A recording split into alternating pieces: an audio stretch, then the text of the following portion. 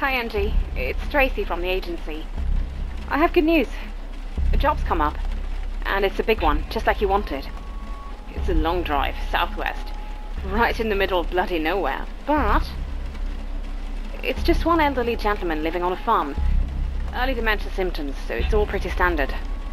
You'll need to do some light cooking, but nothing too crazy. You know the drill.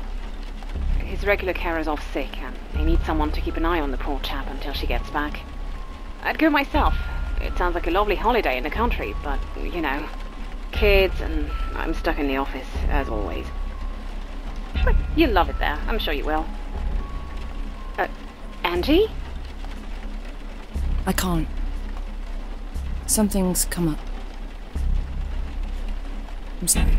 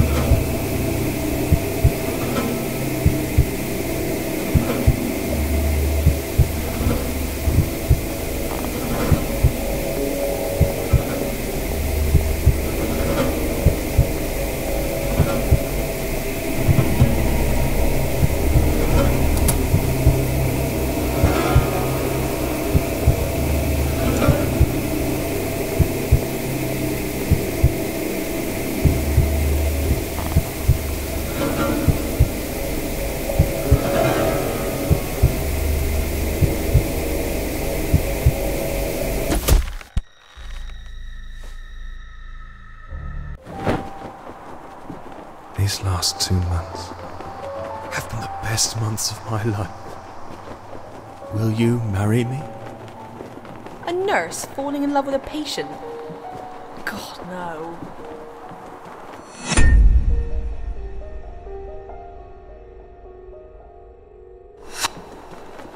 Marrying a dying man.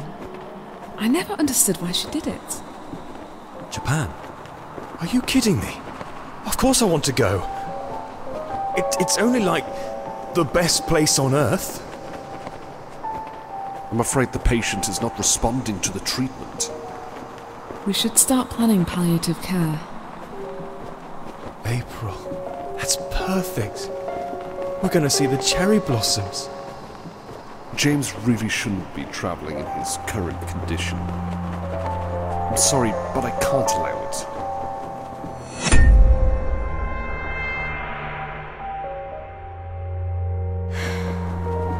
It's all right. We'll go once I'm done with this fucking keeper. Angie, I'm sorry. James was a great guy. I'm sorry for your loss. I'm sorry for your loss. I'm sorry for your loss. That's a nasty cop, Angie. Should go have that looked at. You okay? You look a bit pale. Everyone felt sorry for her, but no one really said anything. I have bad news, Mrs. Weather. Worst, I'm afraid. It's lung cancer. Late stages. But didn't her husband die of cancer last year? Both of them? What are the odds? Maybe if we found it sooner. But at this point, it's so far gone, there's nothing we can do. I'm sorry, Mrs. Weather. We cannot cure your cancer.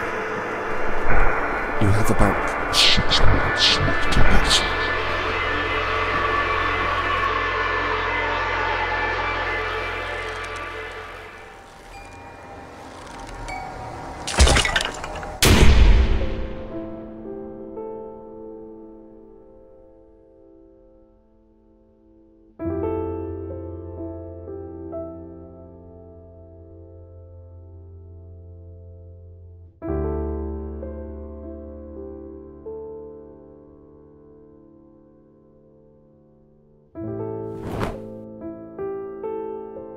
Fuck.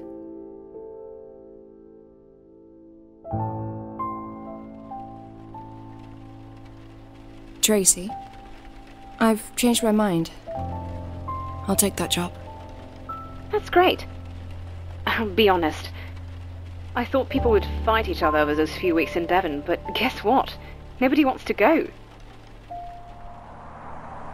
The clean country air, the double pay. I mean, what's not to like?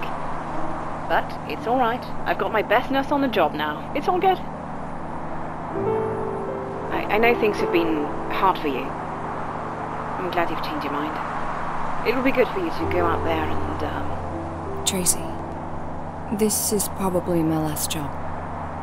I just need to save up some money and then I want to travel for a bit. Go to Japan. See the cherry blossoms. Well, okay. You've not had a holiday abroad for years. By all means, go. But you'll be back, right? I'll let you know when I get back home. Bye.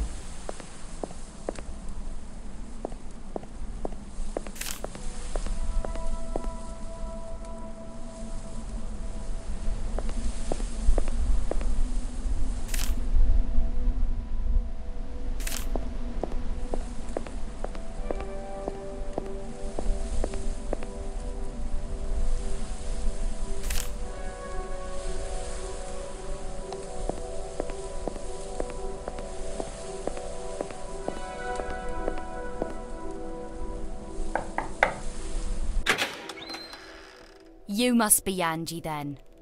Come in, come in.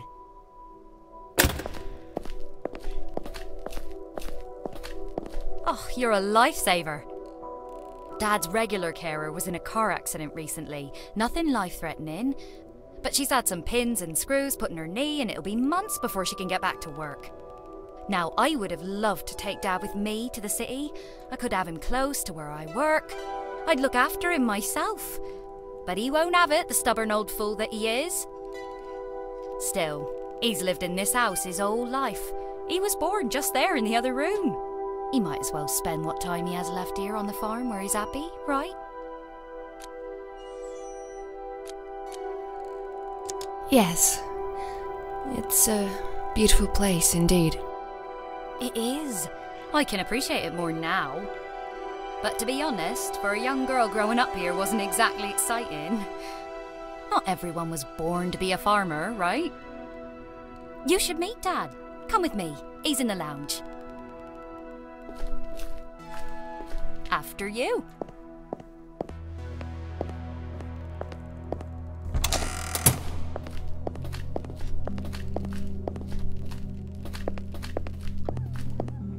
Meet Angie, Dad. She's gonna look after you until Joyce gets back. Hello, dear. Hi. Oh, sorry, that's from the office. I should take it.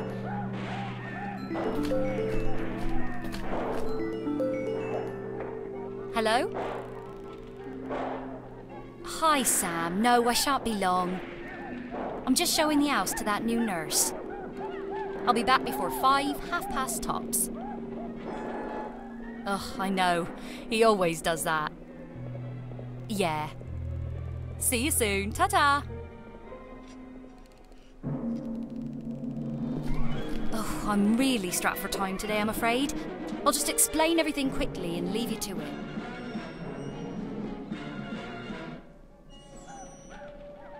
I'll need you to cook for George. He prefers the good old classics, nothing too complicated. The truth is, he'd just eat sandwiches every day if he could. But don't let him do that. I'll leave you a list of his favourite meals. Anything that's there, just help yourself.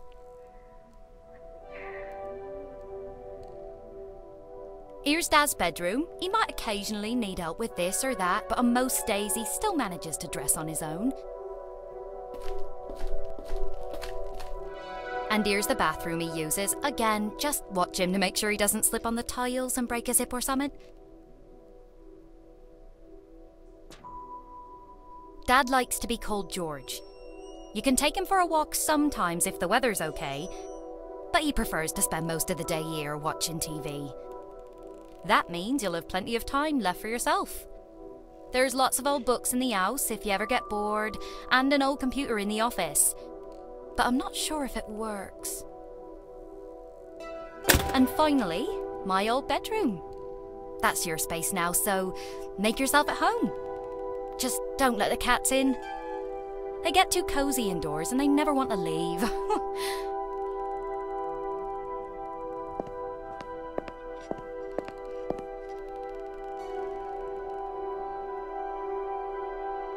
Hello?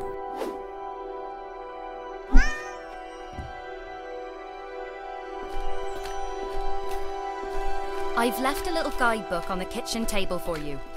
Make sure to check it every now and then, you know, when you get stumped. And please, keep a close eye on George.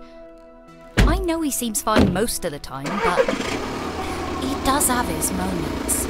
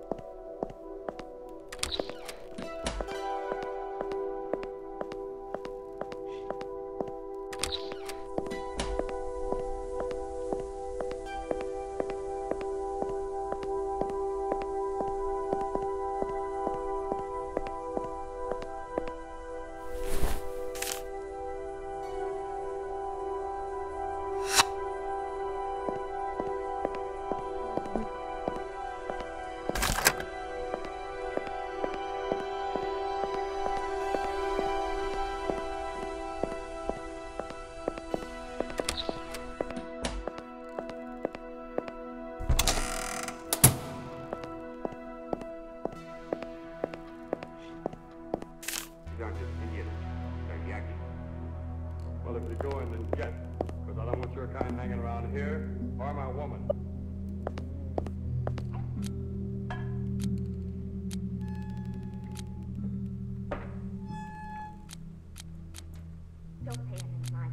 You hungry? Well, So am I. I don't know. Wanted the rest of that coffee. Oh, I suppose I could always do with a nice sandwich if you have one. Believe me, Norm. I've seen Indian signs for the last 3 days.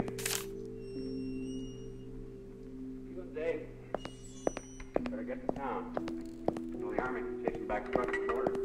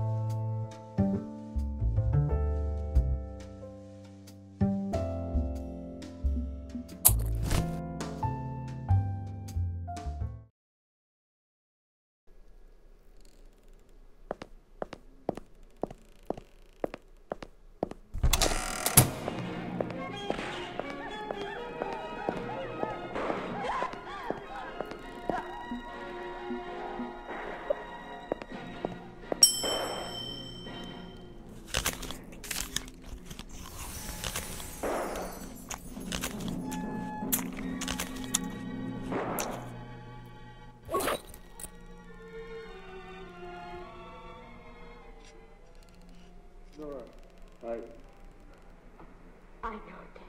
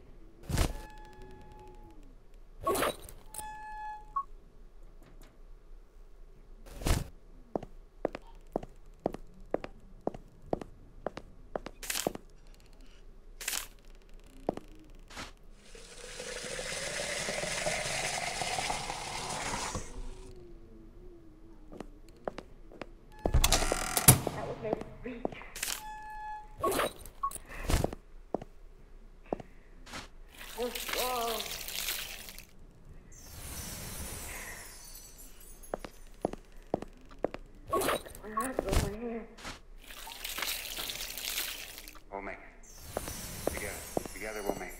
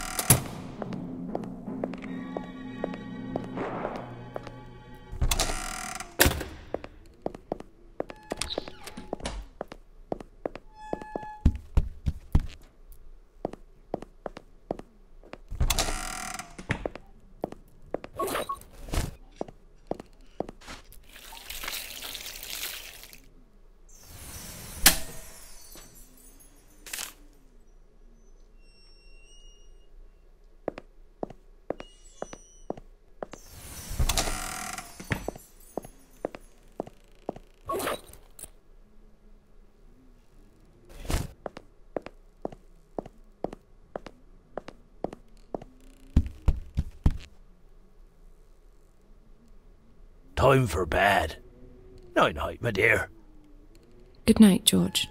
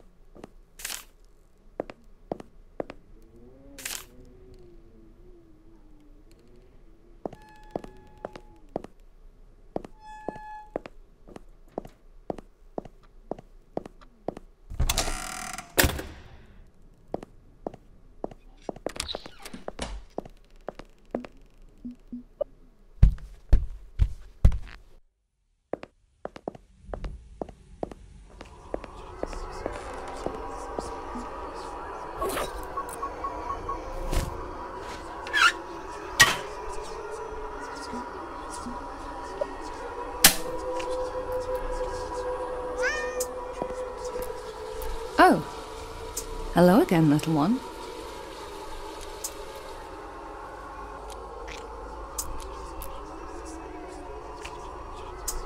I'm very curious about that key on your neck. What's it for? Would you mind if I borrowed it?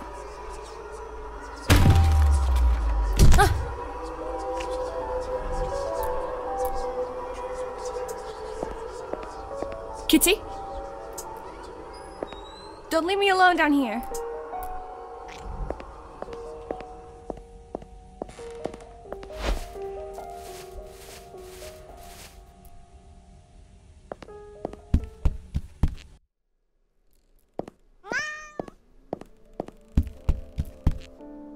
Do we really want to play hide and seek? Come on, Kitty.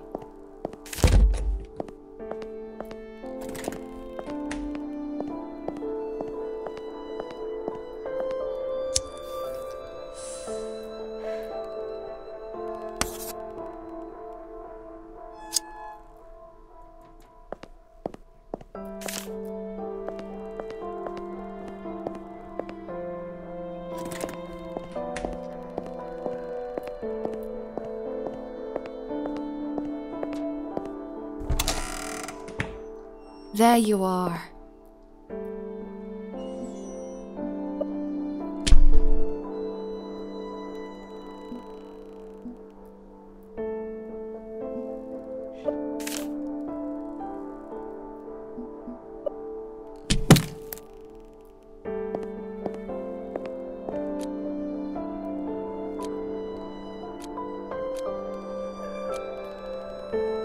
Are you trying to tell me something, Kitty?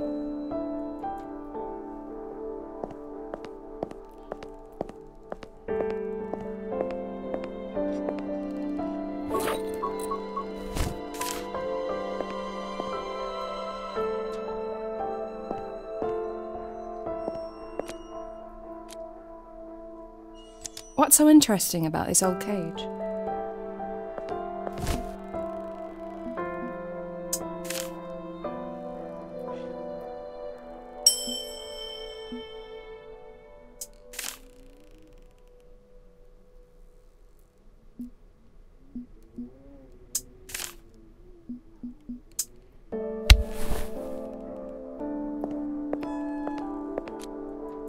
Maybe you're hungry. Should I get you some food?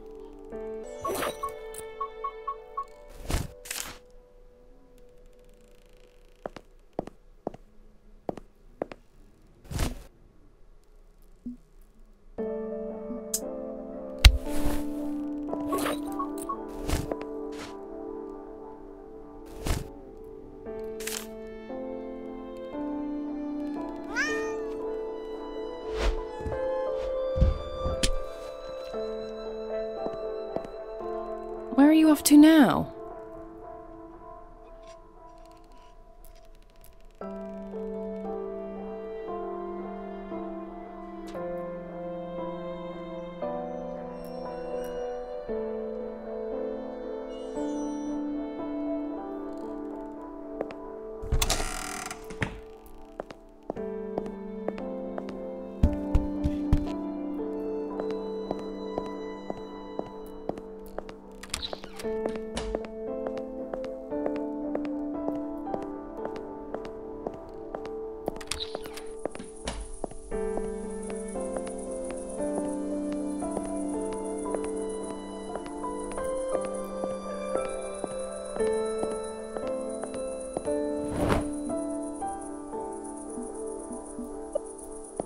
Were you friends with these rodents?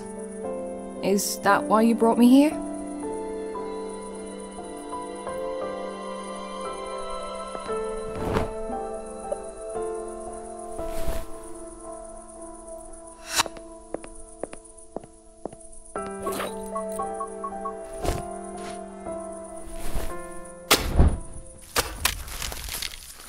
Rest in peace, little guys.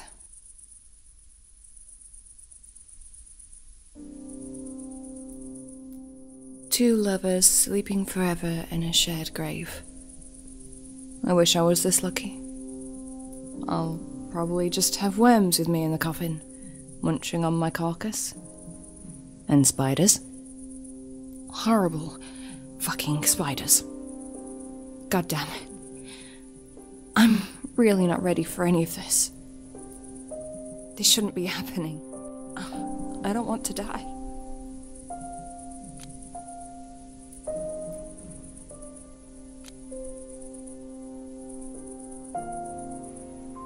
I'm telling you this because you're a cat. And cats know about these things.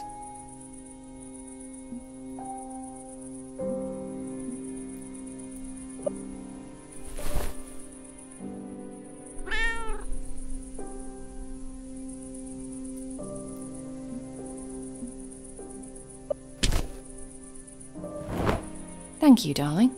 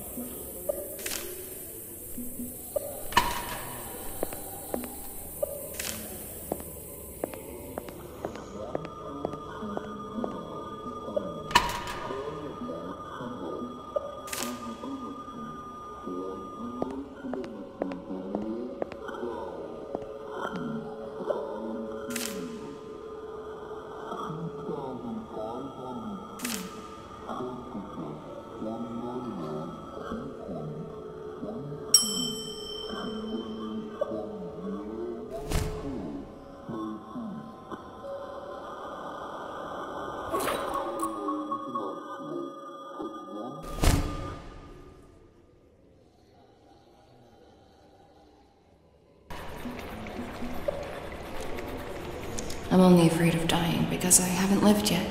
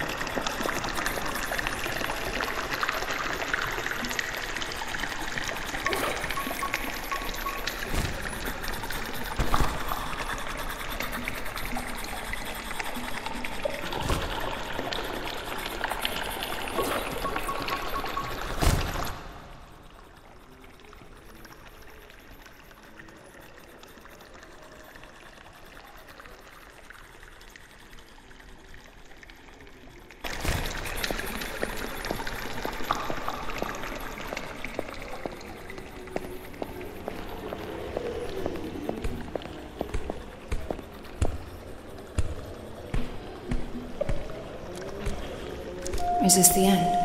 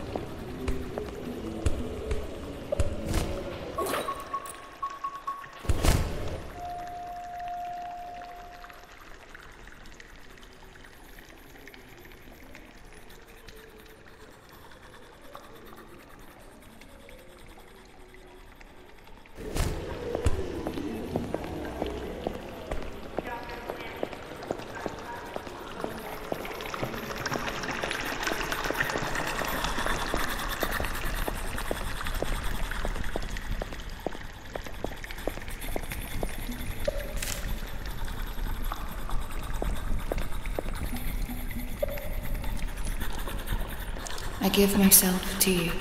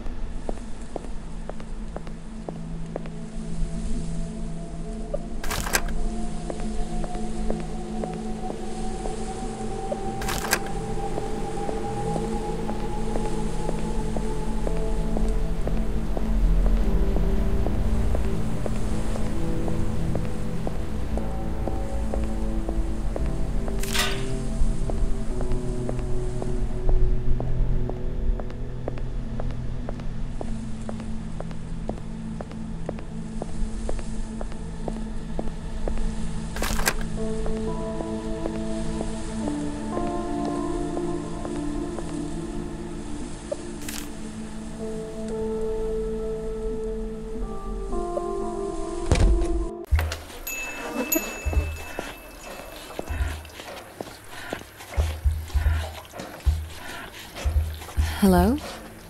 Yes, hello. I know you're in a hurry, but please, I'm almost done here. I'll be with you as soon as I finish this last portion. You a smoker? Fancy a smoke while you wait? Go ahead, that ashtray's there for a reason. You want me to smoke in a restaurant? I really wouldn't go as far as calling it a restaurant, darling. Actually, you know what? A cigarette sounds great. I will have one, if that's alright.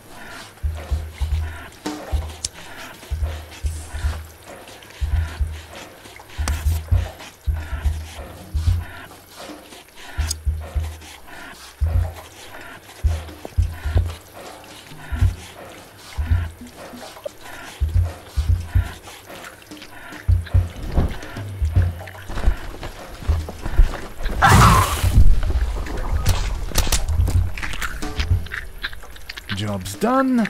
Now, how may I help you? Is there someone in your basement? Yes, well spotted. It's Ruby, my girlfriend. She's always there.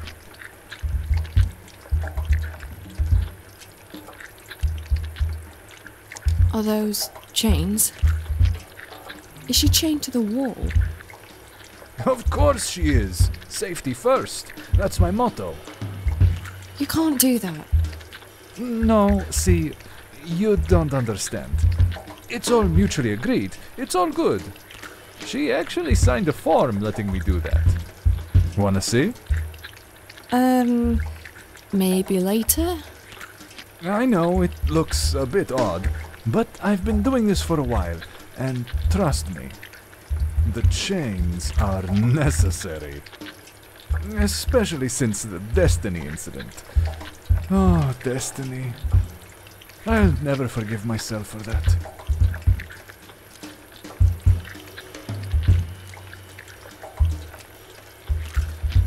She has quite an appetite for a girl. I know. We're already on a third roll of meat today. Where does it all go?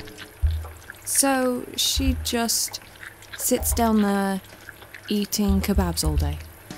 Yes, she does enjoy my doner kebab quite a bit. All my girls do. We have a strict feeding routine here that brings real results. That's what they sign up for, and that's what they get. No fooling around with bread or salad. Just a good old meat.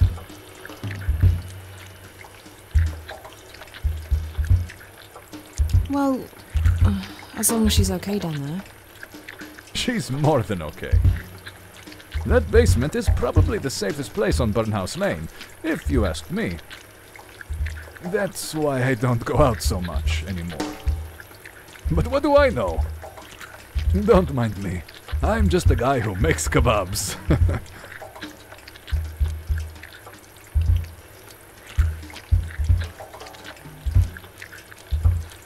You mentioned someone called Destiny. Who's that? Destiny. She was the love of my life. Lived down in the basement, same as Ruby now. But Destiny... Oh, Destiny made my heart beat like a drum. You know, boom, tara-boom, tara-boom. So special. So beautiful. So big. She was able to eat twice the meat other girls could. But then one day... Let me guess.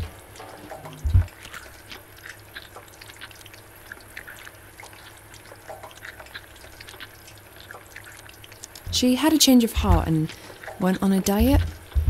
No. She got so big and strong that one day she just smashed the hatch, climbed the fuck out, and went for me like a raging bull. I believe her intention was to consume me, like a delicious morsel. So anyway, she surely would have torn me to pieces if I hadn't crawled in the freezer to hide from her. Then she left, and I've not seen her again. It's kind of your own fault. It's all these kebabs. I'm not surprised she'd lost her mind. You don't understand. She loved it. She begged me to feed her. But by the end, I wasn't able to satisfy her cravings for meat anymore. It was never enough, and she was always hungry. What do you think will happen to her now? She roams the park nearby. I hear screaming sometimes, late at night. That's her, feeding on some unlucky passers-by. My poor darling Destiny. There's not much of humanity left in her, if any at all. Burnhouse Lane. How did I end up here? Judging by the smell, you crawled out of the sewer. No offense. But I was in a house in the countryside. No cities around for miles. Just hills and fields. And then... Listen, I don't want to be rude, but that's just none of my business. Occasionally people like you stop by this place. They always ask questions, try to understand.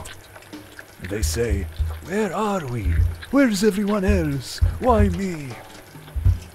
But I don't have any answers, and I'm not even interested in finding them. I'm just a kebab guy from Burnhouse Lane, and for $5.99, I'll make you a nice doner kebab. Do you want one? I'll eat when I get home.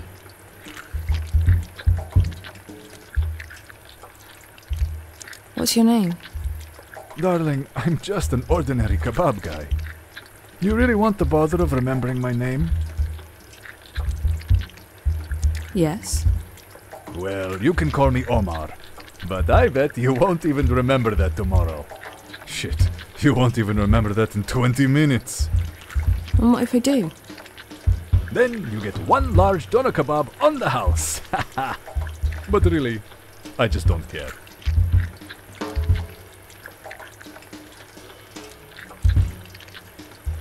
So there are other people like me who found this place? I see them sometimes, not very often. It's funny, but you all smell the same. No offense. What do you mean? Smell of what? Sickness. Well, I'm not staying here. How do I get back? You sure you want to go? I could put you up with Ruby, she won't mind. That's very kind of you, but there's someone at home who I'm supposed to be watching right now, and he might get in trouble if I'm not back before dawn. I see. Well, I won't stop you then. But hey, I just remembered something that might help you. Last week, I heard cats making noise over at the old clock museum. And? Cats know things we don't. They're the only ones who can slip in and out of Burnhouse Lane whenever they want. Okay, I'll try the clock museum. How do I get there? That's the problem, you see. You just can't get there anymore. Why not? Remember when I told you about Destiny? How she roams the park? Well, that's where the clock museum is. Right there on her feeding grounds. What if I decided to go to the park? I went past it earlier. I'm pretty sure the gate was locked. That gate's always locked, but there's a way in through the public toilets. They're right next to the park. You can take the toilet's key. There.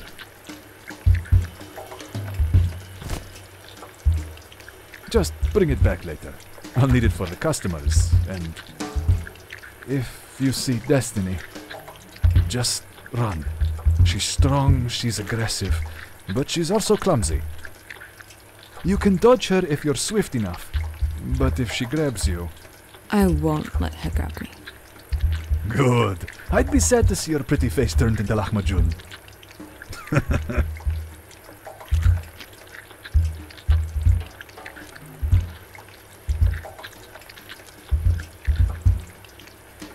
I'm not scared of one fat chick.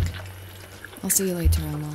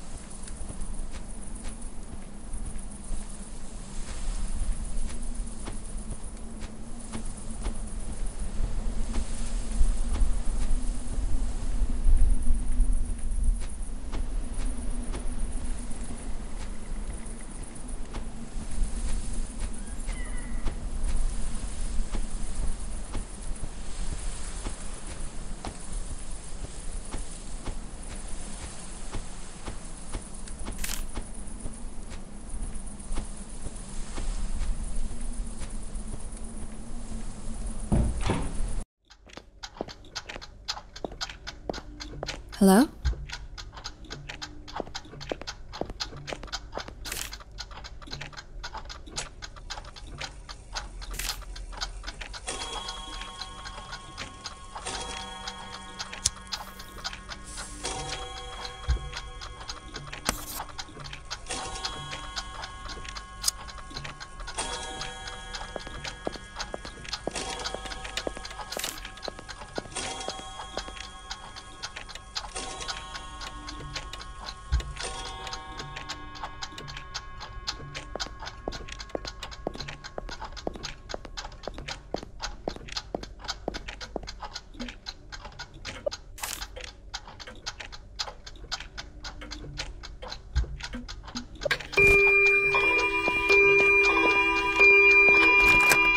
Who are you? Can you let me out?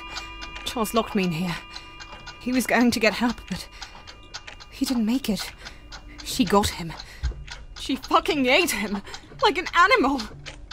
I saw it all through this hole. God fucking damn it.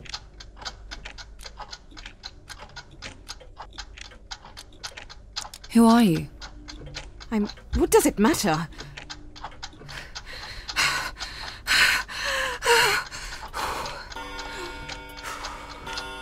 I just don't want to be here anymore. Where's the key? Charles had it. I'm pretty sure he hid it in his chest pocket.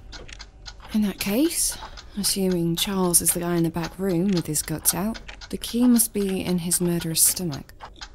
Along with Charles's liver and kidneys. No. Shit, no. You must get it back. I can't be here anymore. But what can I do? You want me to wait for her to shit it out? Although, on my way here, I did hear some strange noises coming from the toilet stall. What if that was her? I don't know. Just do something. Anything.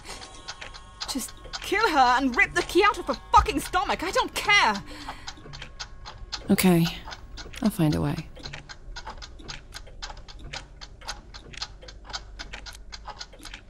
I'll be back soon. You hang in there.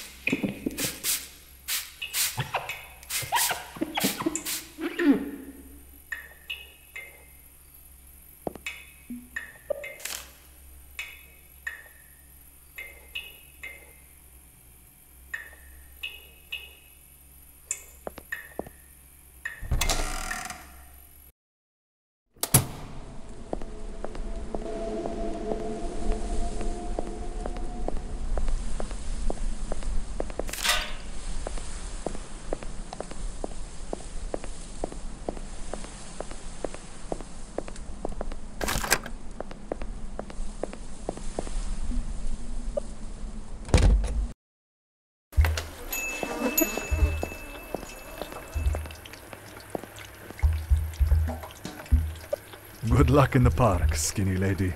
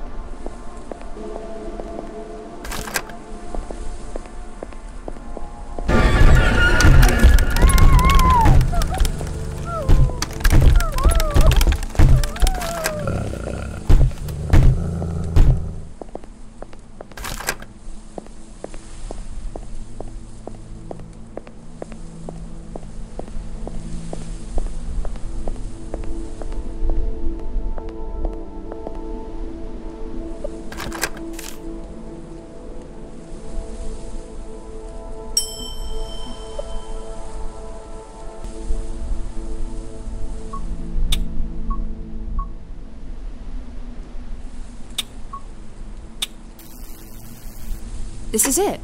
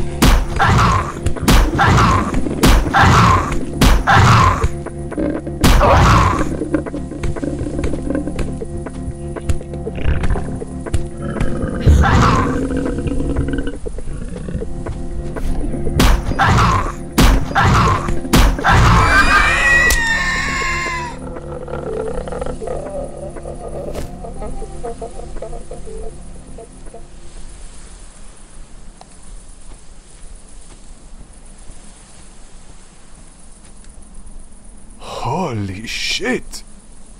You did it, smoking girl!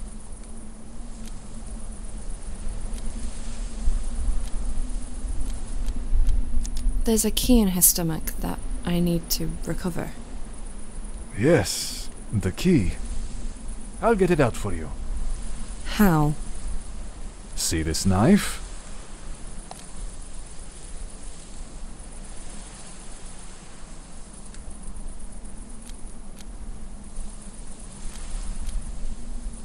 But wasn't Destiny the love of your life?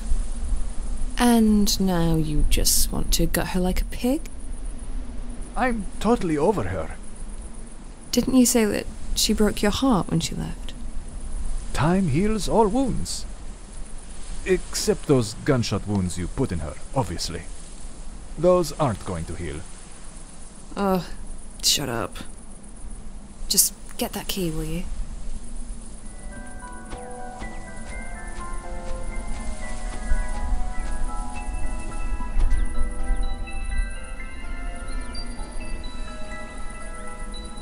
Is this the key you were after? Why? Did you find more than one key in there? No, but I found a golden watch and I'm keeping it for myself. I don't care. Just give me the key. I'll see you again, smoking girl.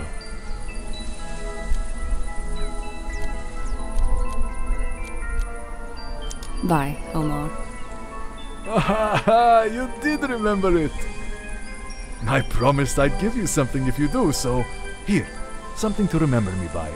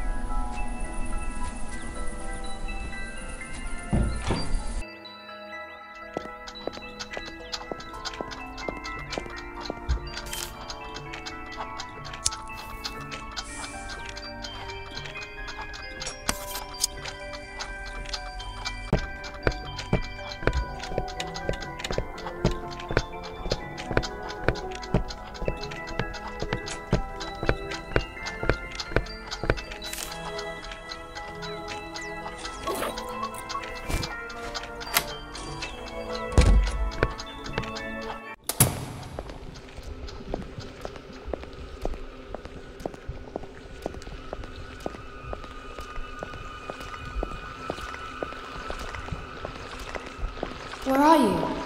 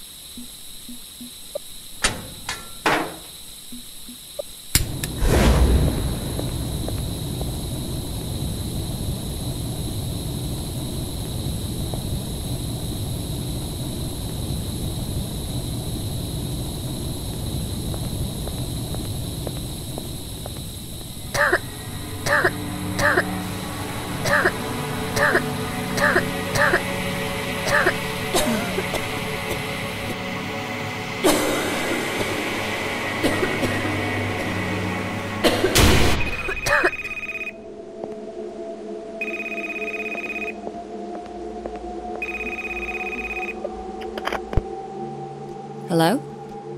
Hi, my name's Beth and I'm calling from Hopedale Medical Clinic. Am I talking to Angie Weather? Yes? Okay, that's great. You came to us last week to run some tests. The results are in, and... Are they okay? Dr. Matthews asked if you could come in. He'll explain everything. Wait, is something wrong? Am I ill? We don't give out this kind of information over the phone, I'm afraid. Let's arrange a visit, shall we? Can you make it this afternoon? Sorry, can you repeat? I can't hear you very well. I said... I want to help you. Draw an X on the door and come to me. What? I want to take a closer look.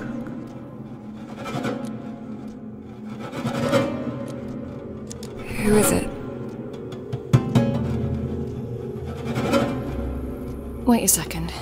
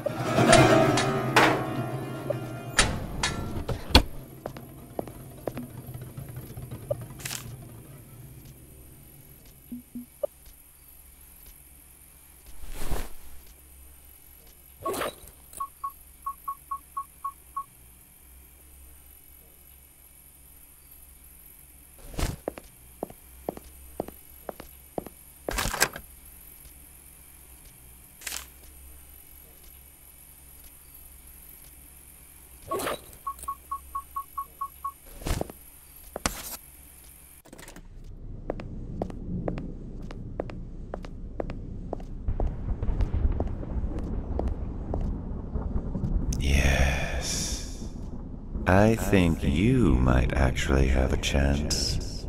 I have a good feeling about you. It's your voice I heard on the phone, isn't it? Who are you? As you can see, I'm a cat. I used to have a lovely warm home, but one day, Andrea got sick. She came to Burnhouse Lane. I followed her, and I stayed. Where else can I go? Who's Andrea? She was my friend, of course. A long time ago. We both died in that fire, but I simply refused to accept it. Why am I here?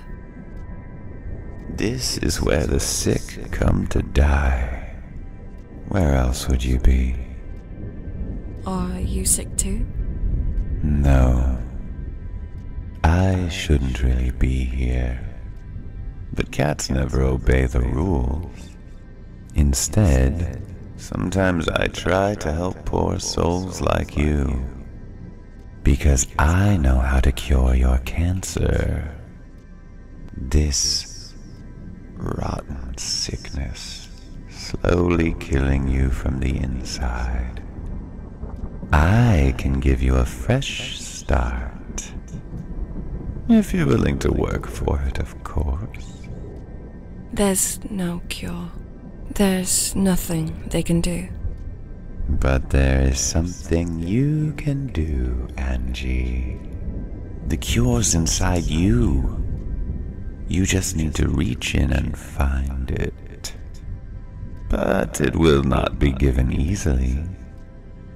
You must prove something to me first. Prove it to yourself.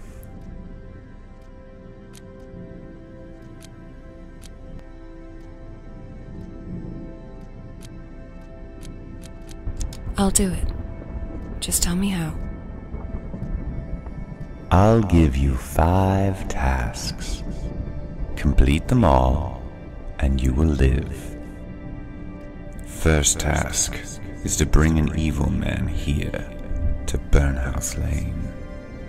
You're going to meet him very soon. Don't let him lull you into a false sense of security, but make him follow you here instead. He won't come willingly, of course, so use the chalk you found to draw an X on the door. It'll take him straight to Burnhouse Lane if he walks through it. Here he will pay for his evil deeds. Go back now. A new day is coming. But... We'll meet again soon. But now, take the door. Go back. I believe old George will need your help.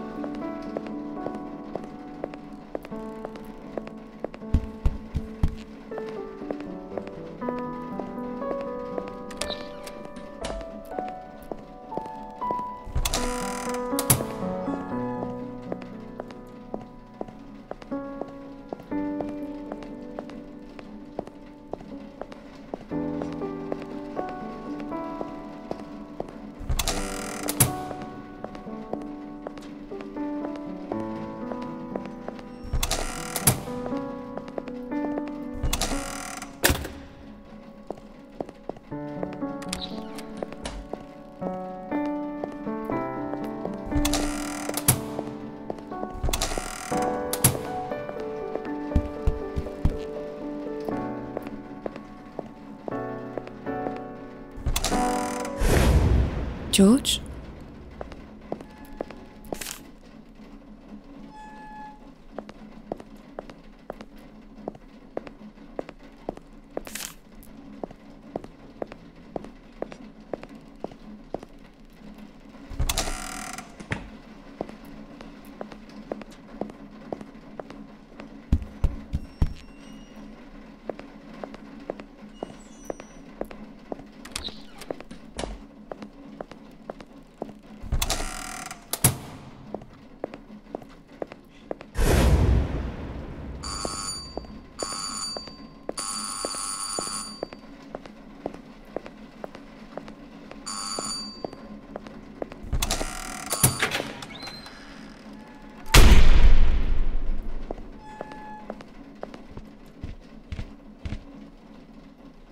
Morning, dear. Looking for Joyce.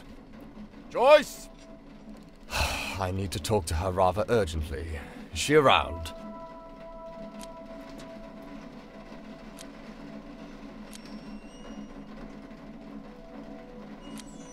Who are you? Oh, you're not from around here, are you? How exciting. An outsider. We don't get a lot of outsiders around here. I'm Father Rob Collins. Lovely to meet you. Angie Weather. Hi. So, where's Joyce? Joyce! Can I talk to you for a minute?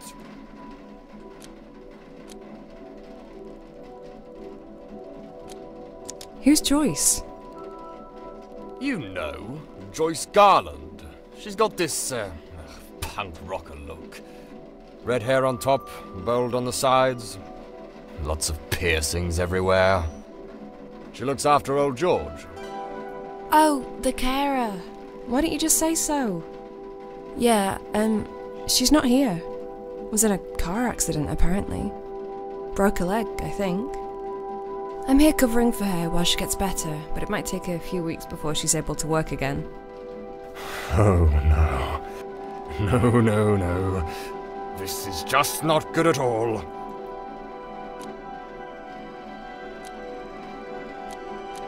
Do you want a cup of coffee?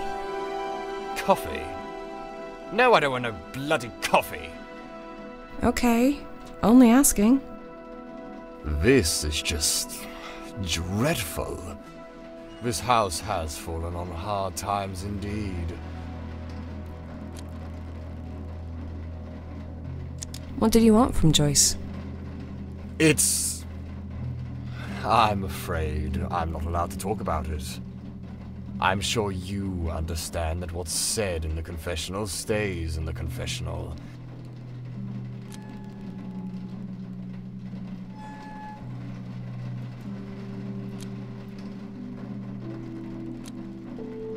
What, did she murder someone? I couldn't tell you even if she did. That's how this works. Everyone knows that. I'm sure you know that too. Morning, nurse. Morning, father. What? Another one? Who are you and how did you get in? That's just Kieran. Don't mind him. He lives on the farm and does the sheep. Quite literally, I've heard people say. Don't listen to that fool, nurse. He just likes to bully people, he does. Well, you're Welsh, right? And I've seen you around sheep. I'm a bloody shepherd. Of course I'm around sheep. We look after them. These poor creatures look absolutely terrified every time you get near them. That's exactly what I thought last time I came to your Sunday Mass, father. And when was that, Kieran? 10 years ago? 20? Stop bickering, you two.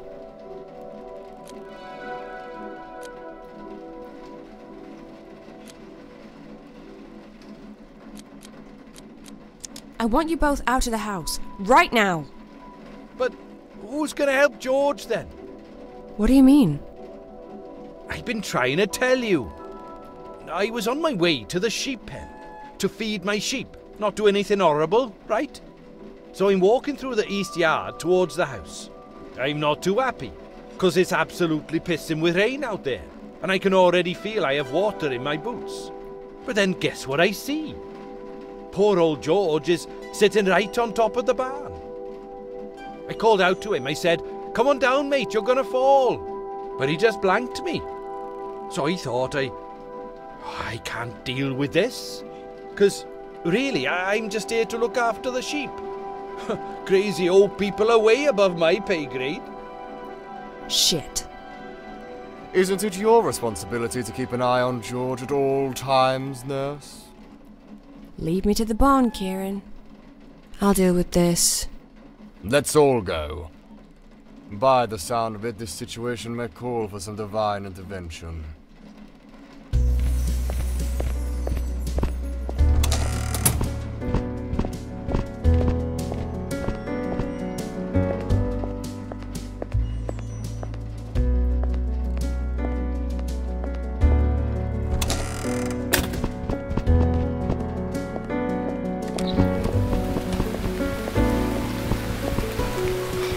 bloody rain. And the rain fell and the floods came, and the winds blew and beat on that house. But it did not fall, because it had been founded on the rock.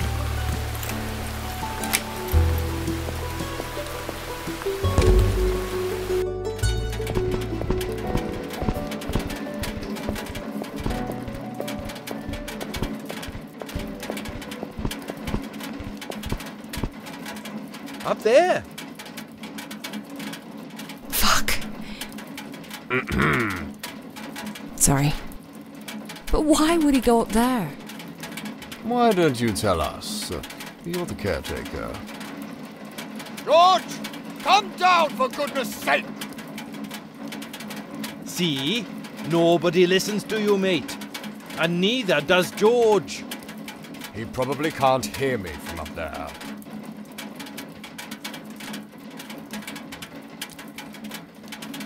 Are you any good at climbing, Kieran? Oh no, I ain't going up there, nurse. I'm sorry. The planks are all rotten through. And those ladders? Well, they weren't built for a man of my stature. Or your weight. Can you just bugger off? I don't even eat much. I've got a fat gene from my mother. That makes my agility a wee low. So what? Oh, I've seen you step dancing at the village fest. No fat gene hindering you there.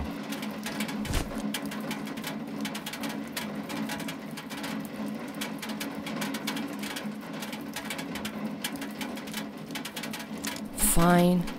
Last thing we need is you getting stuck on the roof as well. Father Rob, any ideas?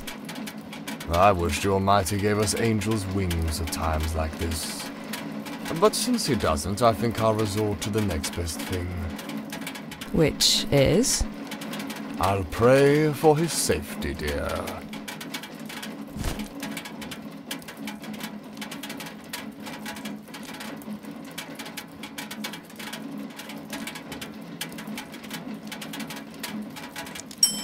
Why don't you really climb up there and help George?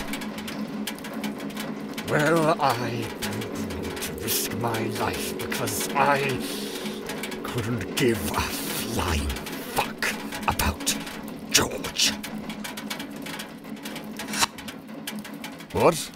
Were you saying something? No. I think I'm getting a migraine.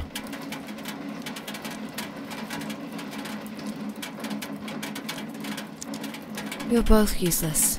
I'll get him. Good. That's what Joyce would do. Be careful up there.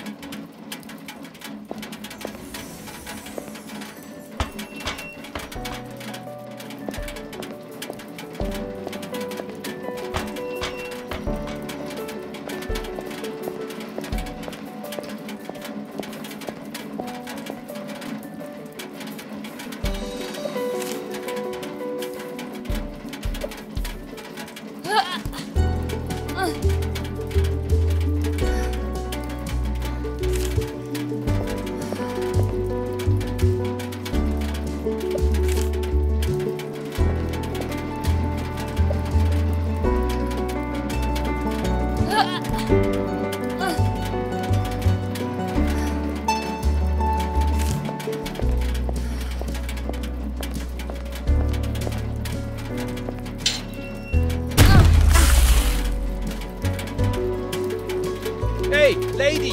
You trying to kill me? Did you see that? This metal rod almost impaled me.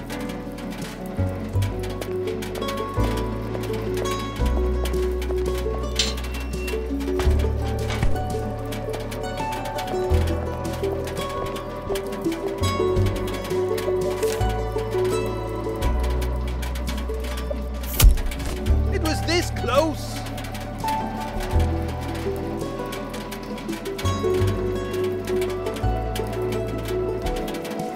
I'll aim better next time.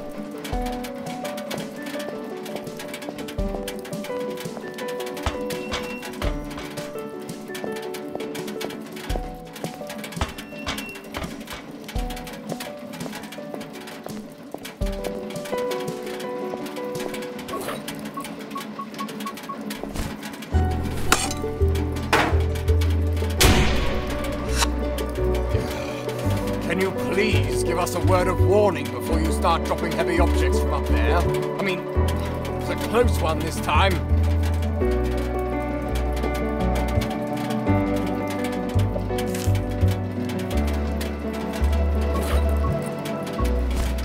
Mind your heads down there. It's about to rain potatoes.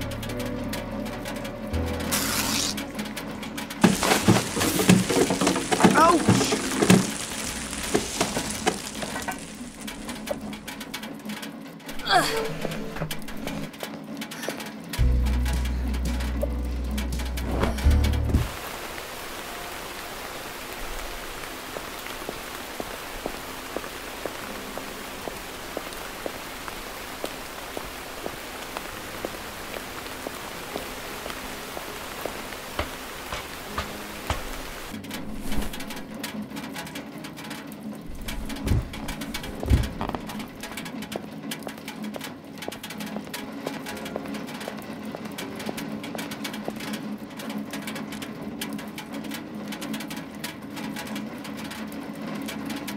Nice view, hmm? You can see for miles from up here. Aye.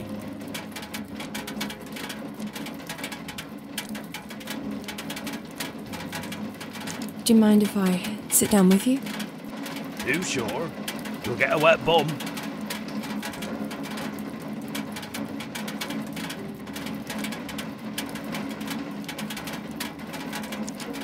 It doesn't matter. I'm soaked through already.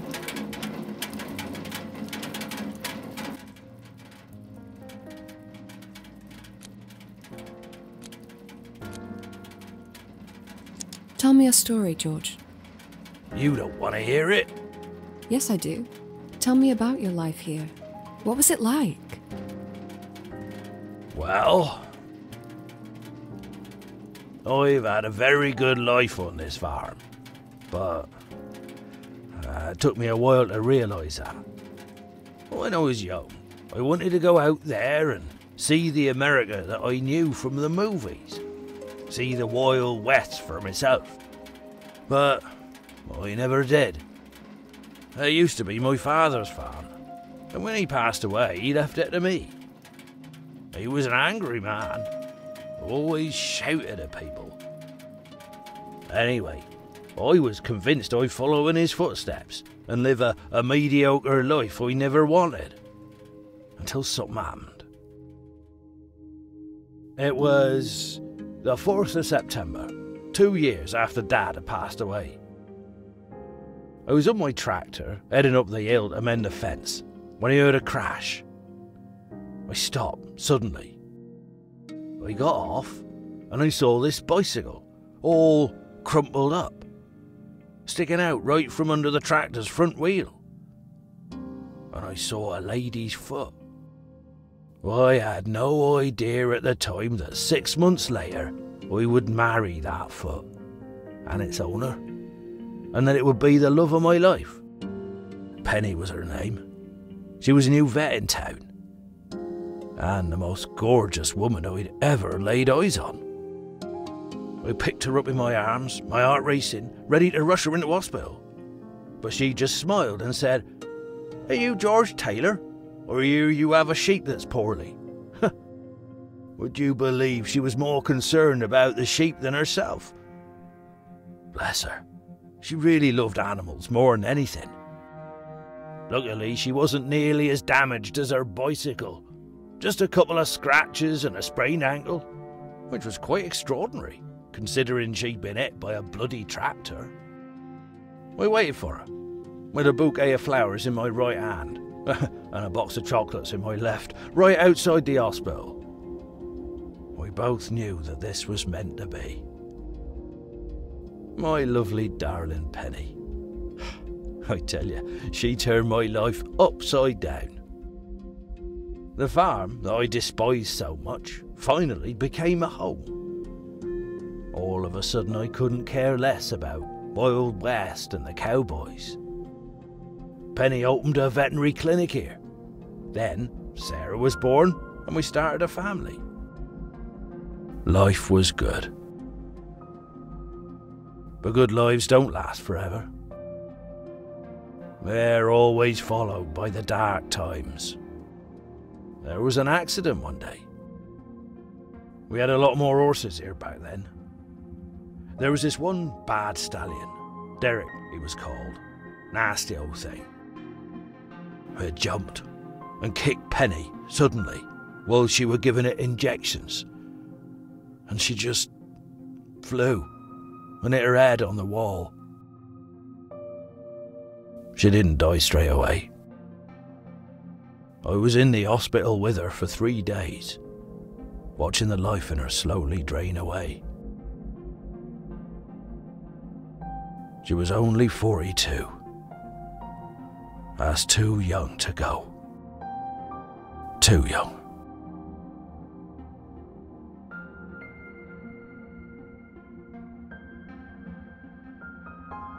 But hey, look at me rambling on. Oh, I didn't mean to bore you with my old man's stories. See you back at the house, dear.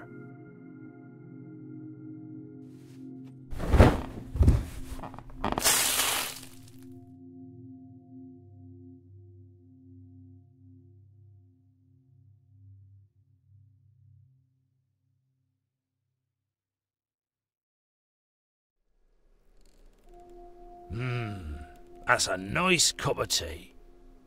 It'll warm you up, George. You'll be all right. Of course he'll be all right. He's a tough bloke. He wrestled bears and punched wolves back in his days. Isn't that right, George? Oh, I don't know about the bears, Kieran.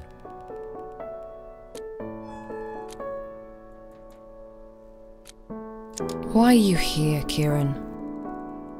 What do you mean? I live here. Not in this house, you don't. But I've known George for a long time. We're all pals. He doesn't mind. You don't mind, do you, George? Oh, I don't mind, Kieran.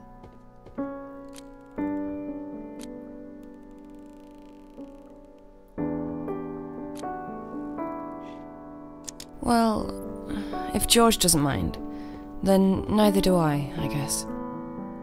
You can stay. I mean, as long as you don't sneak up on people, or, like, murder me.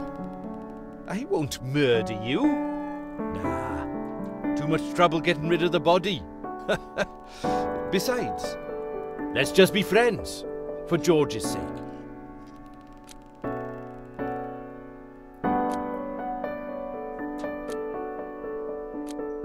Fair enough. I'm not looking for enemies. Tell you what, I'll cook dinner for everyone first, and then we'll shoot some bottles. How about that? Oh, so you can cook too? Hell yeah, I can. I make a smashing roast lamb with Brussels sprouts and mint sauce and all. George loves it, but there's no oven in my caravan, so I'd have to cook here. I don't know, Kieran. I think we could all use a proper meal after a morning like this. But I'm gonna need some cooking wine. I doubt there's any here. George has always been a sherry kind of guy. Someone say sherry? There's a bottle of red in my caravan. Could you get it for me, please?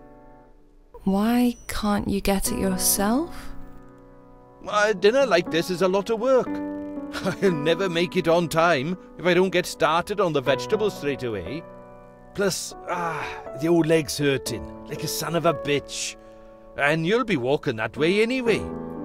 Joyce always does, this time of day. To do what?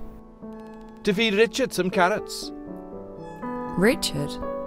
The horse. He lives in the box just outside the big barn.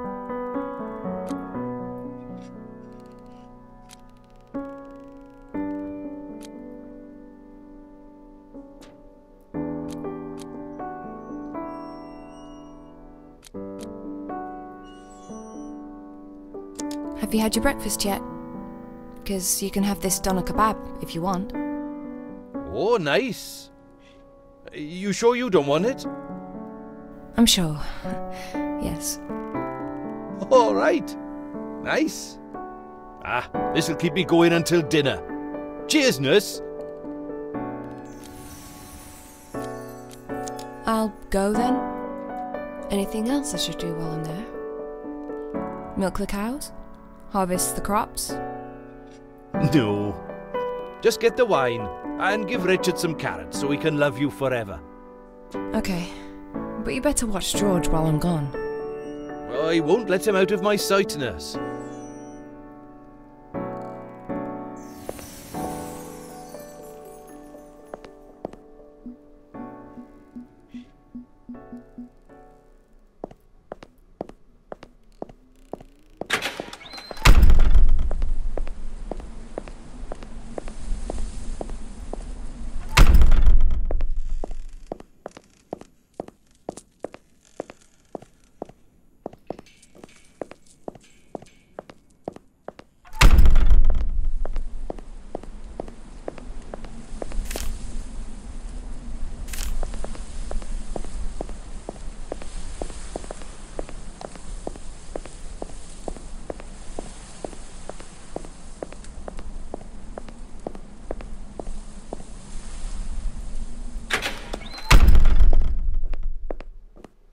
What are you even doing here? Are you deaf? That man's gonna turn you into dinner. Run! Oh, we're not eating, Midge. There's lamb meat in the freezer, silly. Oh, right. Then, I guess you can relax, Midge. Just don't look in the freezer.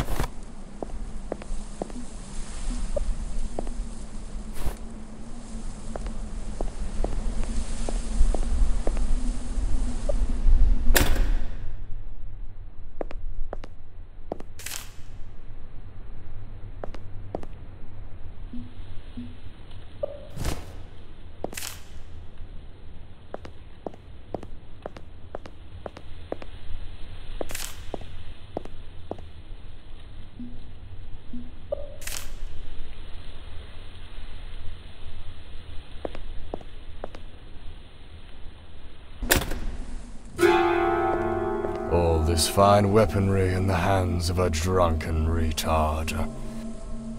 Don't you think it's a recipe for disaster?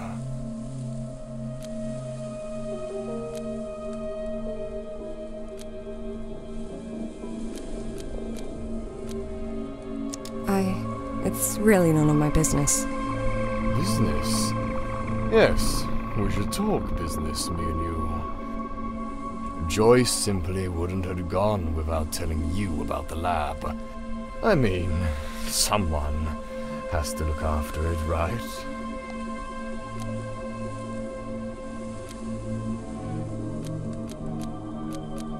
The lab? Yes, the lab! Where she makes it! Who? The carer? I've had enough of this shit! It's time to spill the beans, city girl! Where's the lab? Where the fuck is it?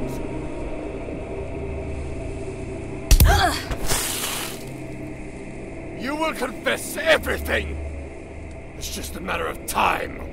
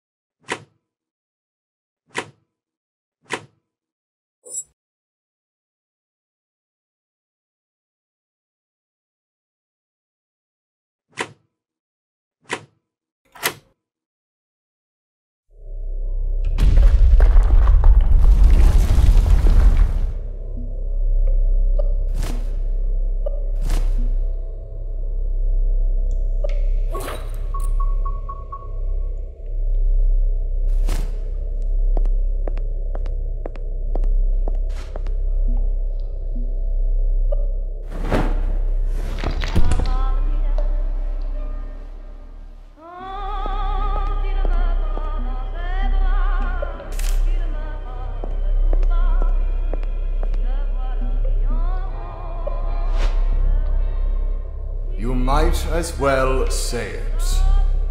But...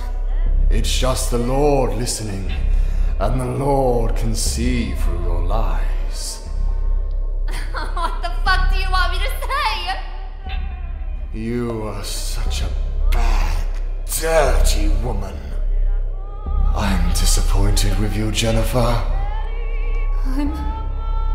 sorry. I'll be better, Father.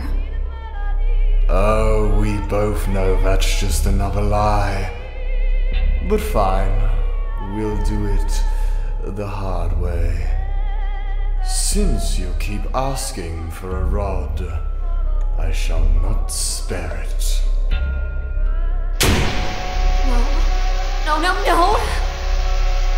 slice off the evil in you, so you are ready to accept God into your heart. Shut it down! You fucker! It is the Bible that says the mouth of an adulteress is a deep pit. He who is under the wrath of the Lord before only repentance can bring forgiveness to a depraved soul. For each action, a consequence. For each sin, punishment. I'll do it! Stop it! Please, I don't want to die! Oh, so you are finally willing to open your simple heart. Yes! Shut the thing down! Shut it! Fine. I'll give you 2 minutes to compose yourself, Jennifer, to think things through, and to pray. Then we shall start again.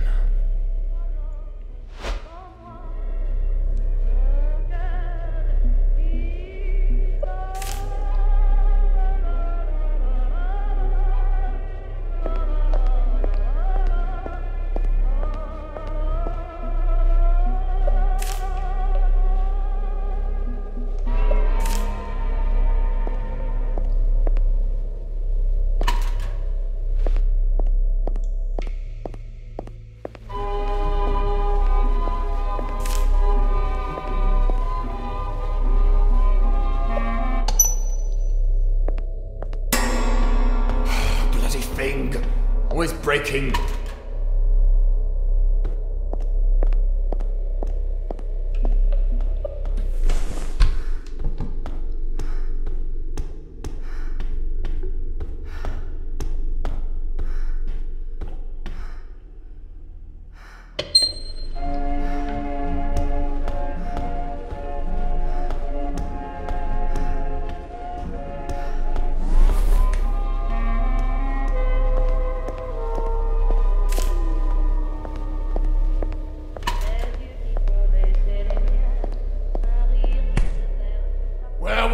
Jennifer!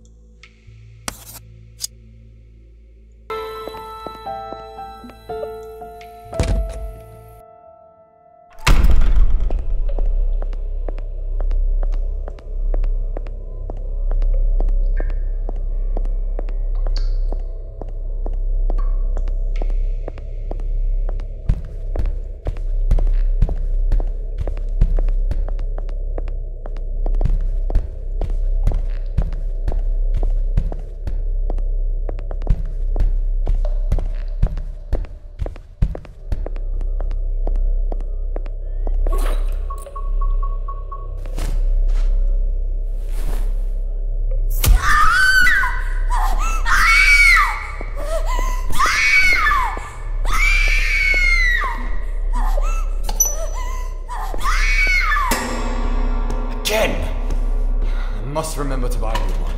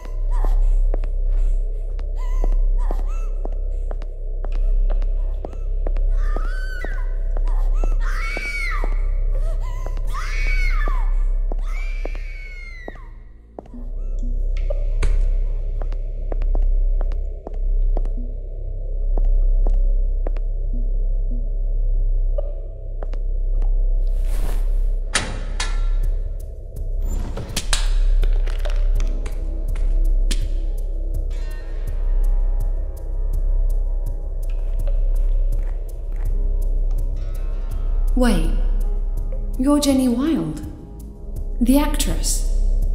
Yeah. And who the fuck are you?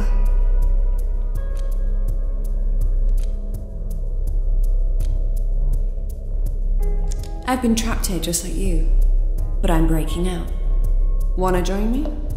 Hell yeah.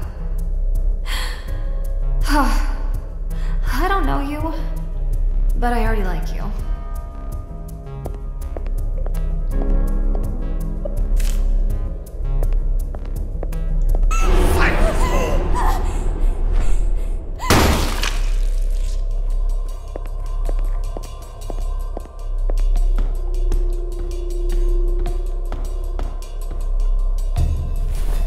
Trying to blind me, bitch!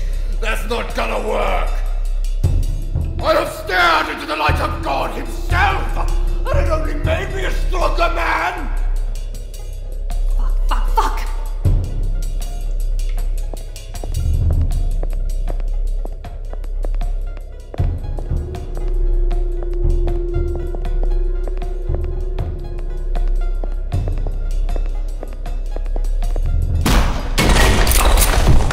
Well, look at that. Do you think we could climb up that rubble? I guess, but he needs to stop bloody shooting at us. Huh. That shouldn't be a problem. He's down. One of the bricks hit him right in the face.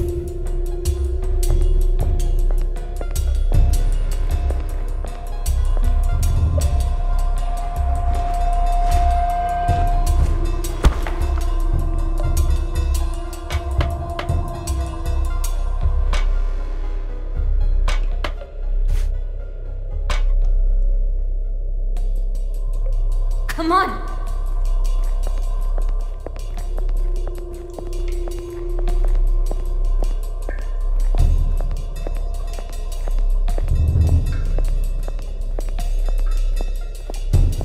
Hurry!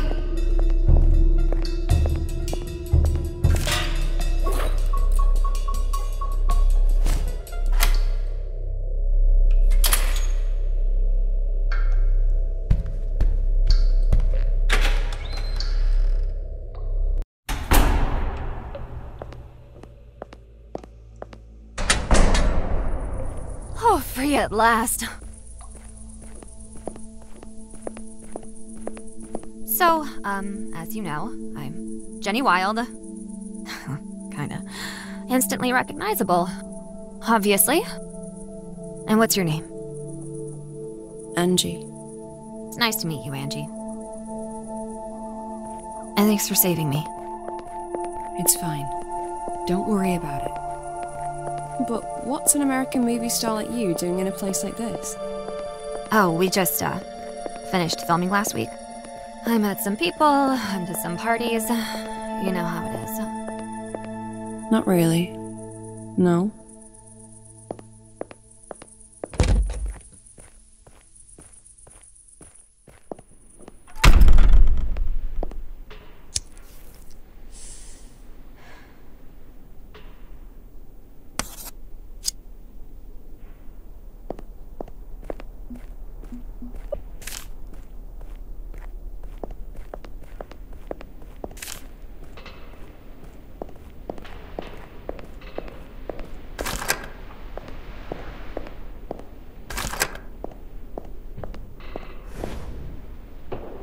I need a minute to rest. I thought I was already dead. He was either gonna cut me to bits with that big fucking slicer, or turn me into a sex slave in his stupid sex dungeon. Rob's a real piece of work.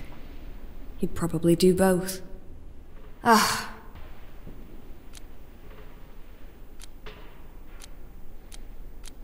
Do you think he's dead? Well, that would certainly sort out a lot of problems for us right now. But I doubt he is. Me too. That would be just too easy. How did you end up in the catacombs? Oh, I met Rob at a party. I think that was 3 days ago. Yeah. He must have put something in my drink, because I remember feeling dizzy, and Rob offering to drive me to a hotel. And you know, I'm a big girl. I'm well aware you don't get into cars with men you've just met, because that's just asking for trouble. But he was a priest, for fuck's sake! I really didn't think he'd spike my drink, take me down to his secret lair, and try to fuck me. That man's a weasel. I had a feeling there was something wrong with him, but I ignored it. I'm not making that mistake again, so before we go... Yes?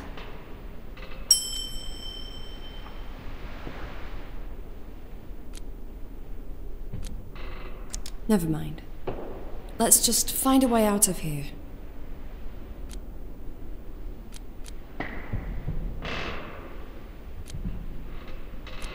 You hurt? No. Not really. I'm asking because I'm a nurse. I can give you a quick checkup. Oh, maybe later. I'll be okay for now. You sure? You're covered in blood. I got a few scratches on my legs. He punched me once or twice. Smashed my poor little nose. But most of this blood isn't mine. That's... to be honest, I'd rather not talk about it. If you don't mind. I've seen some things down there that will last me for a lifetime. Sure. I get it. Let's go. Wait. What's the plan? The church seems all locked up. We up the fence or something? Actually, I know this might seem strange to you, but there's something I want to try. You see, I think I can lead Rob into a trap. And how the hell are you gonna do that?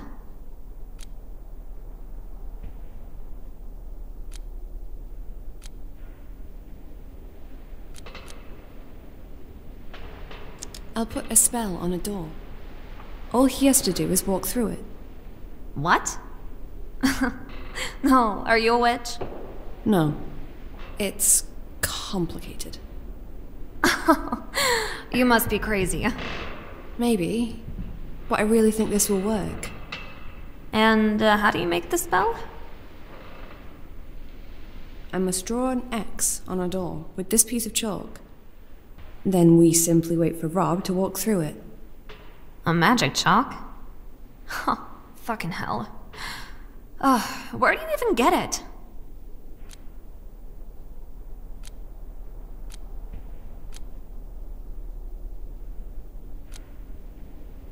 It doesn't matter. Just trust me. This will work. I'll start by getting up to the top floor. Then we'll set up the trap and attract Rob's attention. I'm pretty sure he's not far behind, looking for us.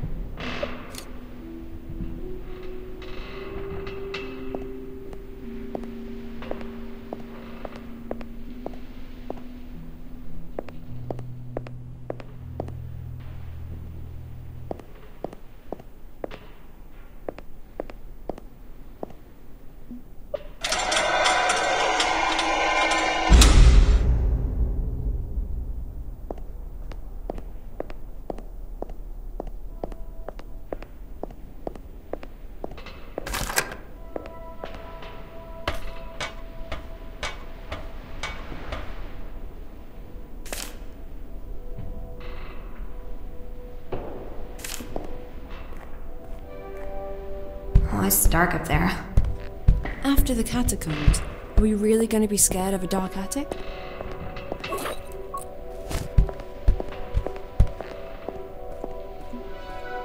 Ugh, that's better.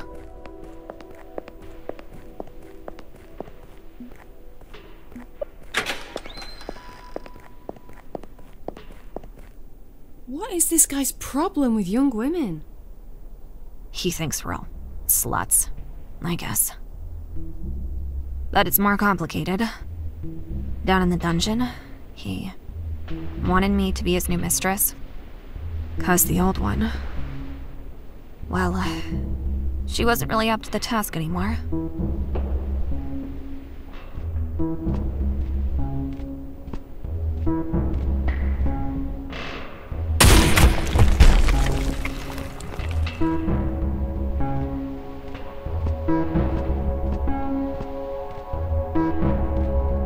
I know you're hiding here. I'll find you. It's just a matter of time. He's here. And it sounded like he blasted the shit out of the back door. It's okay. We have another door right here. What if he destroys it too? I don't think he will. He wants us alive so he can, you know, take us back to his sex dungeon? Are you going back there? No way. Then let's set the trap. This seems like a good place.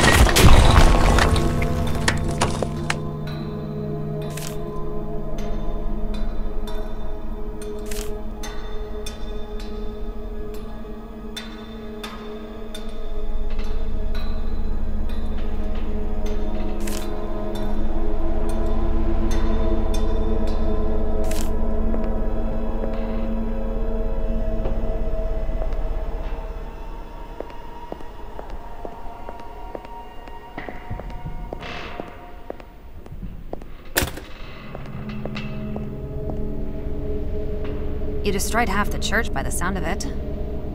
How is Rob gonna get up here now? There's another door leading to the attic. I'm sure he has the key for it.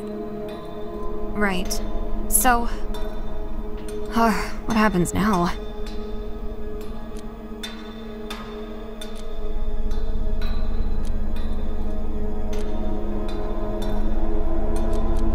Now it's time for Father Rob to atone for his sins.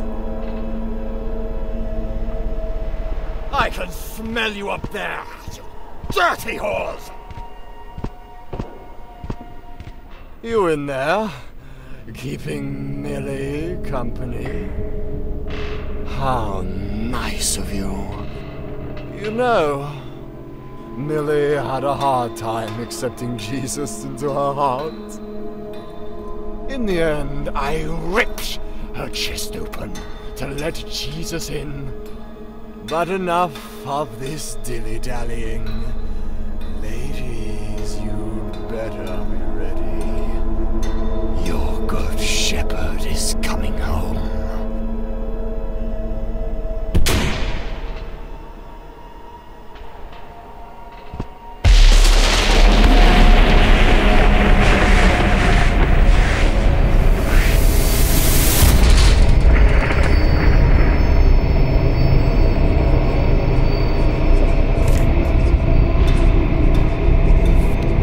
Stay here and wait for me. What? Why? I'm going after him.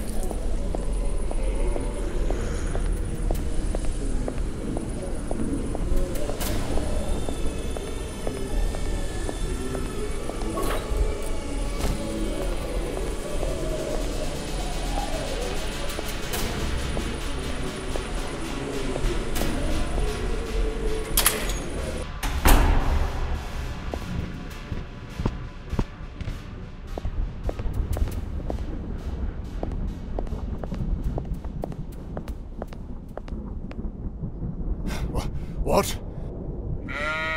Get the hell out of my way, you stupid!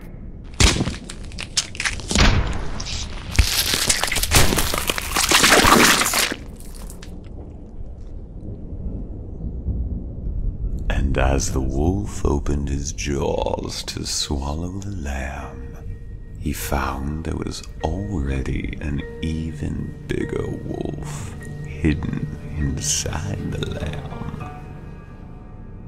The tables turn quickly if you're not careful. And when you live a wolf's life, you've got to know there is a price for each drop of blood that you spill. Sooner or later, you'll have to pay it. Thank you, Angeline. This is the man I wanted. Your first task is completed. It's time to end it. Unless... well... you have his gun, and a first-hand experience of being his victim. Perhaps this kill belongs to you. I'll let you choose.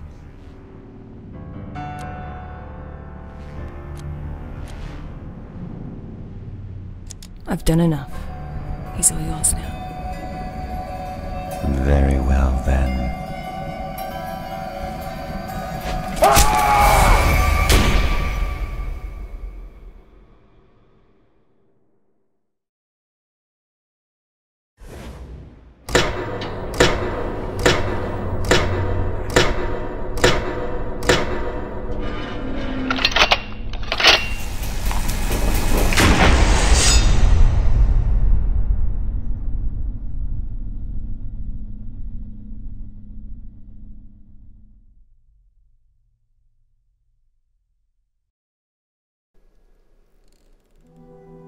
Here we are. You can stay on the farm until you get your strength back. Don't think the owner will mind. You won't even know I'm here. I need a quiet place to rest for a bit. I'm so tired. I know. You'll sleep soon. But take a bath first. Use the guest bathroom, just past the staircase, and in the meantime, I'll find something for you to wear and I'll bring it over. Oh, and can you please make me a nice big cup of coffee? Yeah, sure. 5 sugars, please. 5? Okay. Just go and wash that blood off you already. One last thing, Angie. Yeah? What the hell is this dreadful thing on the table?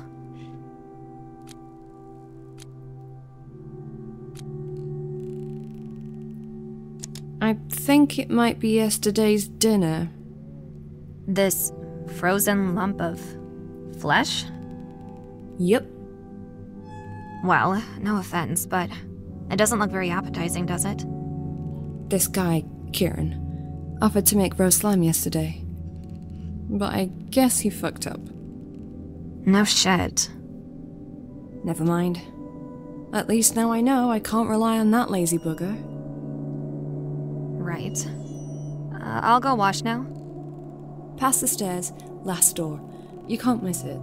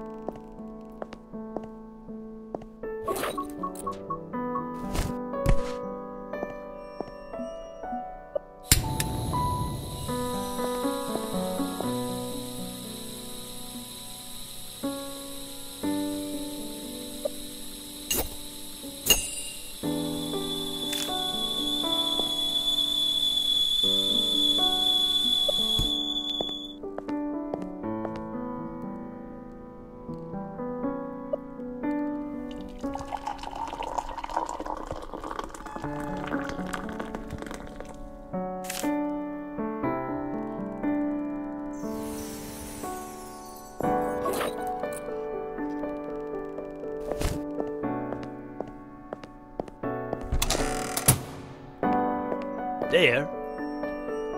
Would you come closer, please?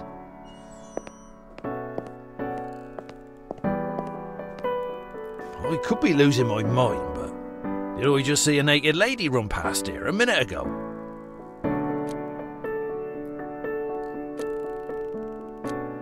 That's Jenny. Don't worry about her. She needed a place to stay for a few days, and I've offered to help. Is that alright with you? Oh, that's fine with me. Just ask her to put some clothes on. You know, in case that vicar comes round again.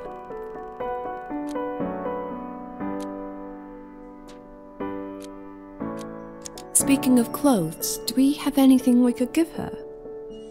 Well, I don't know much about ladies' garments, dear. It's alright. I can give her some of mine. Wait, I still have some clothes that belong to my wife. It's a skirt and a blouse, I believe. I kept them because they were her favourite. They're in a suitcase upstairs. You sure you don't mind letting a stranger wear it? Penny always had a heart of gold. She wouldn't think twice about lending her clothes to a stranger in need. Well, I'm sure of that. In that case, okay, I'll go look for it. Oh, before you go, dear, any chance of another sandwich? I waited and waited yesterday, but that roast lamb never came. Huh, I wonder why. But sure, I'll make you a sandwich in a minute.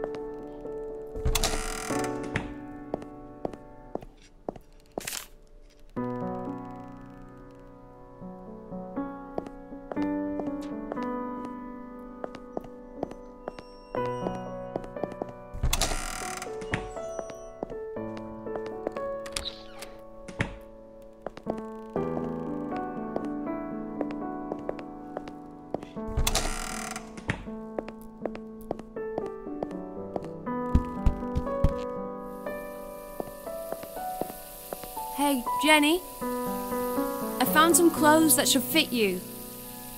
I'll leave them here on the floor just outside the bathroom. Thanks! I'll be out in a minute.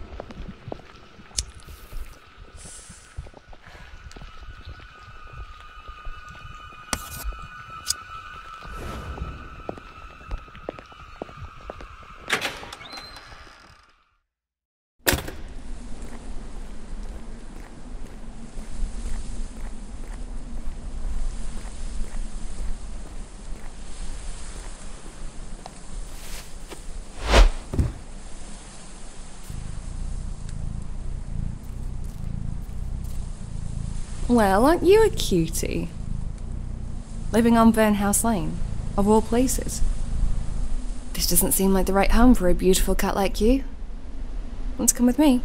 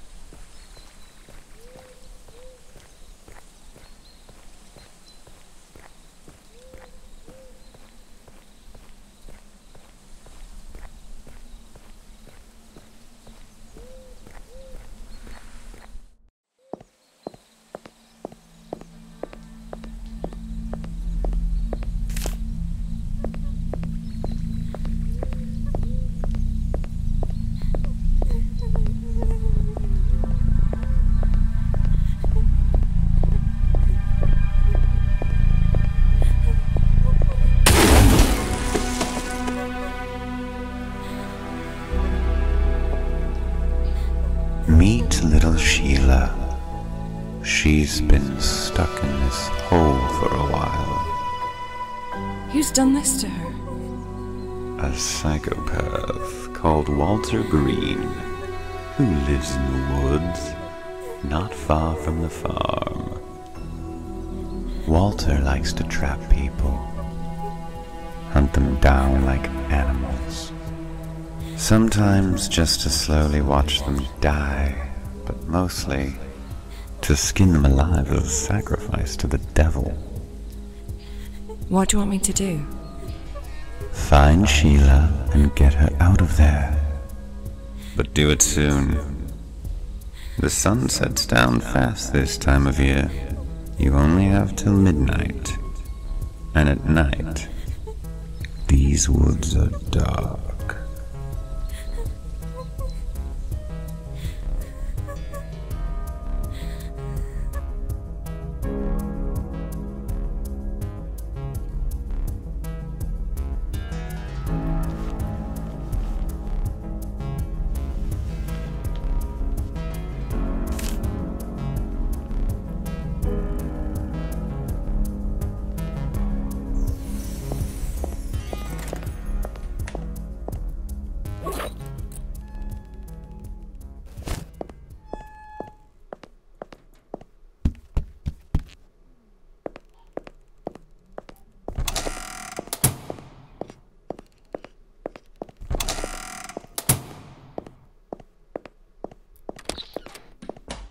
You're awake?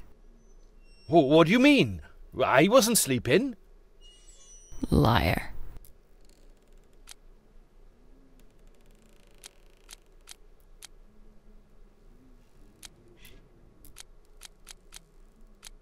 Where's that roast lamb you promised us, Well, where's the wine? You went to get it, and you never came back. Ugh. It's a long story. But now that I think about it, you don't actually need red wine to make roast slam. You just stick the damn thing in the oven. It's that simple. Well, not the way I cook it. And what is your way to cook it? Let me guess. Getting pissed on George's sherry and falling asleep? I guess it's better you never actually started it, because you'd probably just burn the whole place down if you did, you drunken fool. Hey! That was George's idea to open that bottle.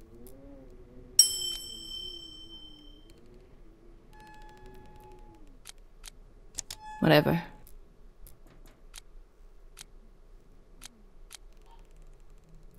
Did you see a young woman? Blonde? Late 20s? You mean Jenny? Yes. She's lovely, isn't she? Where is she? The last I saw her, she was talking to George. Right. Thanks. Is there a forest near the farm? Why are you asking?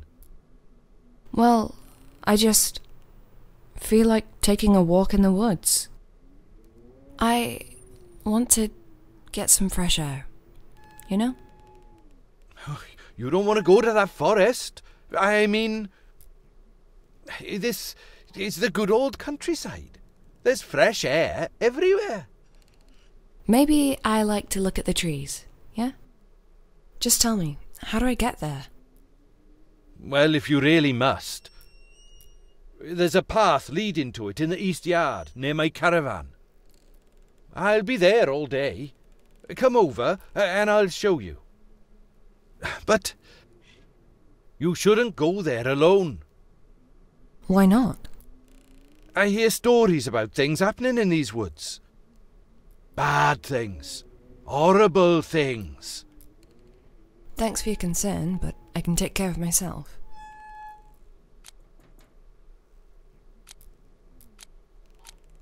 Do you want a cupcake? Do I look like the kind of guy who'd say no to a cupcake? In that case... Here, it's all yours. Cheers, nurse. I will remember this. See you later. And don't do anything stupid. Me? Never.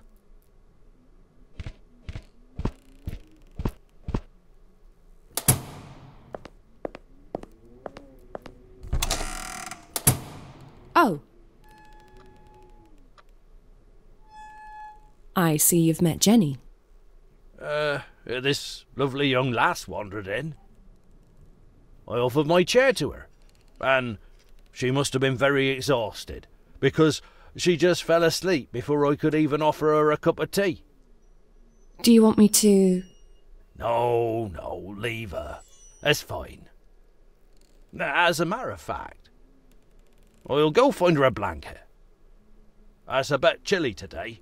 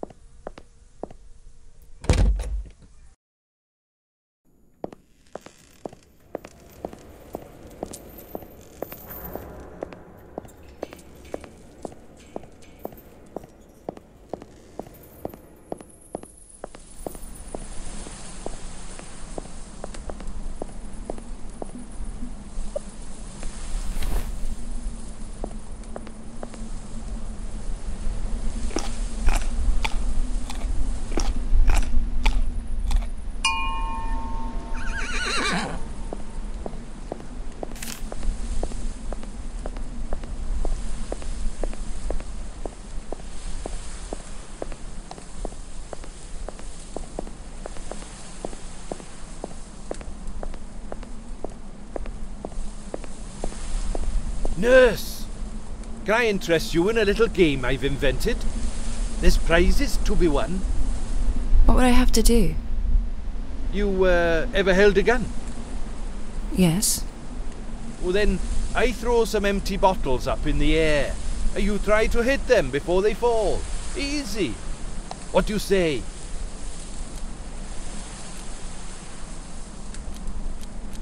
What are the rules? I'll throw 5 bottles in the air, one at a time. Your job is to shoot them down. You'll win a nice prize if you manage to hit at least 3 out of 5. But there's a special prize if you beat my personal record and hit all 5 bottles. You want to try? Sure, let's try it.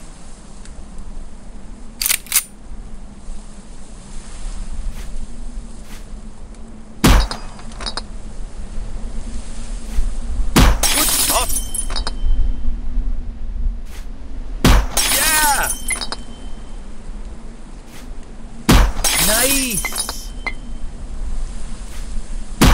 Whoa! 4 bottles! That's my personal record. And here's the incredible second prize. What is this? It's a little sheep. Isn't it lovely? I got it at the car boot sale last year. Thanks. It'll look nice on the shelf, I guess. Do you want to try again? Sure, let's try it.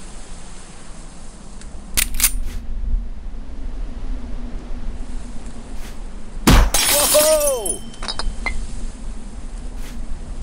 Good shot! Yeah! Nice!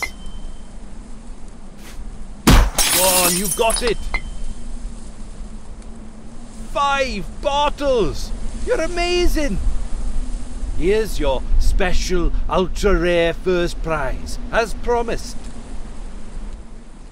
A large caliber Desert Eagle bullet. Just one? Oh, they're quite expensive. But let's be honest. With this sort of weapon, all you need is one shot. Really? But I don't even have a Desert Eagle. Well, I'd lend you mine, but you know how it is. I grow attached to these things. It's alright. I don't want it anyway. Do you want to try again? No, thanks. Here, take your gun back. I'm off to the woods. Will I get there if I keep going this way? Well, yes, but you don't really want to go there, nurse. You should leave that for me to decide.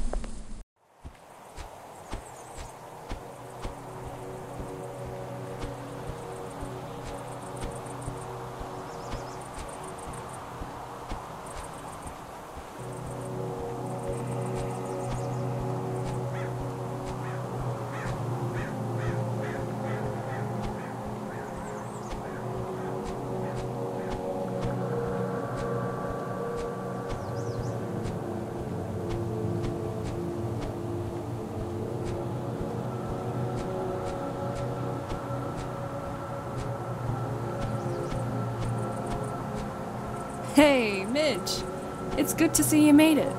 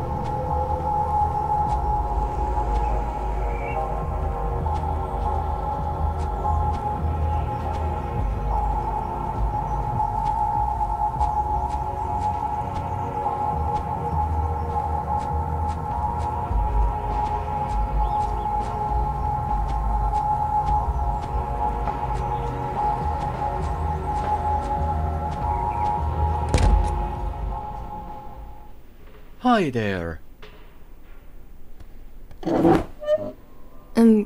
Hi? Allow me to introduce myself. I am Arno. I'm Angie.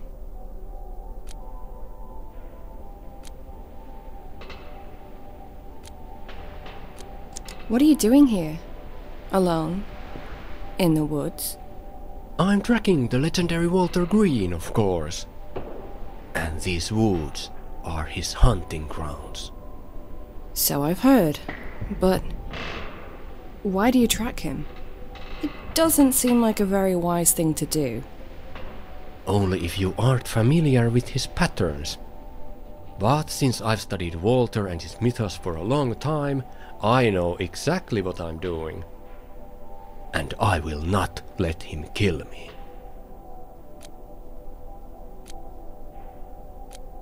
So, who are you, Arno? Is it okay to ask? Oh, I'm a journalist. From Finland. Finland? That's nice. Why come to England? Well, I've been planning this trip for a long time. These woods have been calling me all this time, reaching out to me like a distant melody. And yesterday morning, when I arrived, I could feel it. I knew that this is my destiny. What is? To become the man who captures Walter Green and proves the legends were all true. That's very bold. Aren't you afraid that he'll stick you up on a tree and pull your skin off? Or, I don't really know what he does. Eat your eyeballs? Chop your head off? Eat my eyeballs? He's a serial killer, not an animal. He just mostly grabs and stabs people, multiple times. So, if you ever get near him, watch out for the grab. That would be my advice for you. Right. Good to know.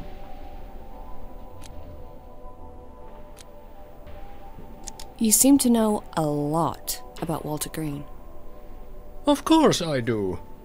I don't mean to brag, but I'm the world's biggest expert on what they call the Walter Green mythos. I've read every single article ever written on it, including the unpublished blogs and letters. I've lived and breathed these stories for almost 6 years, and I feel confident to say I know his greatest secret. Something nobody else knows. What is it? Oh, I'm not telling it. It's a secret. But if you want to know more, there's a Walter Green's fan page that I've run for the last 3 years. It's a lovely community. You should totally join it.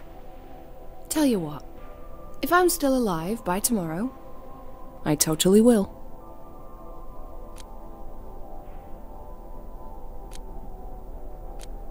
What is this shack? The Satanist Club? Not quite. It used to be a lumberjack's cabin back in the day, but it's been abandoned since 2013. You see, that's when all those grisly murders started to happen in the area. Jeffrey Brand, the lumberjack, was one of the first they found. Where? Here? Here indeed. If you look closely, you can still see his blood on the windowsill. Right. Lovely. And what about all those satanic drawings? Ah, yes. It's widely believed that Walter Green worships the devil. He makes them all over the forest, as well as little shrines to Satan, built with bones and feathers. They usually mark spots where he killed people.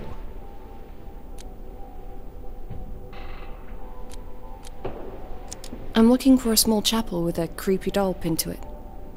Please, I really need to find it. Any chance you saw it? Yes, I think I did. Where was it? I'd have to draw you a map, I think. Because you know, the picture is worth 1,000 words. That would be great. Thanks. I'll wait. Actually, I was just about to start a fire for the night. It's still early. In these woods, you see, without light comes death. Don't forget, there's a dangerous serial killer lurking nearby. He could be watching us right now. So, while I draw the map, would you mind lighting a fire in the fireplace over there? I would appreciate that very much.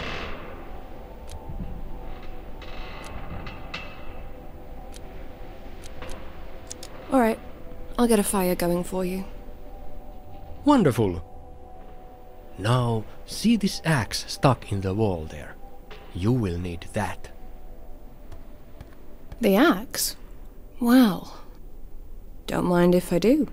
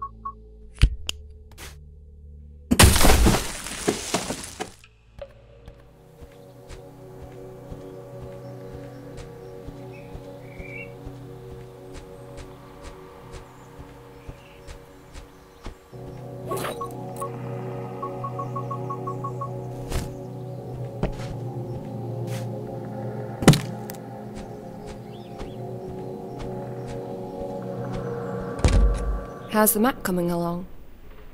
Good, good. It should be ready really soon.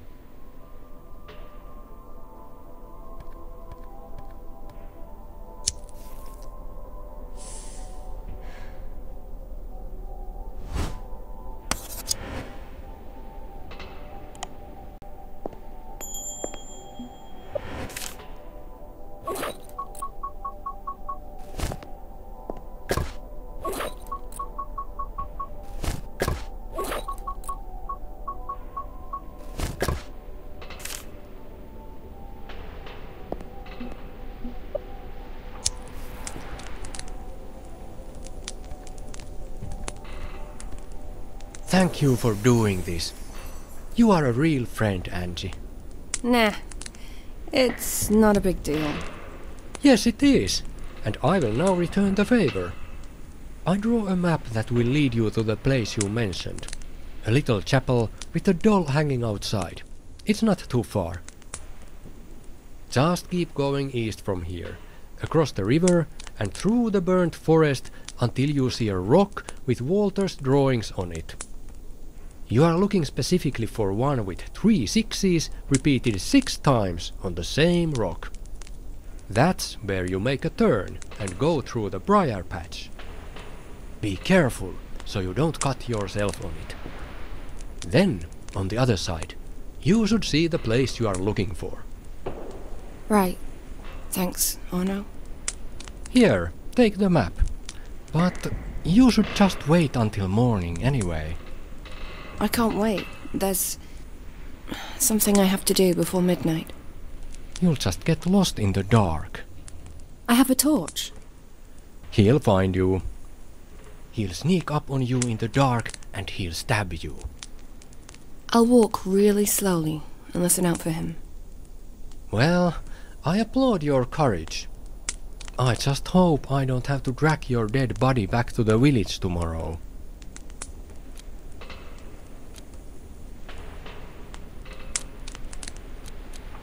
I'm not very heavy. And I'm not very strong. But anyway, that's not what I meant. You are nice. You helped me. I don't want to see you get hurt. Don't be silly. Now, take care and good luck on your hunt. It's time for me to go on mine.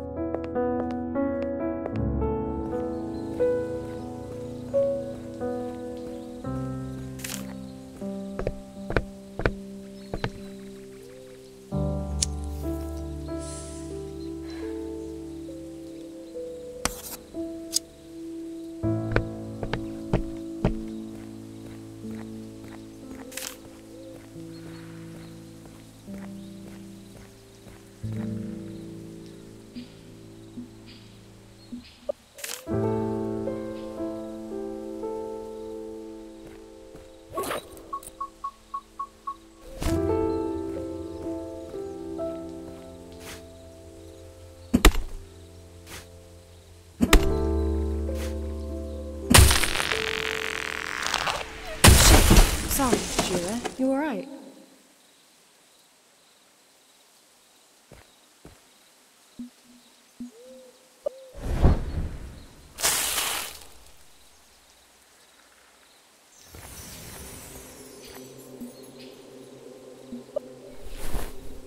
Sheila? You okay? Let's get you out of here, girl.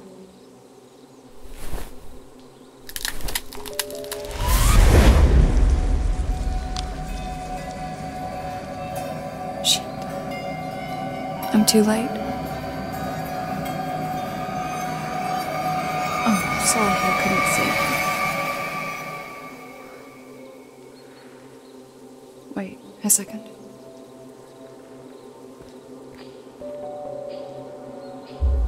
That doll. There's something written on it.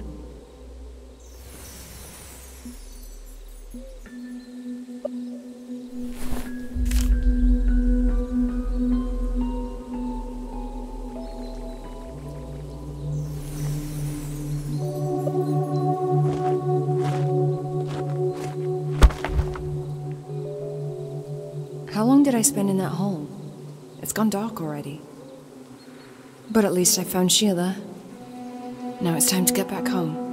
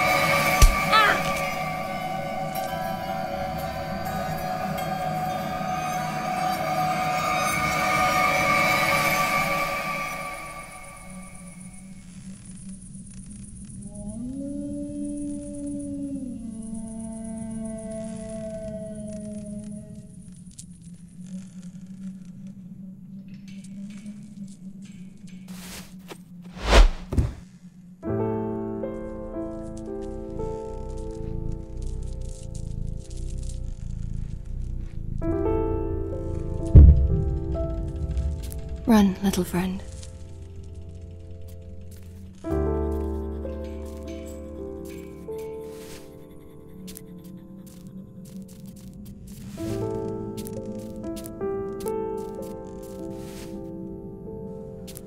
Find a way out. Get help.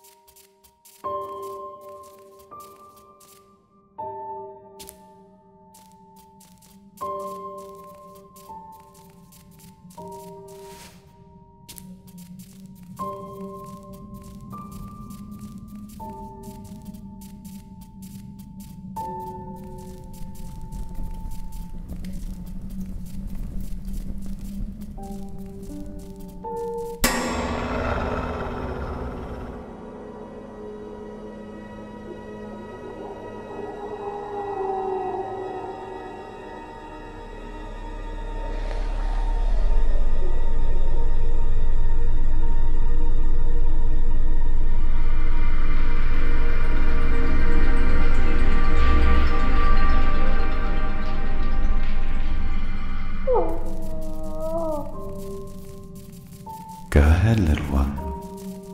Our wolf brothers won't bother you.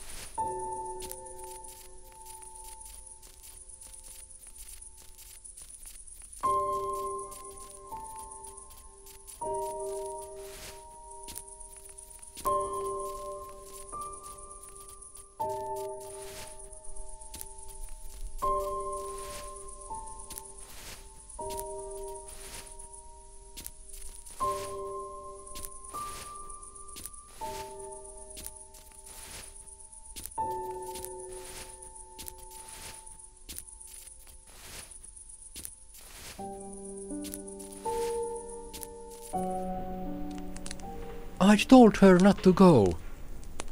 There's no way we can find her now. And let's face it, she is probably already dead.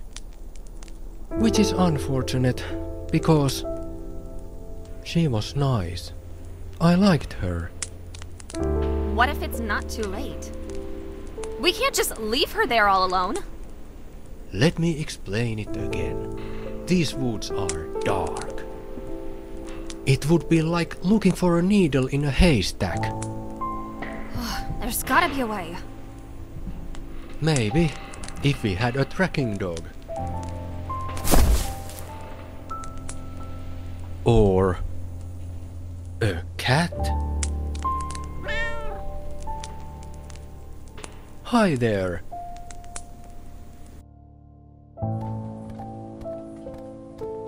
I can't believe we are following a stray cat through the woods in the middle of the night. Stop whinging. I really feel like it's leading us somewhere. Ugh, this bog stinks of death. Really? To me, it just stinks like shit. Well, yeah, that too. Death and shit. A popular combination. This is it, the Green Family Manor. Most people think it's just a legend, but it's really here. Great. But take it down a notch, man. Could you? Remember the dead girl in the cave? Yes, but don't worry, I've got this. Well, you keep saying that, but I don't know. That shit was fucked up. Yes, I agree. But unlike her, I know what I'm doing. I don't see you carrying any weapons.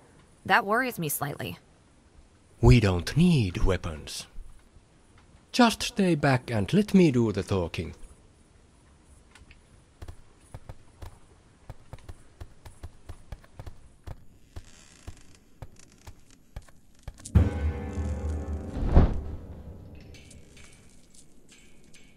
It's really you. Hi there, Walter. How are you?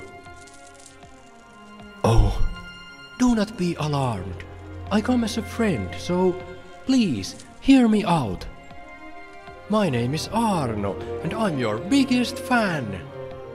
I know everything about you.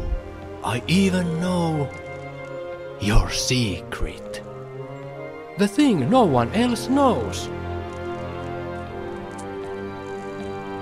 But that's okay, because it's safe with me. I really admire you, and I understand that you have done all these horrible things for a reason. I came all this way to tell you something important. Something that will change everything. Walter,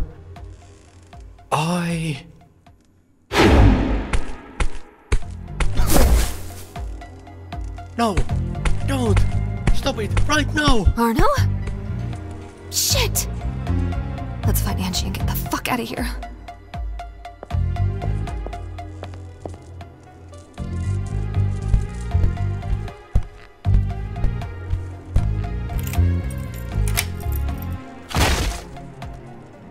Jenny? What are you doing here? Returning the favor. You're lucky the key was still in the lock. There's no time to talk, we should get the fuck out of here, Angie. Yeah, let's go.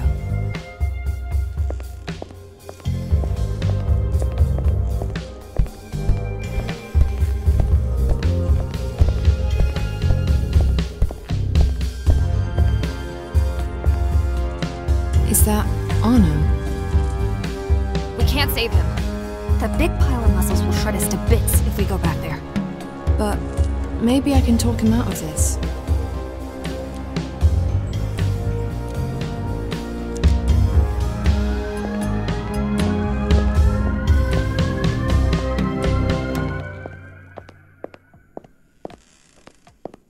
Wait!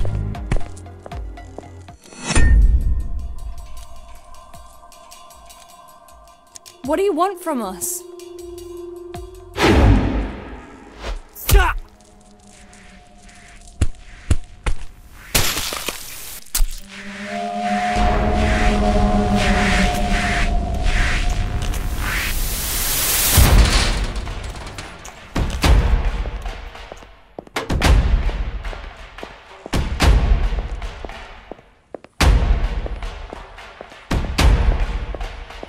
Out of the way, nurse!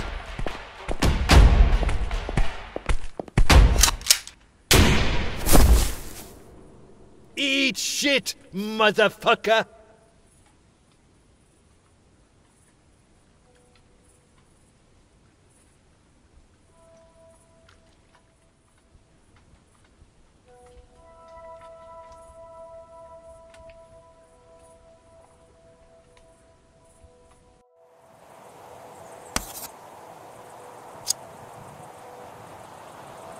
I always knew my elephant gun would come in handy one day.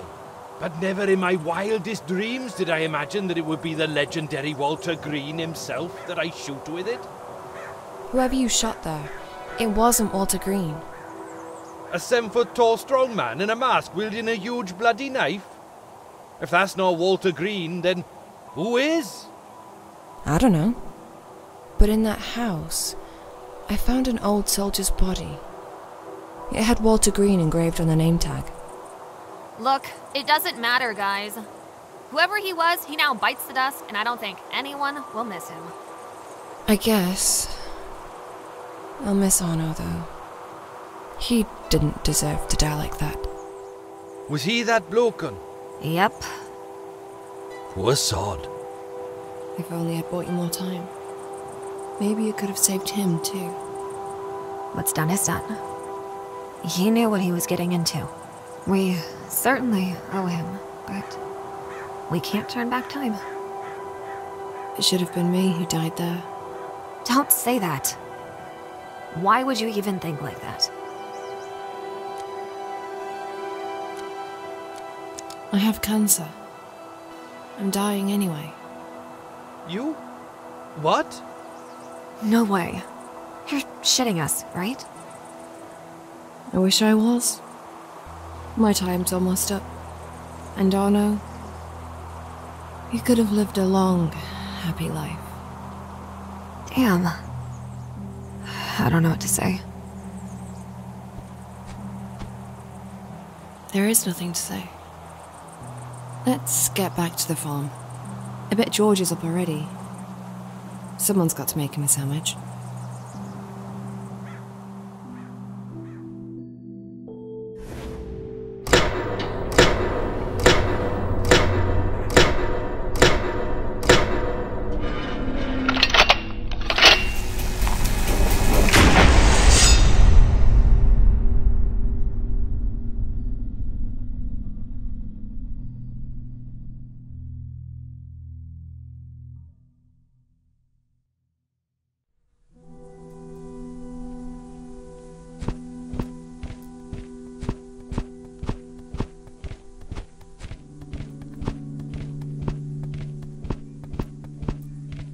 You guys go ahead. I'll join you in a minute. Okay, but try not to upset any more serial killers. At least not before breakfast. No, of course. But it's such a nice morning. I just want to enjoy it for a moment and collect my thoughts. Sure. See you later then. And don't step in a sheep's poo! Those are well-trained sheep. They don't shit in the garden.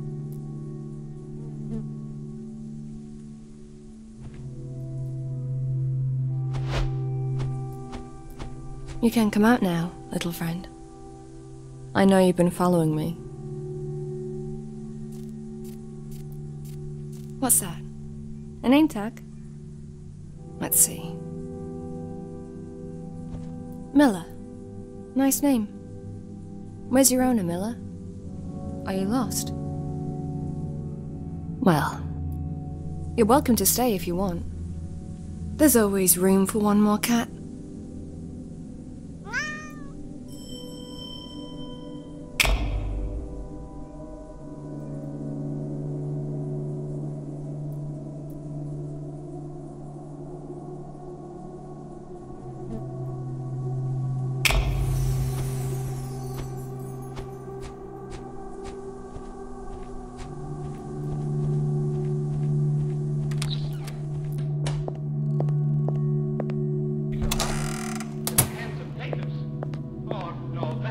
Wow. Someone's popular today. Huh? What do you mean? The cats, just look at them. They adore you. Cats? Oh, yes. These furry rascals are rather lovely, aren't they? Sarah mentioned something about cats not being allowed inside. Really? Well, she's always preferred dogs. But don't worry, we can keep the cats a secret. Kieran won't say anything to her either. And Jenny, well, ladies like her never stay long. She'll probably be gone before next Sunday. Hey, you're not heading towards the kitchen by any chance, are you? Yeah. You hungry? Oh, you wouldn't mind a nice sarnie? Yeah. Right. I'm on it.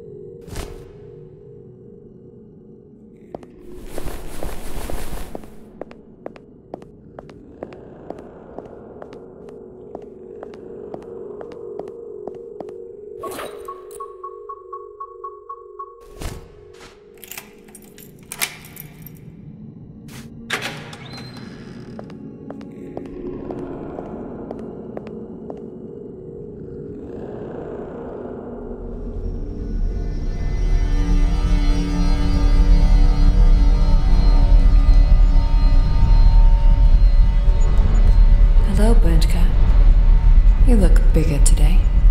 Do I?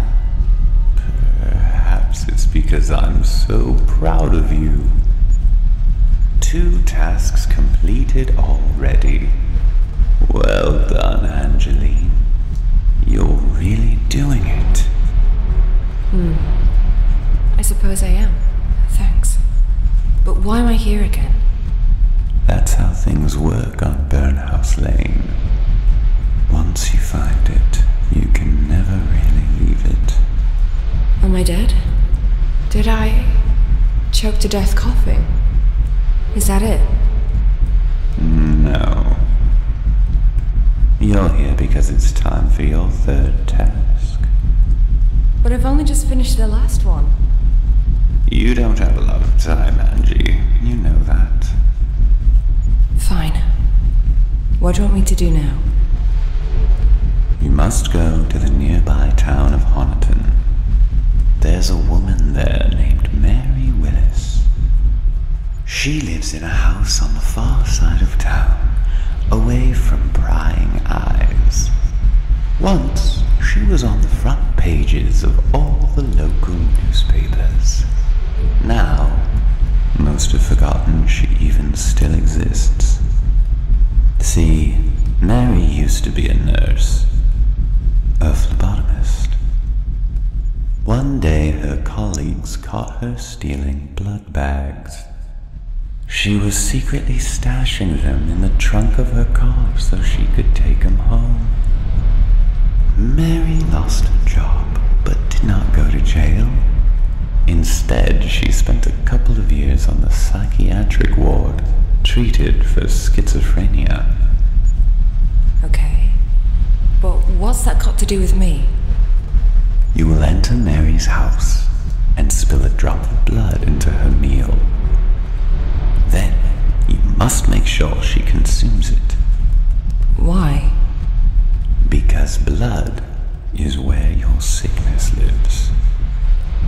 If you want to cure it, you must first share it with someone else. Someone horrible, like Mary. But won't that kill her? No, it's just part of the ritual. The only meaning it has is symbolic. How do I make her drink it, though? She loves all blood. She'll love yours too. They call her Bloody Mary for a reason. You'll see. Now, go back before poor old George starves to death. But I... No. Quiet now. Listen. Be still, and let the darkness take you back into your world.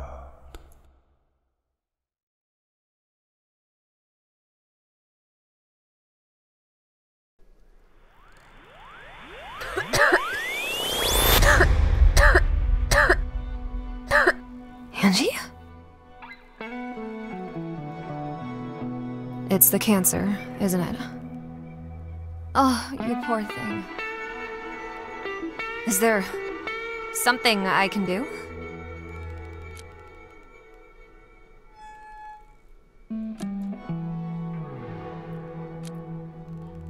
I could use a friend. But, you know, I'll understand if you need to go. This desolate farm isn't really the right place for someone like you. Actually, George has told me there's a spare bedroom upstairs. I can have it, if I want. Oh yeah? This place is exactly what I need after everything I've been through.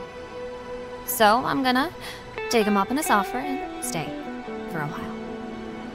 The thing is, I've done some fucked up shit. And I don't even mean the vicar. It's a lot of things. I kinda fucked up. And I could also use a friend. Angie. Okay. There's just one problem. The room, well, it's locked. And neither George nor Kieran knows what happened to the key. Maybe you've seen it? I don't know. I've seen a lot of keys. What does it look like?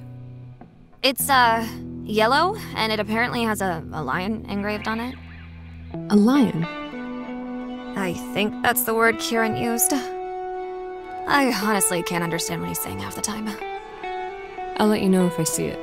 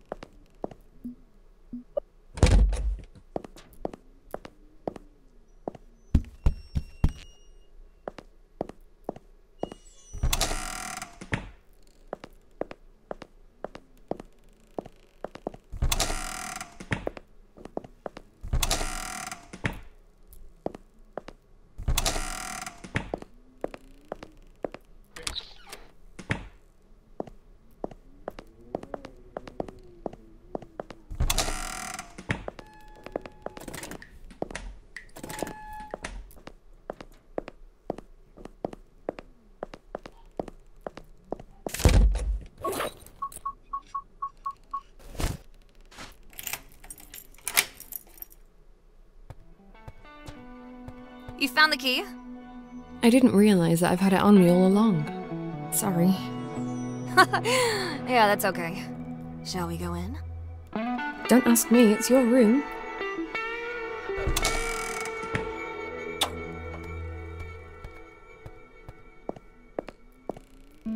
One of the perks of being an actress is that I always stay in 5-star hotels, wherever I go. They have those fancy bathrobes and mint chocolates waiting for you on the pillow. Sometimes they even do room service for pets. What'd you imagine? You can order a poached fucking salmon for your fucking chihuahua if that's something that floats your boat. But this house and this room, they're just so much better. In what way? No one's pretending anything here. This shit is real. So are the spiders. Just wait till you find one. I don't mind spiders. This place is exactly what I need in my life right now. Jenny, are you sure it isn't your near-death experience that's making you see things through rose-colored glasses? Because let's face it, this house is a bit shit. I don't care. I haven't felt this good in a long time. Well, in that case, enjoy. I have a little errand to run in Honiton, so I'll see you later, I guess.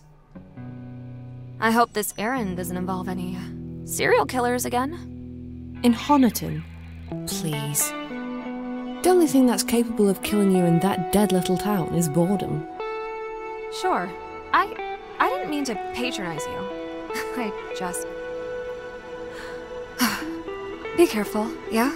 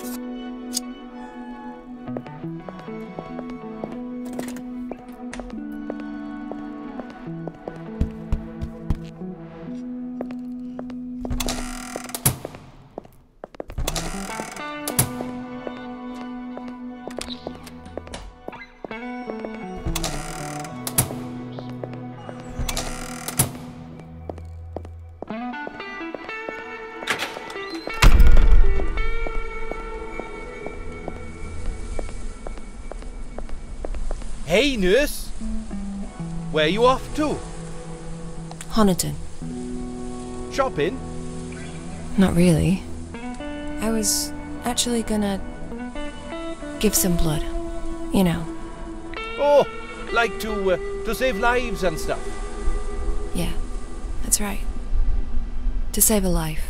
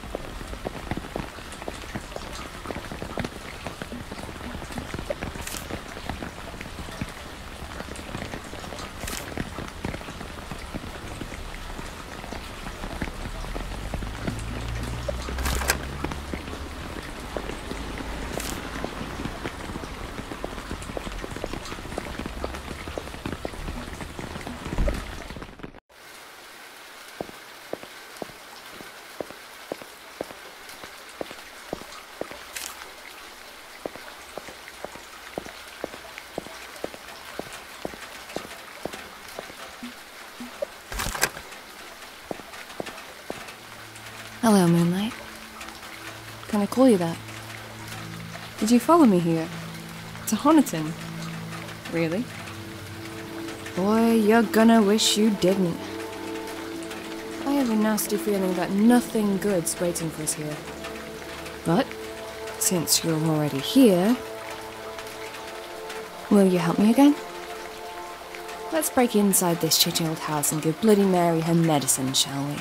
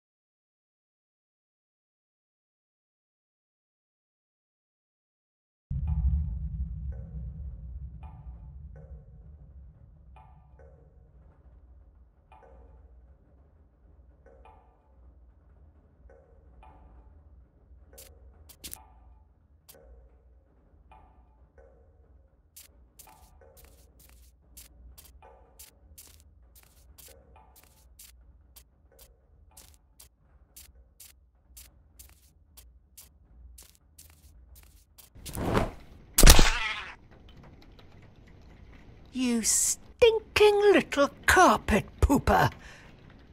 I'm not having another bleeding cat sneaking up in here.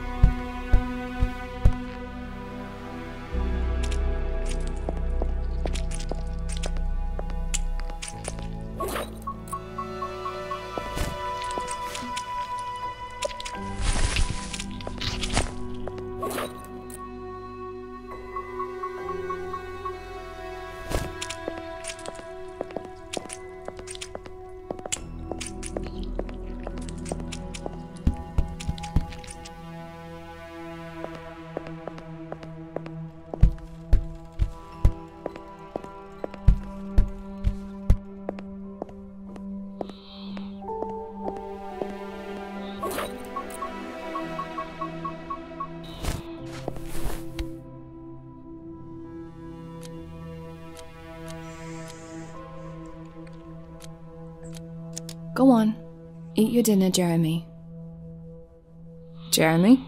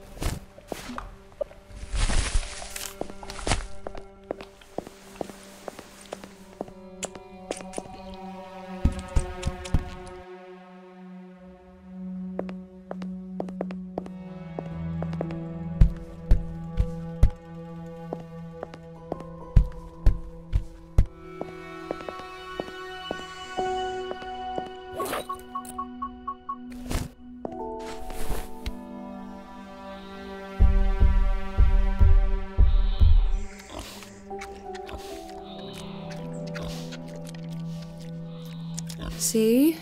I'm friendly. I'm totally friendly.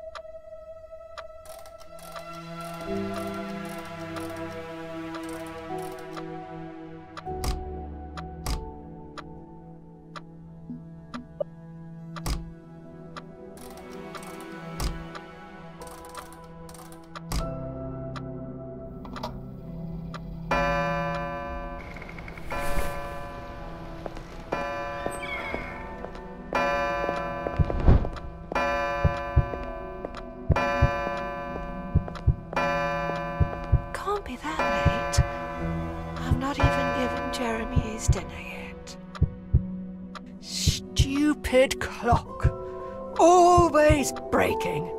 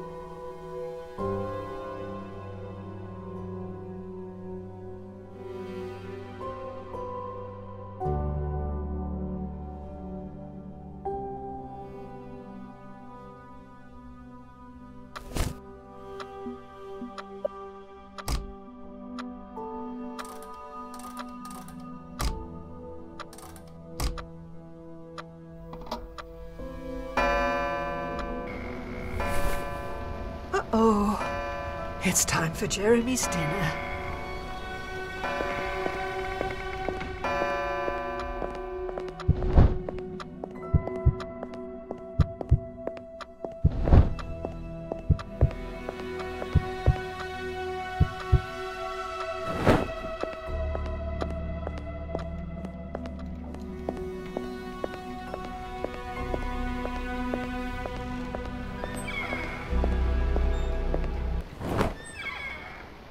Hello there, Angel. I've been waiting for you.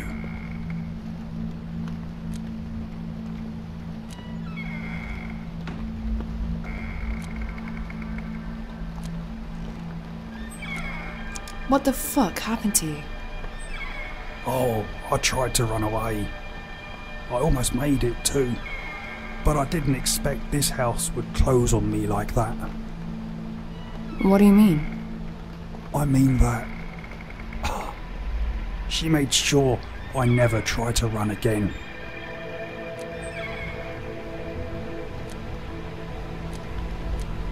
So, you're a prisoner here? I think so, yes. My memory's fuzzy, and the worst part, I can't tell what's real from what's in my mind. I'm real. You're real? Right. What about the big spider? The one right behind you?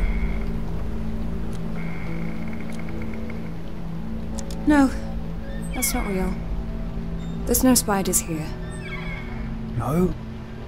But it whispers to me. It says, "You are mine, you are mine, you are..." Stop it. You're hallucinating. Right, sorry. I'm just so tired. What's your name? Ben. I used to run a barber shop. But that was then, and now it's gone. Everything's gone. How long have you been here? Weeks, months, I don't know. Everything's a blur. But I know one thing. I won't be here for much longer. Don't say that. And neither will you. What? How do you... I saw you on the other side, oh yes. It's only a matter of time before we both cross over for good. You can't run away without legs. But what did she take your arms off for? I had strong arms, you know. One day, I went for the pig. I tried to strangle it. I wanted to beat that fucker's fat ugly face into a pulp. See, you can't defeat Mary without killing the pig first. I mean, you can try, but it's like punching a concrete wall. It just ain't gonna work. So, she amputated your limbs as punishment for attacking her pig?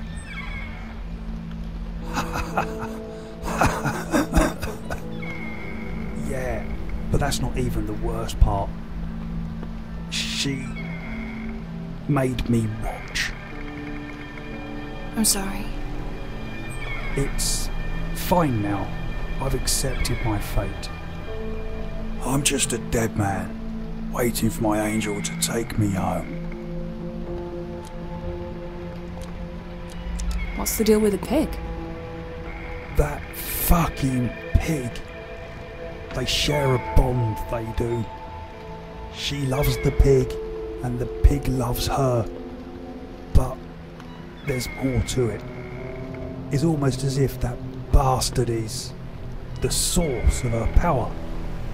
She bottle feeds the pig with the blood she drains from my body. And in return, I know it's crazy, but that damned animal makes her strong as an ox. And honestly, there's no stopping her in a fight. I saw it with my own eyes. If you want to get to Mary, deal with the pig first. Right. Noted.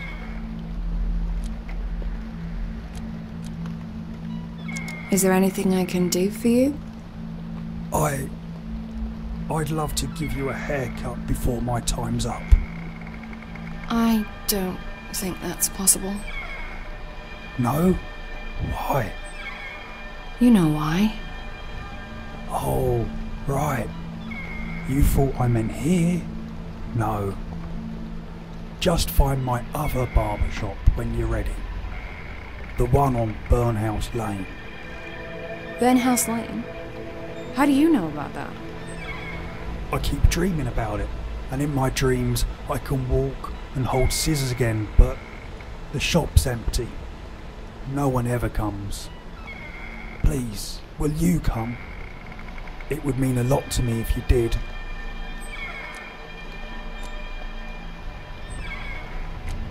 Yes, I'll come. Thank you. Thank you. I have to go. Yes. You fly, my angel. Fly like a bird.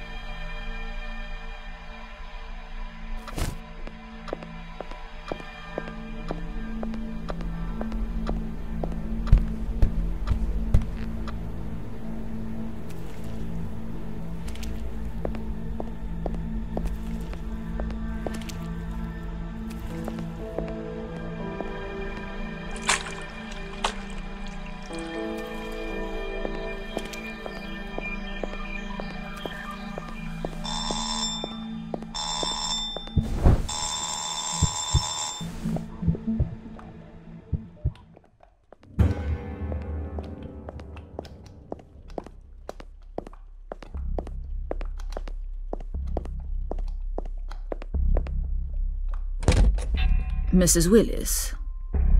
Miss Willis. What do you want? My name is Detective Kagan, and this is Detective Underseat. We just wanted to ask you a couple of questions. Can we come in? Not really. I'm in the middle of something. You're not going to keep us out in this rain, are you? It's just a standard procedure. We won't take long. I said! You just barged in! That's rude. Very, very rude. We're looking for someone. A man. Tall, dark hair, in his 40s. Goes by the name Benjamin Mitchell. What's that got to do with me? He's gone missing 2 months ago. So? Lots of people do. Right, of course. And when they do, it's our job to look for them. Yeah? Well, it's nought to do with me. So go away and leave me alone. Is that blood on your fridge door? What? Oh, that... I had chicken liver for lunch. Ah, chicken liver. That's my favourite. Don't be disgusting, Dave. But that soup smells nice. You and your veggies. I just don't get you people. Look, I'm very busy. What? What's that sound? Did you hear that? Yes, like little feet tapping on the floorboards. Is there someone else in the house with you, Mrs. Willis? No. But someone's clearly walking upstairs. It's just the bloody rain tapping on the bloody window. Let's check it out, Detective.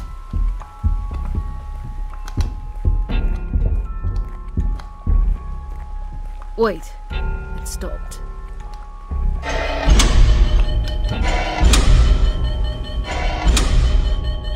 Don't say I didn't bloody warn you.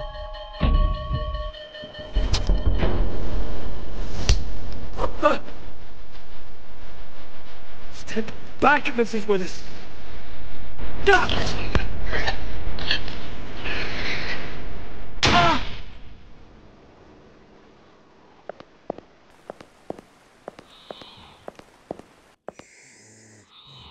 It's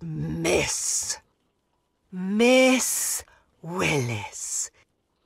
Why is it so hard to remember?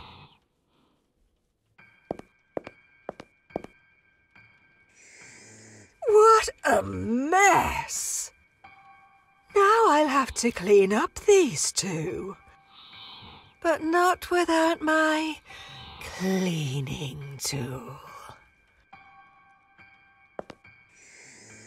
You're such a good pig, Jeremy. Thank you.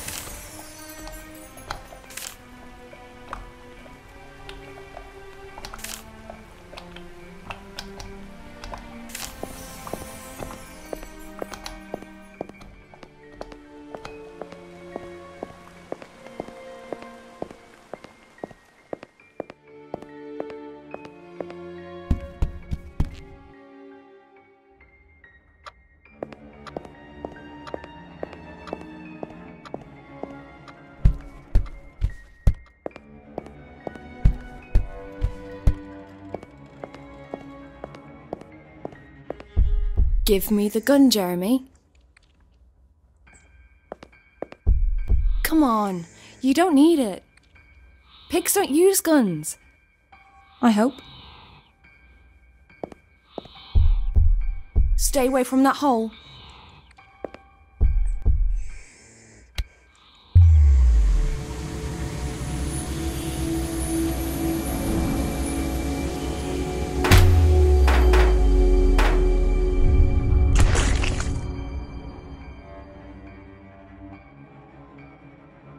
You spiteful bastard.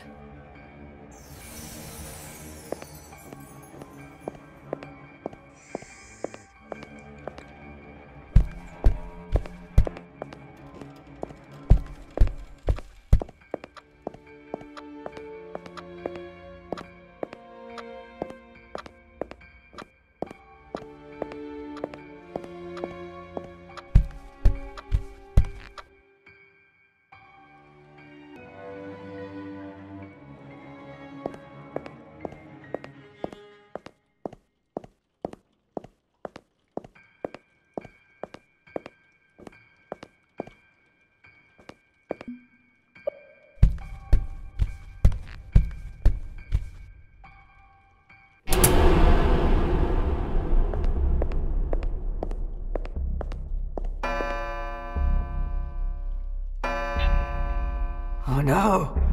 Don't tell me it's already 7. Bloody hell, it's time for the soup!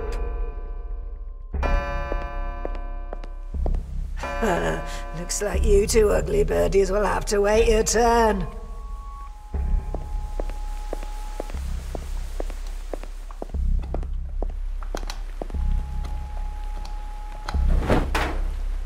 Vegetables. Oh. I'd have to be mad to eat those bloody things.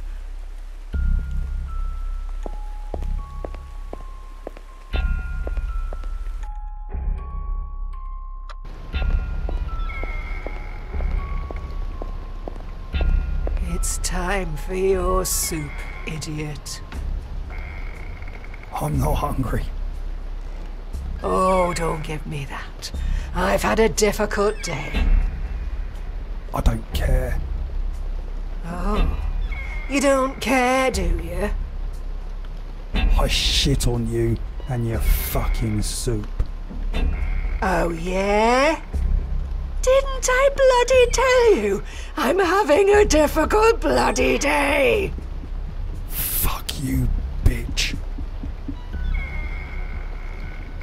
Nice. Real nice. Right.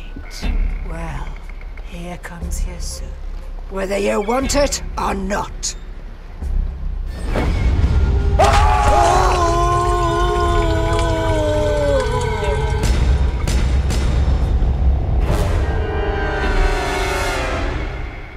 There. It's done. I won't have to put up with any of your dilly-dallying anymore.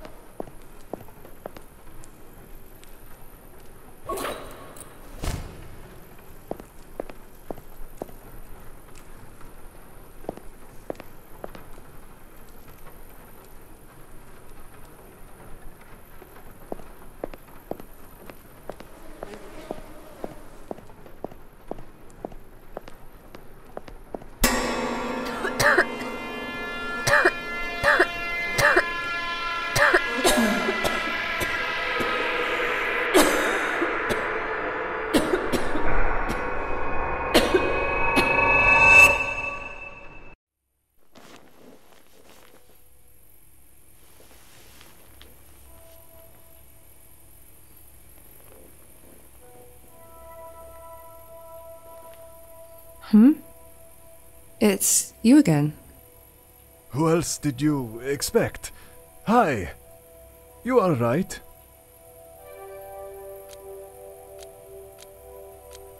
I'm fine. Come on, you are so not. Pale skin, bags under your eyes, that worried look on your face. Okay. Yeah, you're right. I feel like shit. And there's this mad woman with a pitchfork who wants to turn me into pig food. But I'm dealing with it. What about you? How are things here? Well, I'll be honest. Things have been pretty fucked up lately. What's wrong?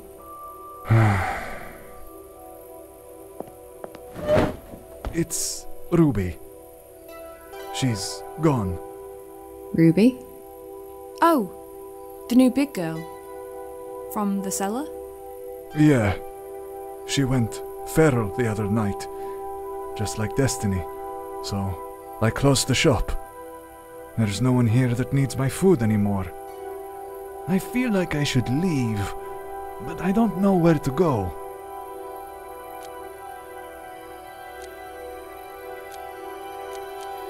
Have you been eating? You look so skinny. With Ruby gone, I've lost my appetite. All this food in here, and I just feel sick looking at it. You're wasting away. You shouldn't worry about me. Don't you have enough problems of your own? 'Cause I'm good, I'm okay. I'll go somewhere, get some sleep. Yeah, that's what I need. A long, long sleep with no dreams.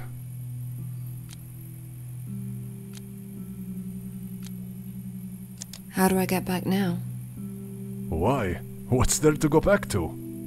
Would you understand if I told you? You're right, I probably wouldn't. This place has been my home for as long as I can remember. But it's not mine. Not yet, anyway. Alright, alright. I know just the thing. There's this guy. Ben. Ben the barber. He said he was expecting you. Expecting me? Said something about a haircut. You two had an appointment? Not exactly, but... Well, his shop's here on Burnhouse Lane, just a few doors down from mine. The problem is the road is blocked. You'll have to go out the back door, then cut through the old swimming pool. But no rush. Have a nice smoke first. I'll open the door when you're ready.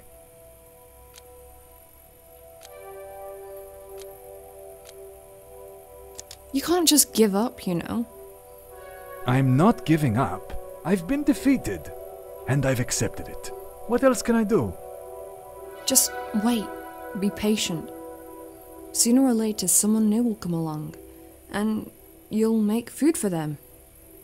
Isn't that what you want? No, not anymore. I can see things clearly now, and I'm okay with all of this. I must go. We must all go, in the end. Where did Ruby go? The streets, I think. I can hear the pounding of her feet at night sometimes. I just turn off the lights and hide. My advice: if you happen to bump into her, make sure you have enough bullets on you. Or just run. That's what I'd do. She's slow as shit. Just dash past her and you'll be alright.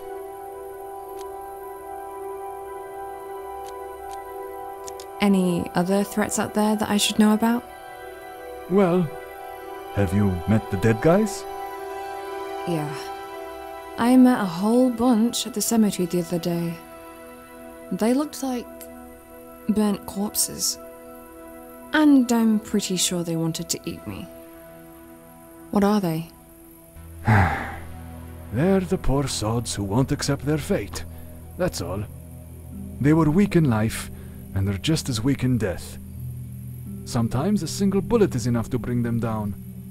You still have your gun, yes? I wish. But no, I lost it. Well, I'm sure there's another one somewhere out there.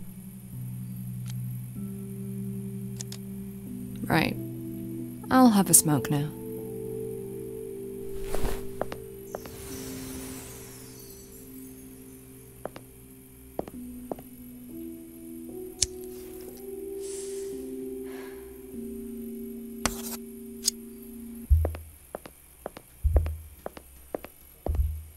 You done?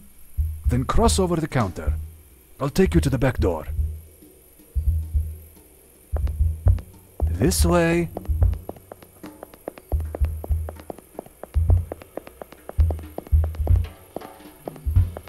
Good luck out there.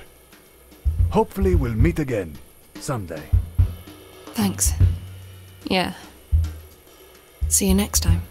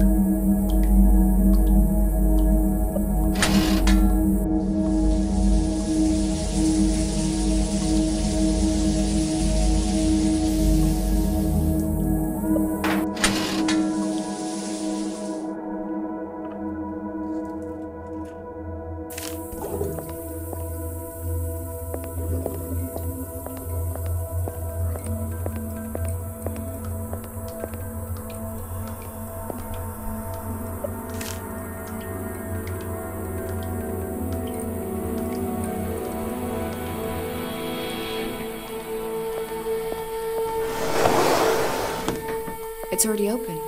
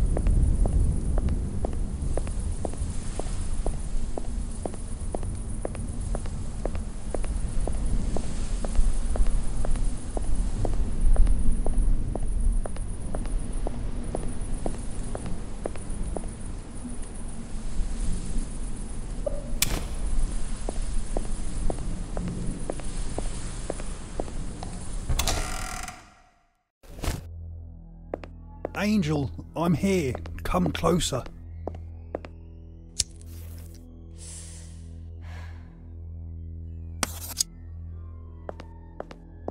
You came. I knew you would. It's you. The torso guy. I prefer Ben. Ben the barber, at your service, Angeline. How did you grow your limbs back? How? It's simple. That fat evil woman chucked a pot full of boiling hot soup all over me. And I died. Ah, shit. I'm sorry, mate. It's alright. I was too tired to carry on living anyway. And here, on Burnhouse Lane, I can finally give my very last haircut. The finest I've ever done.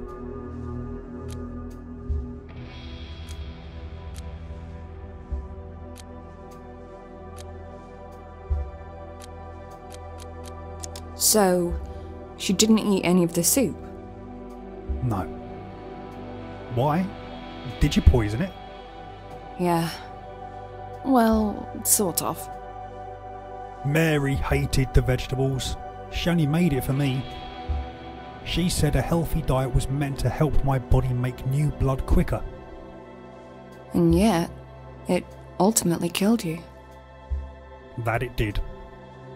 Ironic, isn't it? Ugh, those Brussels sprouts always made me retch. I can still smell them, even after death. You died. Does that mean I'm dead too? You're not dead. Not yet, my angel. But this dreadful illness you have is killing you fast. You're 1 foot in the grave already. It's just a matter of time. How do you know about it all? There are no secrets on Burnhouse Lane. I, myself, have been a frequent visitor here for a long time. Enough to get used to it, and I can tell you, this place is horrible, but it kinda grows on you. Stop it, Ben. The only thing that grows on me is my fucking cancer.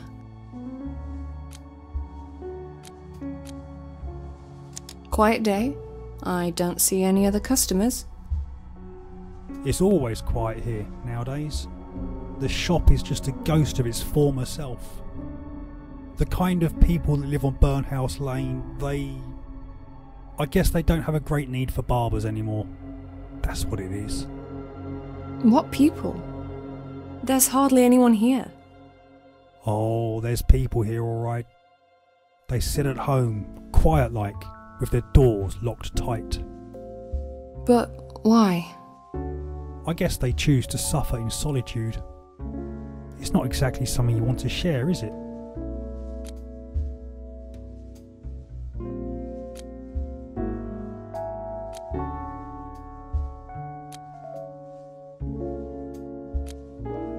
You didn't help me. Did you not hear the gunshots outside? Forgive me, Angel. I couldn't interfere. That thing was yours to kill. I nearly died. You could have opened the door and let me in. That's not how it works, I'm afraid. She had to die. There was no other way. Who was she? She was Ruby. You already know that. Yes, but I feel like I'm missing something here. I want to know the truth. Who was the real Ruby? What does it matter?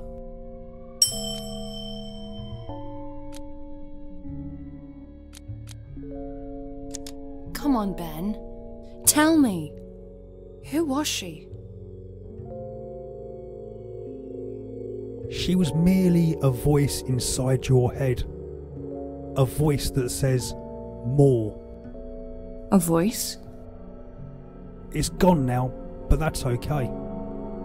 You never liked it anyway. Did you say something about cutting my hair? Yes, the chair's ready for you. But I thought barbers were for men only. Not this one. Women are always welcome here at Ben's. Especially you, Angeline. Just let me know when you're ready. I'm ready for the haircut. Then please, take a seat. If you require a cigarette first, the ashtray's over there. I'll wait.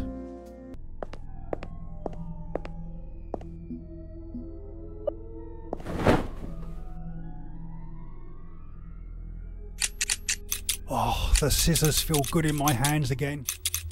God, how I've missed this. It feels like there's this electricity flowing through my veins instead of blood. I wish I'd understood it all before, you know? Sometimes things just inexplicably happen to us, but at the same time, these things are what's meant to be. I mean, a gravedigger doesn't bury in the ground because it pleases him. A bee doesn't sting you to cause you pain. Or a doctor. A doctor doesn't cut you open to punish you for something you did. They do it because those are the ways of the world and always have been.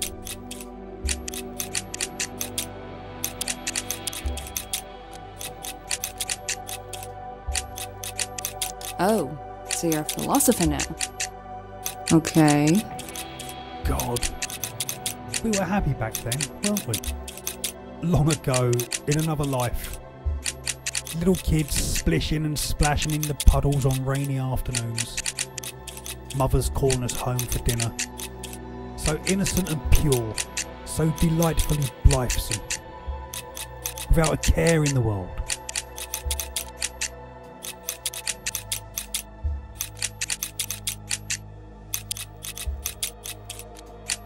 I saw a kid playing in the puddle today.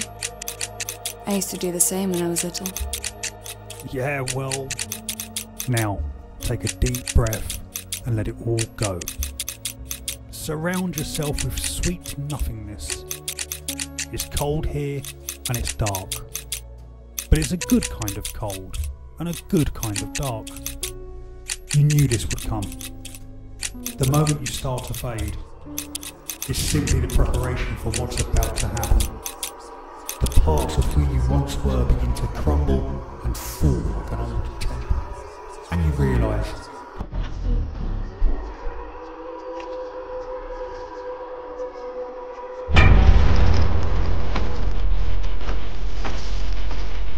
I'm sorry, Angel. I'm so sorry. I had to do it. Give me.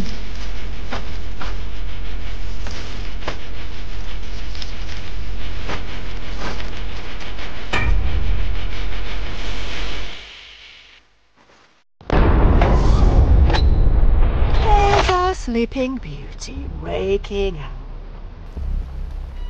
Snooping around me bloody house, were we? Naughty, naughty.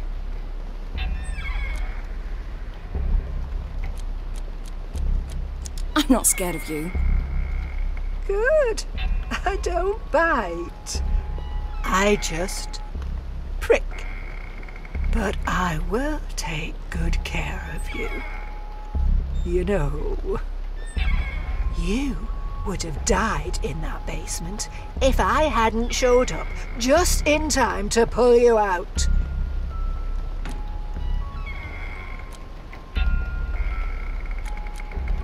I'd rather die than give my blood to your ugly fucking pig.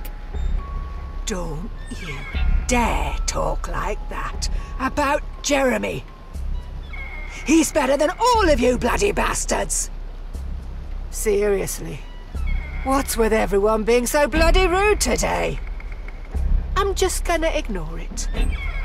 Truth is, I'm really glad you showed up. That stupid bloke was getting all dried up way too fast. I had to let him go. But you... well, you look full of blood. I think it's the start of a long and beautiful friendship, dear. But let's see how you bleed first. Shall we? Oh no. Looks like we're out of needles. I'm sorry, but you'll have to wait. I think I had another box up in the attic somewhere.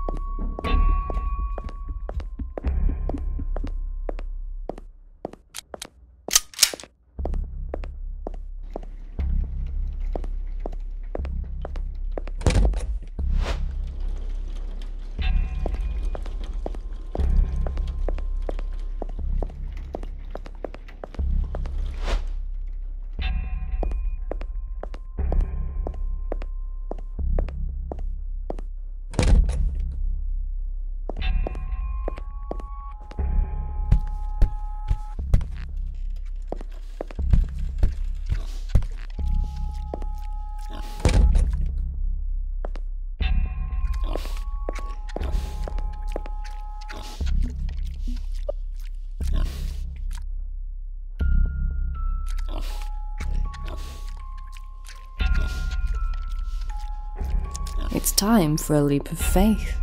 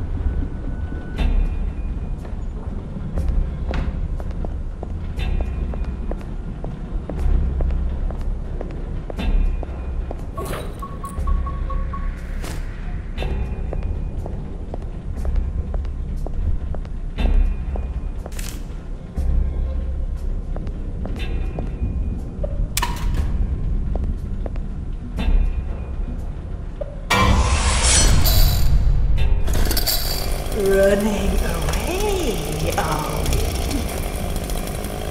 Well, let's see how you run without your skinny, pretty legs.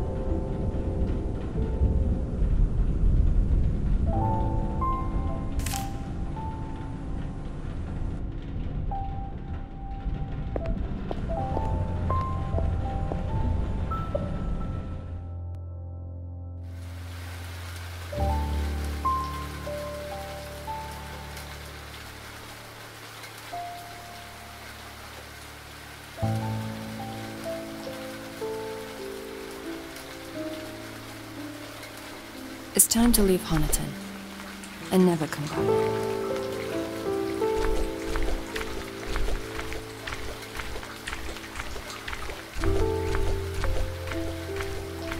That bite on my leg is really starting to hurt. I won't be able to run. The wound must be deeper than I thought.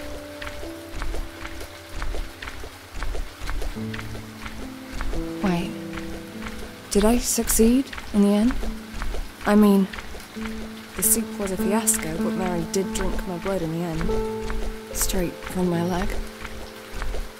Speaking of which, I must put a dressing on it when I get home.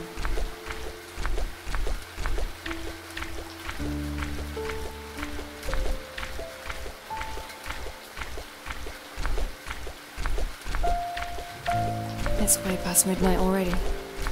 The town's asleep. Then again, this town is always asleep.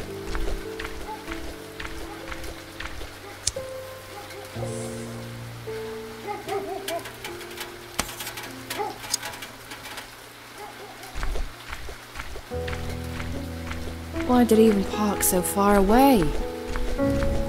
In hindsight, it was really unnecessary.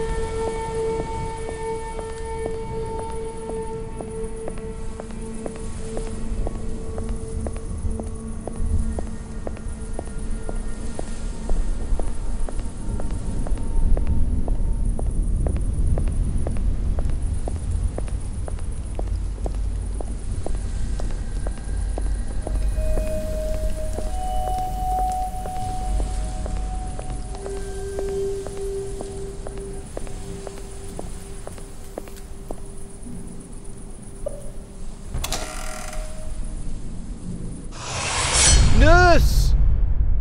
Nurse, wake up! Come quick! You need to save him!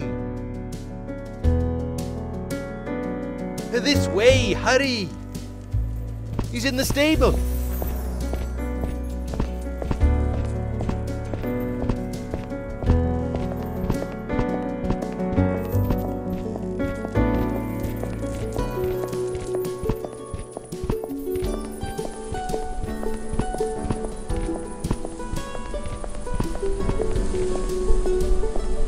What's wrong with him? Is he ill?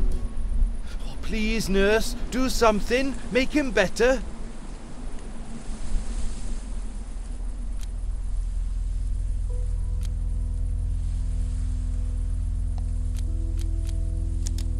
I'm sorry, Kieran, but Rich is gone. Gone? But how? Why? He was fine yesterday. No, he can't just die like this. That's not fair.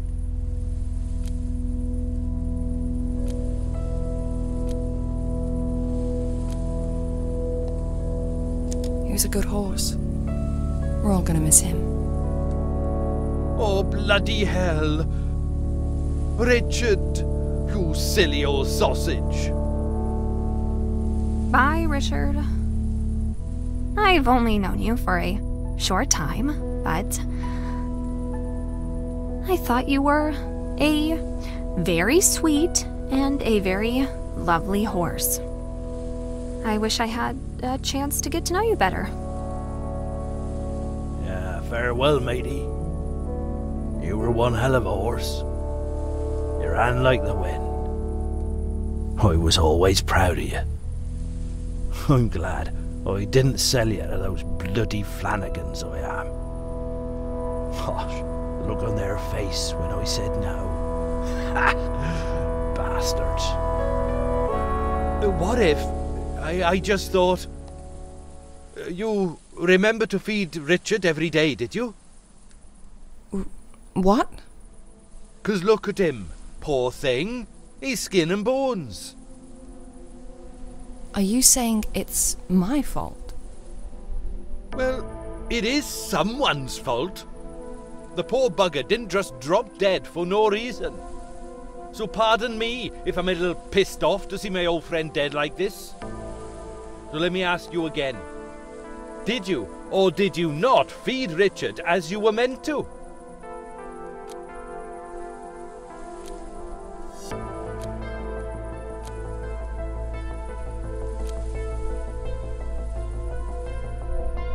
I think I did. You think? Are you kidding me? You were trusted with one simple task and you didn't bloody do it. That's not what I said. I knew there was something fishy going on. A healthy horse in his prime doesn't just drop dead all of a sudden. It was you! You killed Richard!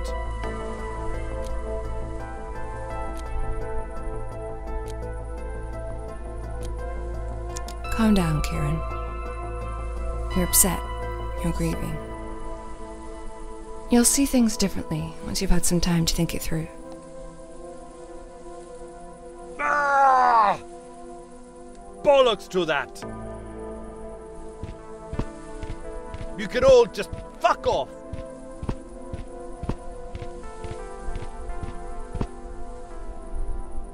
He'll come around. Let's give him some time.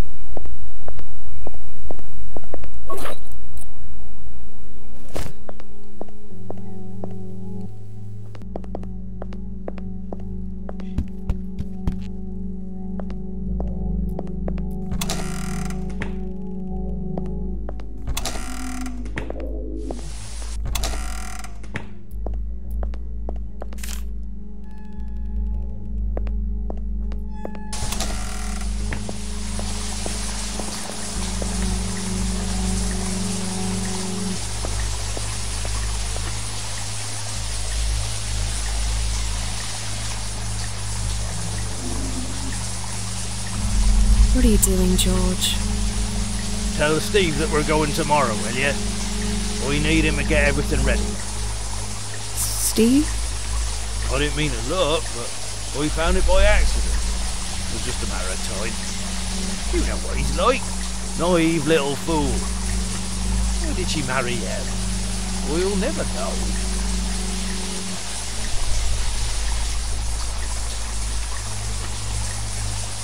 Steve isn't here. It's me, Angie. Fine. Have it your way. Sarah always listened to me.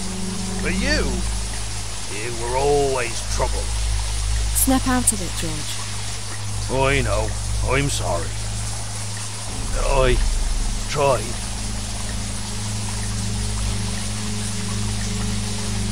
Oh, come on, you're flooding the house. Sorry, dear. I just... What am I supposed to think about this? I've been looking for Steve all day and it's like he's bloody vanished. Well, wherever he is, he's not going to be in this bath, is he? Out we go, George. They're in the kitchen. What? The pearls. They're in the kitchen where you left them. Remember? Oh, I knew I should have called the police as soon as I saw her. Let's get you out of this bath, George. What? No, not yet. I'll drive. I told you. George. You'll have to return these. Return and apologise. I won't have it any other way. Goodness gracious me. A common thief under my roof. What's it come to? Right. I'm sorry, but I'm getting you out, whether you want it or not.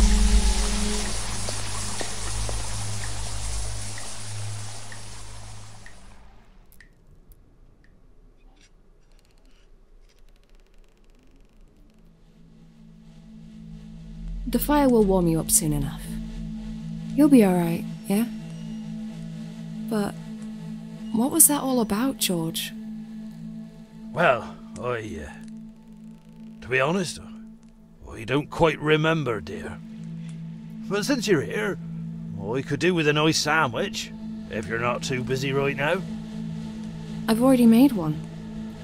Except we didn't have a lot of stuff left in the fridge, so it might be a little different. Oh, I'm sure it's not as bad as you say, dear.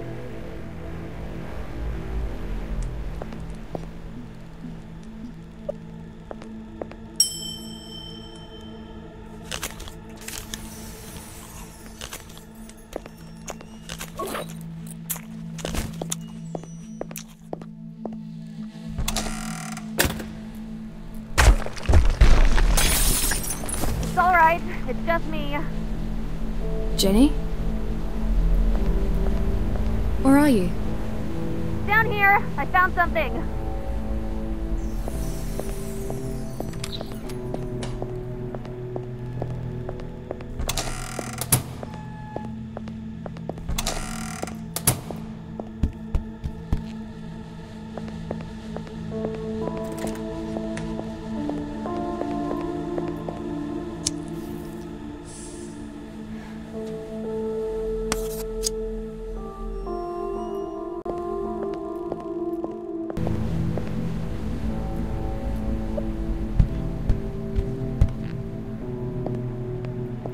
See? A secret door. It was well hidden behind these shelves, but I had a feeling there was something special about this basement.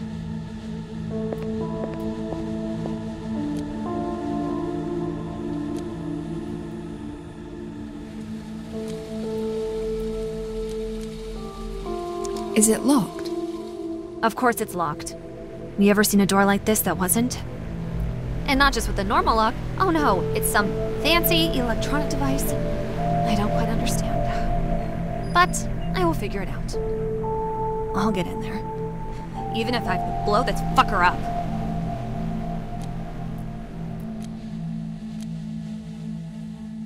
Why do you care so much about this stupid door? I just do. Do you have a problem with that?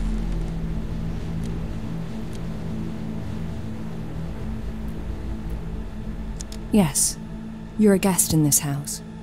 You should stop snooping around. And who are you to tell me what to do? Someone who saved your life? And I'm not telling you what to do. I'm only telling you what not to do. I'd appreciate it if you didn't abuse the trust you've been given in this house. A guest in this house? Huh. So that's what it is. You're jealous because George treats me like I'm Audrey fucking Hepburn. And you're just a nurse. Here to wipe his floor when he can't hit the toilet on time. But, sorry darling, you're just gonna have to deal with it. 'Cause I ain't going anywhere anytime soon.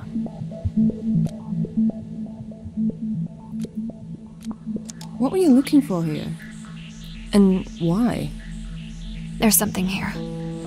Something that even George doesn't know about. Remember that fucking priest? He knew about it, and he wanted to find it too. Huh. But the bastard was looking in the wrong fucking place.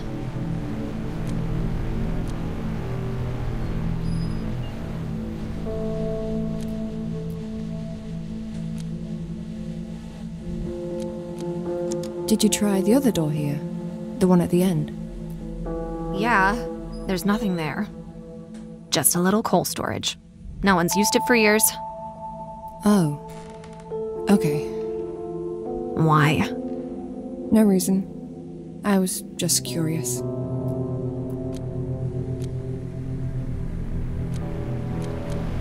This door's bad news. We should leave it alone. Well, I think this door is great news, and we should totally open it. But that's because I'm young and adventurous, and you're...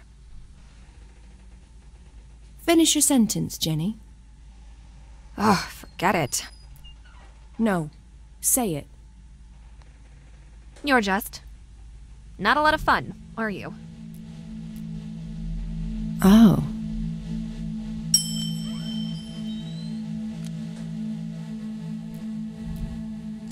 This isn't you. Tell me what happened. Right now. I think that there are drugs on the other side of the door. Drugs? That perv from the church came here 'cause he needed them. And now I do too. Badly. I get it. You're addicted to drugs. The withdrawal symptoms are hitting you big time right now. That explains a lot. I just need one more time. It all makes sense. At the end of a great high, there's always a great low. Huh?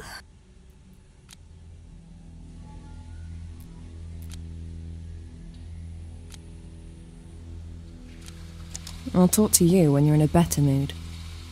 I'm in a great mood, Angie. It'll be even better when I finally open this fucking door. But I don't need your help with that. I'm sure you have better things to do. Like changing George's diapers, starving horses to death, or maybe sucking that fat retard's dick. Huh. I bet he'd like that. But whatever. I don't care what you do. Just don't come crying on my shoulder when you need a friend. I don't need losers like you to weigh me down.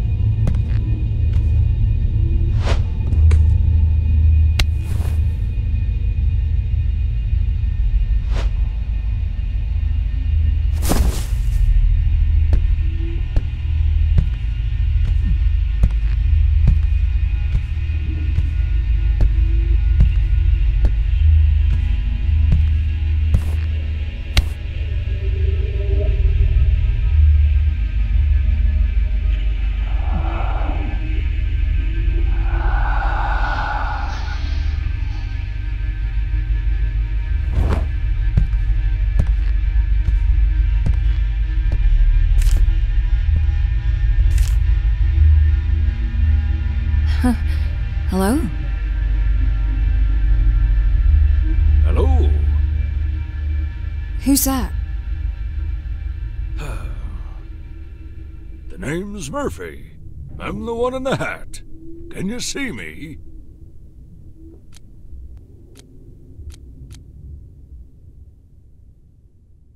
What the hell's happened to me?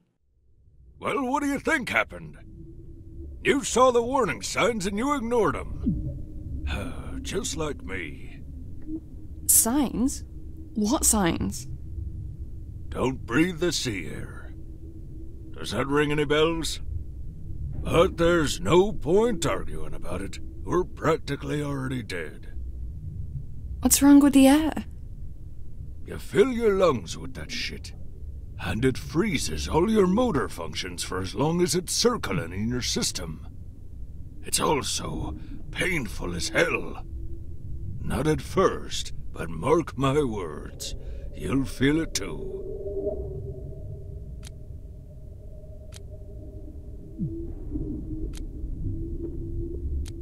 How long have you been here, Murphy? I don't know. The day and night cycle doesn't exist aboard this ship, but it feels like a very long time. He's the man with no face. How should I know? He didn't tell me his name. I don't think he can speak at all. All I know is that he brings people here once they're paralyzed. Then he coats them in hot wax so he can turn them into statues, dressed as crew and passengers of this fucking ship. He's left for now. You know why? Yes, you guessed it. He's getting a bath of molten wax nice and ready for you, 'cause, darling, you're about to be dipped in that shit from head to toe. So, perhaps it's best that, well, you prepare for it. Mentally. No. Oh, yes. Yes, indeed. I'm already half dead inside my wax shell, darling. Just waiting for the suffering to end. Oh, thanks to that. What would you even call him?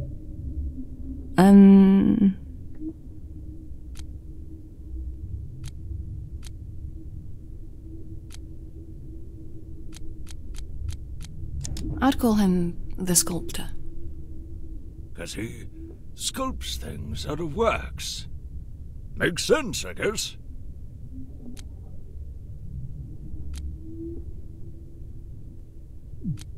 How did you end up on Burnhouse Lane? Oh, darling, the things I'd done, it was all just a matter of time.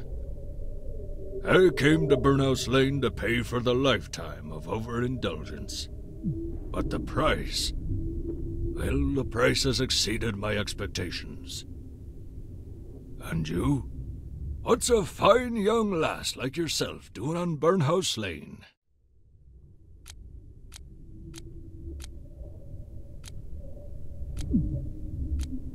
I got sick. It happens. It does indeed. You don't always need a reason. But if you asked me, I think that's when it hurts the most, you know. 'Cause it feels like life's pulled one over on you. Tricked you when you foolishly played by the rules. You know what I mean? Don't answer this. You do. Of course you do.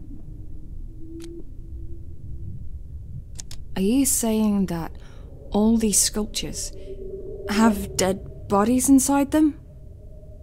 Oh, yes. And all the ones up on the main deck, too.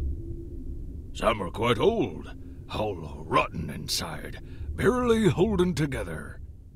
Can't you tell by the stench of death? Your sculptor has been quite a busy bee. And the worst part is... I know. The worst part is, we'll soon join them. At least the pain will stop. It stops when you're dead, right? Well, I'm not gonna die like this. Give me a moment to think. I admire your willpower, darling. But I've tried everything. We are gonna die here. No, I should have never set my foot aboard this ship in the first place. But you know what they say. Curiosity killed the cat.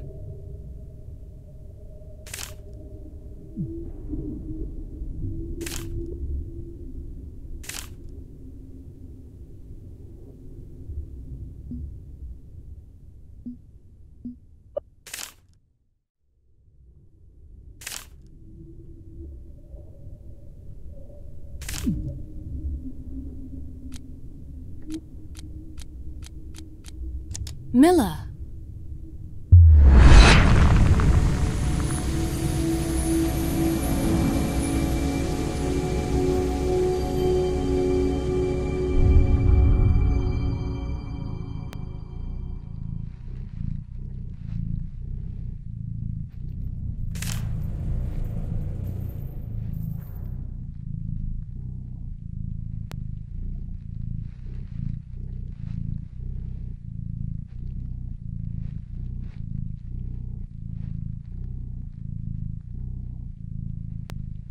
Fuck me. You seeing this too, lady?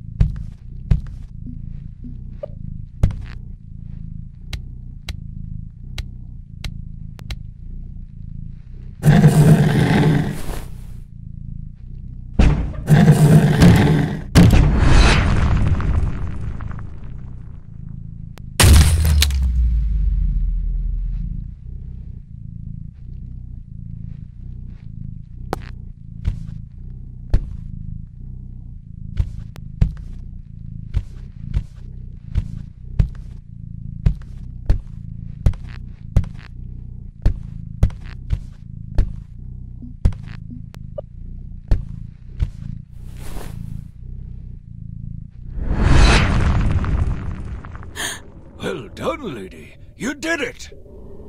This poisonous air won't trouble you now.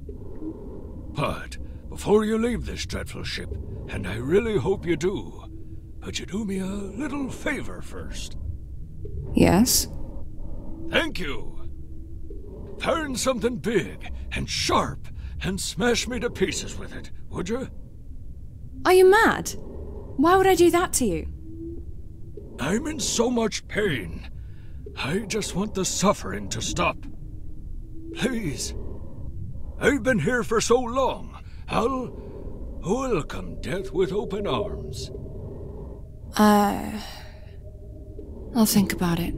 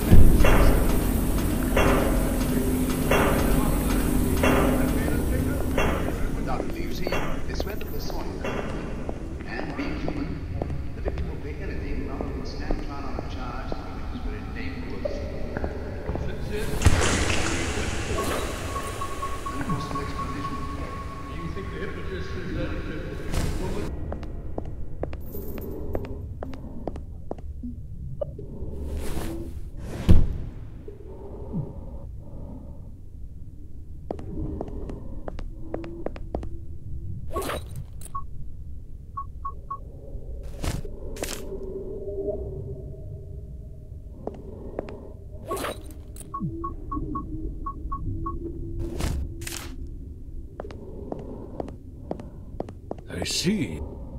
I found something. A creature. But I don't know what it is. Put it down somewhere, will you? We'll take a closer look.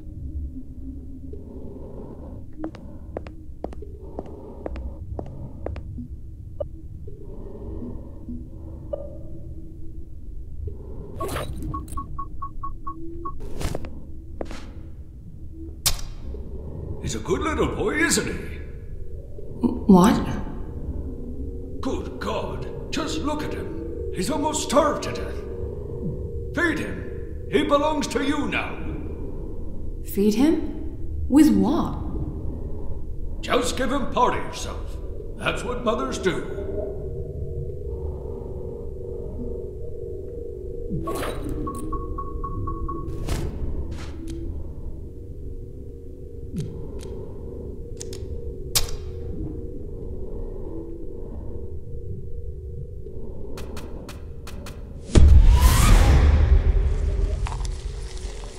Just look at him run!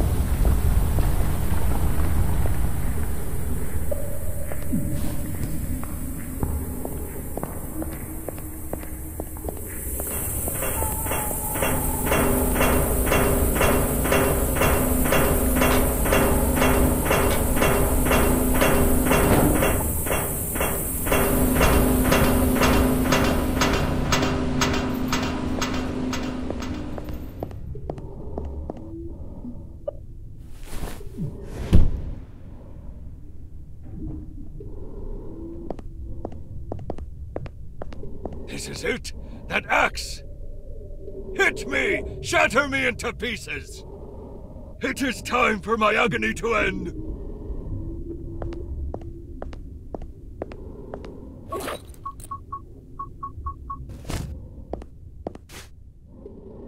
Yes, and again! It's time for the final blow!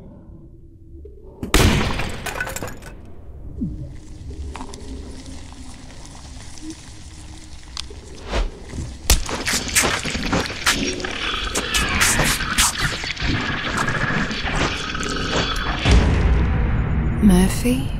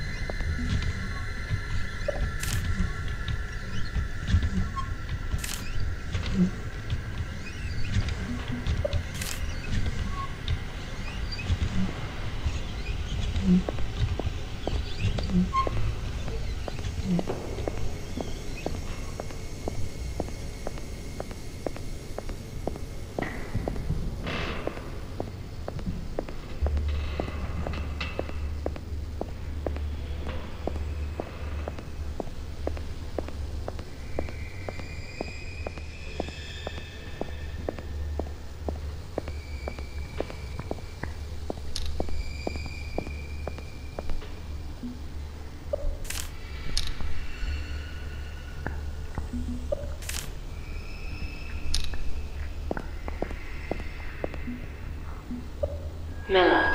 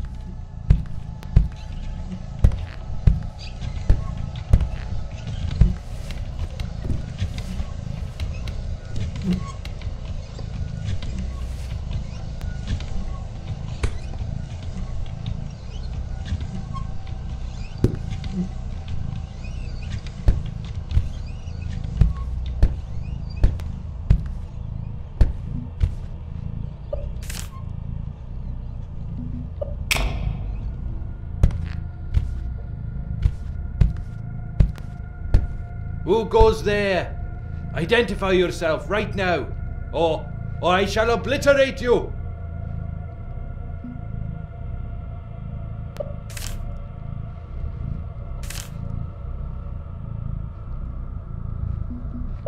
Oh, you could be him in disguise, sneaking up on me. What's your name? I swear I'm gonna shoot you right in your ugly face if you don't tell me who you are.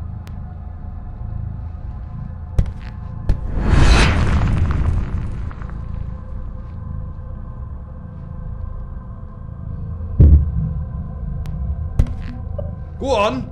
I just want to know your name. Tell me your name.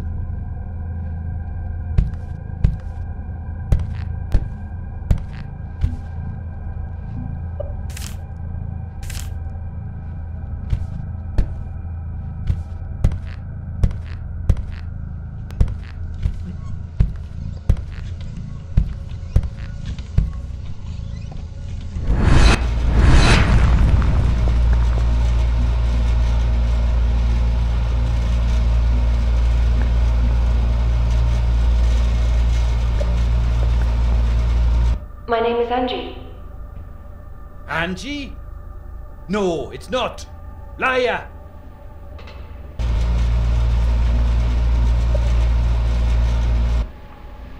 My name is Rob. Rob? Yeah, I remember you, Rob. You crooked, thieving priest. You old perv.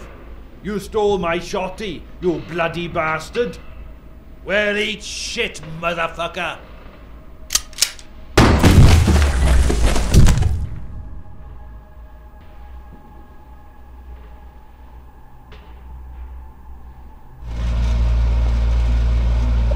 Miller.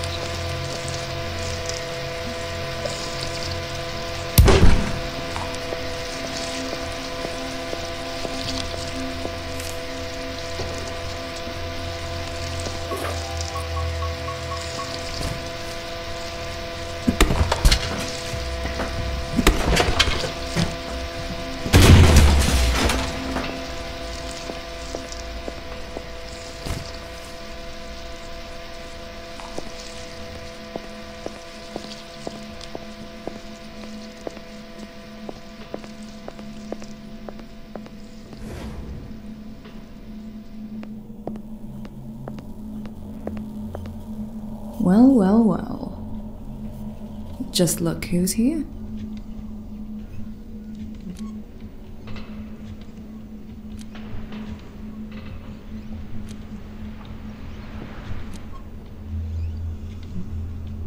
I don't want to fight with you, Jenny. Can we be friends again? About that. Look, Angie, I'm not really a good friend material. I never said I was. I'm just pissed at the whole world right now, and you're part of it, so yeah, I just want to be left alone.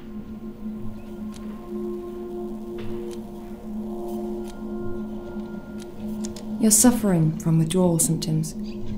That's why you've been such a dick. Oh, yeah? Your constant smoking reminds me of how I used to do it. So, thanks for giving me nicotine cravings. Thanks a bunch. There's nothing like a secondhand smoke when you're trying your hardest not to think about it. But it doesn't matter now.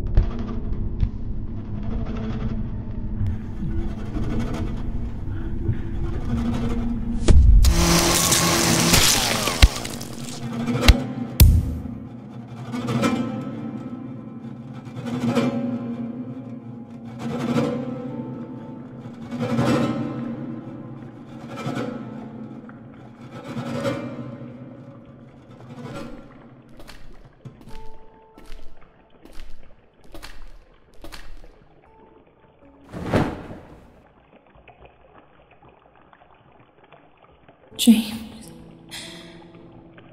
Am I? No. You're alive. You're safe now. Take a deep breath, Angie. The worst is over. At least for now.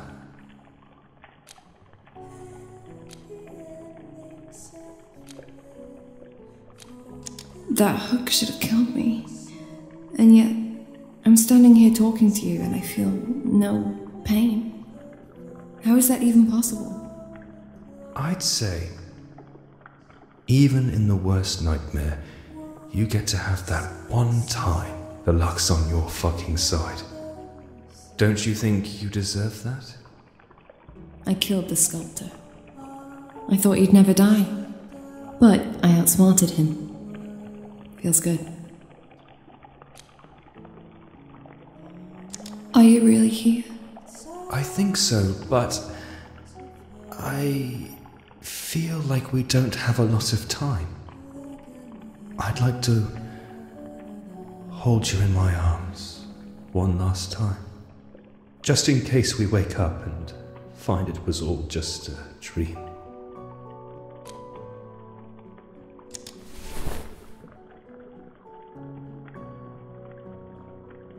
I've missed you, Angie. Those 2 years we had together. They were the best years of my life.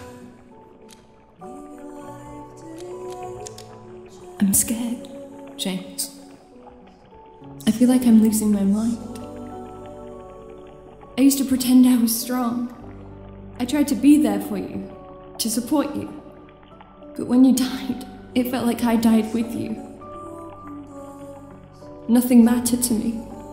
I was a broken fucking shell.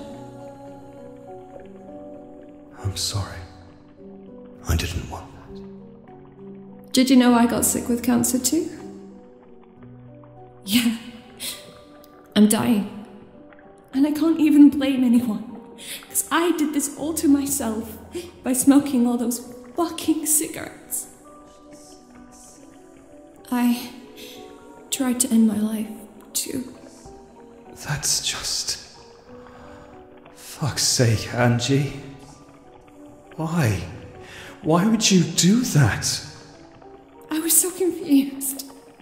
But it didn't work, okay? So for now I'm just hanging around. Waiting. Waiting. Yeah. I remember that. Just waiting and waiting and waiting.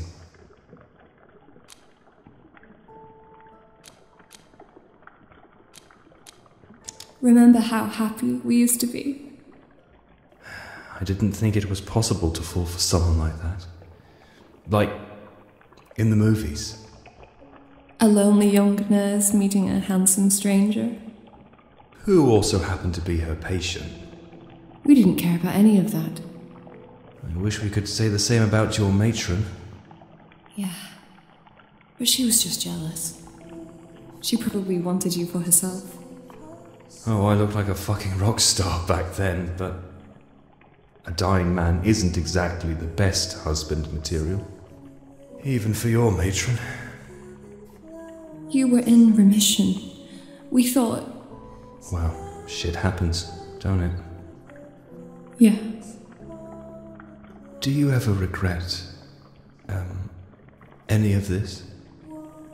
Getting involved with me on the level we did, just to get your heart broken? What sort of stupid question is that? I'm not even gonna answer that. You know, there was something about you I could not resist. It was like kissing a vampire. You know it's a terrible idea, but you do it anyway. I'll take that. But only because I love vampires. I know you do. Shit. I wish I was a vampire now. Yeah. So do I. Vampires don't get cancer.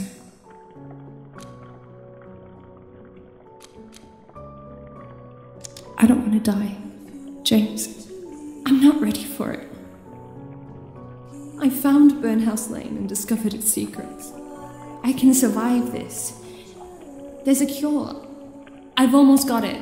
But sometimes, deep down, I start thinking, and it feels like I've been sent on a fool's errand.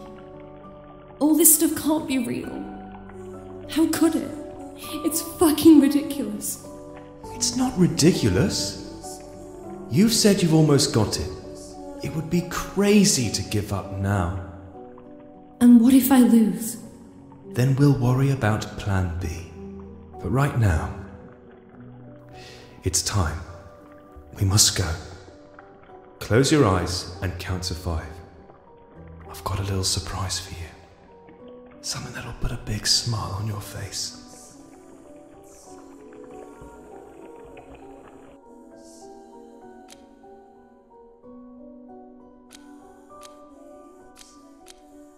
One, 2, 3, 4,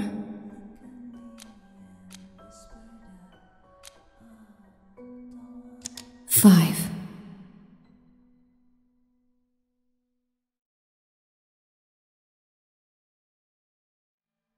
Turn around.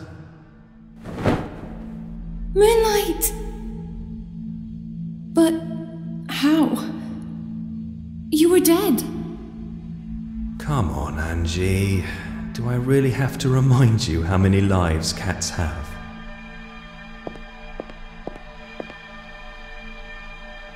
I knew I had to bring him back to you as soon as I saw him. A friend you'd lost. A friend reborn. He'll guide us through the dark. All we need to do is follow him and stay inside his light. Or else the darkness will take us.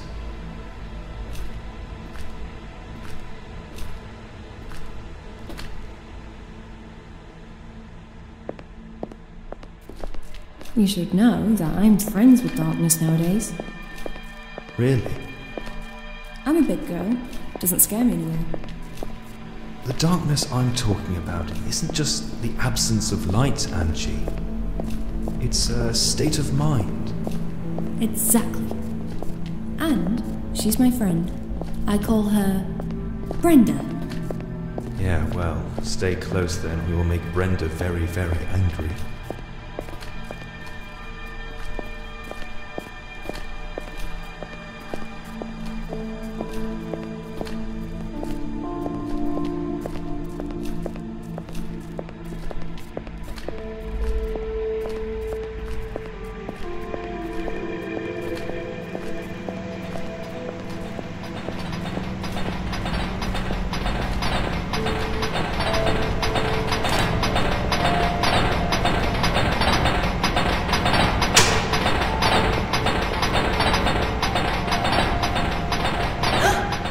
James?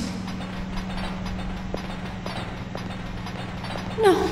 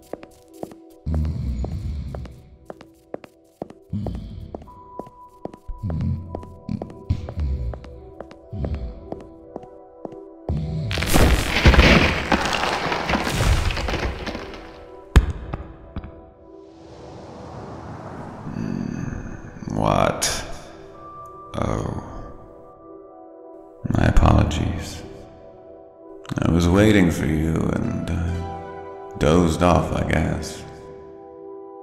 You did take a long time getting here, to be fair.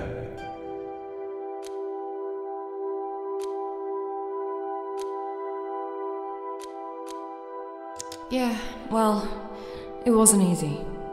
But I'm here now. Yes, welcome. Did you really have to drag me down here? This place is... hell. It's dark and it's warm. That's what cats like the most. Well, I'm not a cat, and I hate it. I did what you asked. Can I go home now? I honestly thought you'd give up by now. But you are a persistent one. 4 tasks completed. What can I say? Impressive. But you're not quite done yet.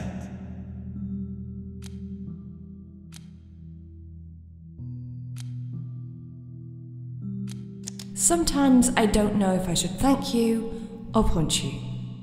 You wouldn't do that. I might look like a monster, but you know that deep down I'm just a cat, and cats are many things. But they're never evil. That's not what I heard. Really? And who's spreading these false rumors?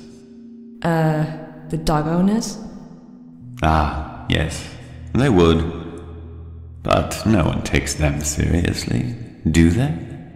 Listen, it's time for the final task. Are you ready for it?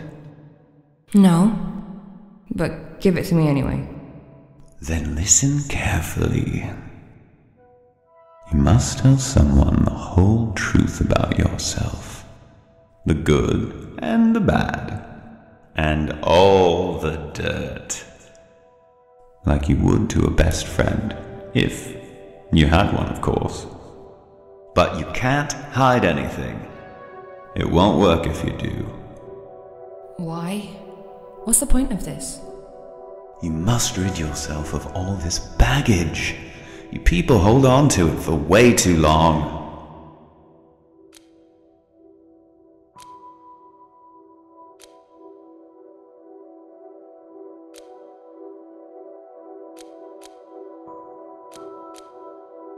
Fine. I'll just talk to Jenny. As long as you tell her everything and she listens to it, that should be just fine. But, wait. How will I know if I've told her everything? You'll know because once it's done, a man called Mr. Fox will arrive at the farm. Let him in. He'll be so hungry he could eat a horse. Offer him food, but never speak to him.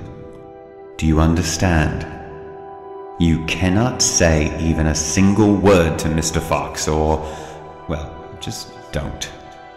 He's very peculiar about it.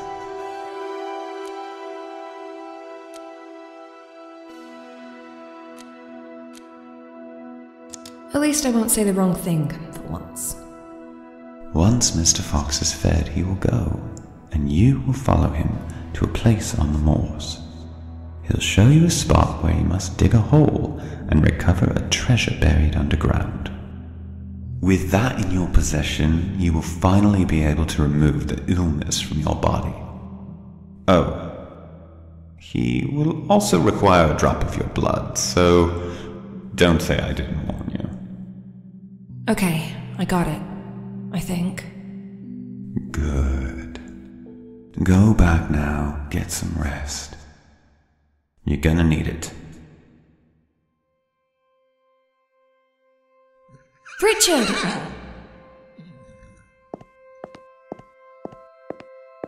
Go on, hop on his back. He won't bite. He's here to take you home.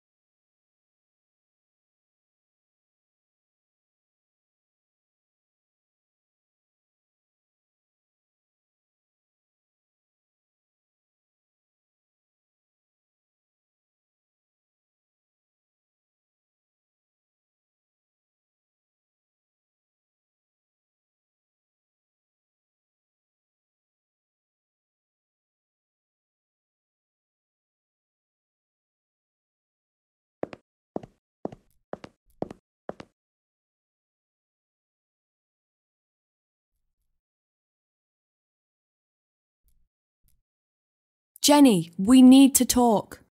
What? Speak up, girl. I can't hear you. We need to talk. Now? Now! But what about the party? Come on, you'll be back before you know it. I guess, but... Hey, do you have any cigarettes? I'd really like to smoke one now. Sure. Sweet! Then, wait for me behind the barn. You know, where Robert died. Richard! What? The horse's name was Richard. Yeah, whatever. Just wait for me by the barn. I'll be there in a minute.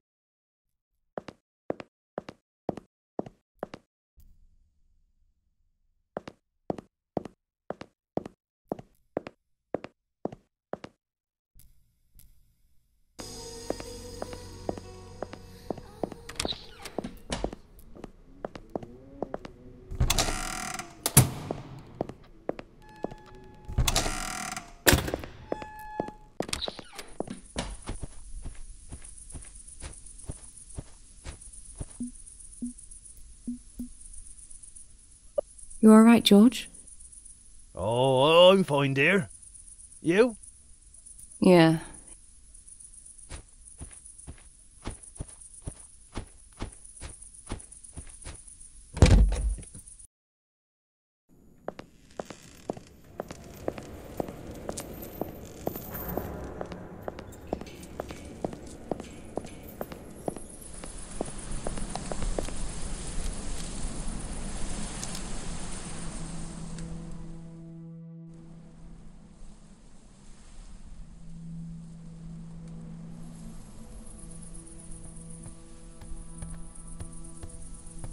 Well? What? The cigarette. You said I could have one. Oh, right. I did, didn't I? Here.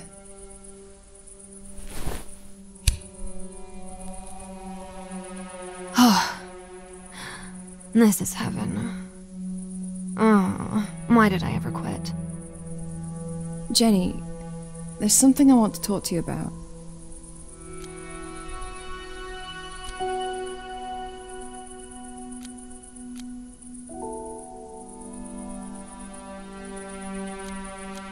I'm not sure if I fed Richard the way I was meant to. Wait. Who is Richard again? The horse? Oh, right. Oh, sorry. Too much wine makes me forget stuff. By the way, I'm trying to get Kieran drunk so he would tell me more about the bunker door in the basement. He's lived on this farm for a long-ass time, right? He's gotta know something. Another few drinks and he'll spill it all to me like a good little girl.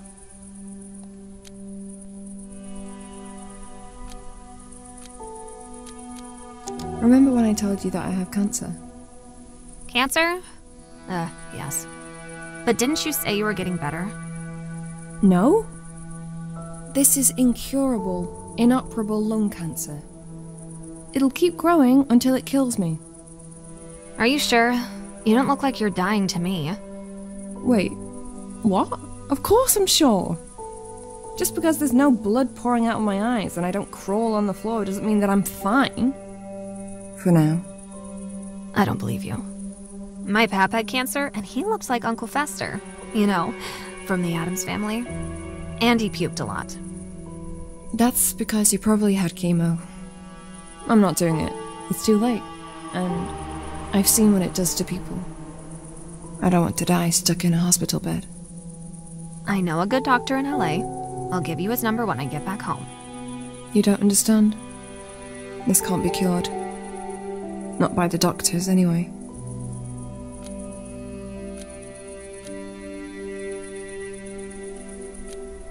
I killed someone. It was in self-defense, and I... Please stop. I don't want to know. But My lawyer always warns me to stay away from this sort of stuff. No offense, Angie. I get it. You did some bad shit. Didn't we all? But I'll be damned if I get dragged to court as a witness for something you did. It could potentially ruin my career. So, you know, just keep your mouth shut and you'll be all right, I'm sure. I hurt myself sometimes. I know it's stupid. As a nurse, I even used to learn about it. There was one time I was in so much emotional pain that I tried it, and it did bring me some relief. It made me hate myself too. I think sometimes that if I hate myself, it will make it easier just to... Look, it's just a phase. We all have to go through it at some point. I wouldn't worry about it. Yeah? Yeah, I'd show you my scars, but in my business, you know? I had to have them removed. With lasers. Hurts like hell, but this shit really works.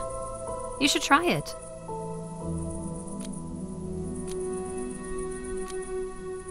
I want to live, but I don't even know how to anymore. I can feel the doom clock ticking above my head and it's driving me insane. I should make a bucket list like other people do, to live while I still can. Do cool, crazy stuff like bungee jumping or swimming with fucking dolphins. But instead, here I am, unable to accept what's coming, desperately trying to cheat death. But no one has that kind of power. Least of all me. Hey! I swam with dolphins in the Bahamas last year. What? Uh-huh. Did you know? The dolphins don't really smile. I mean, they look like they do, but they don't. It's just the shape of their face.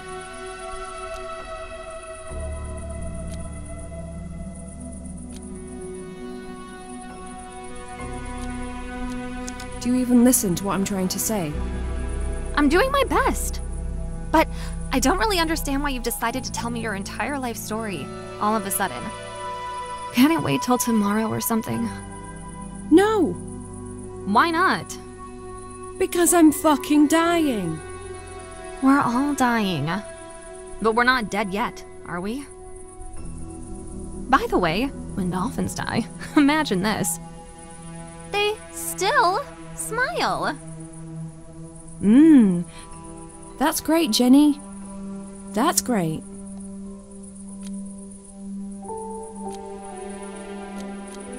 I tried to kill myself once.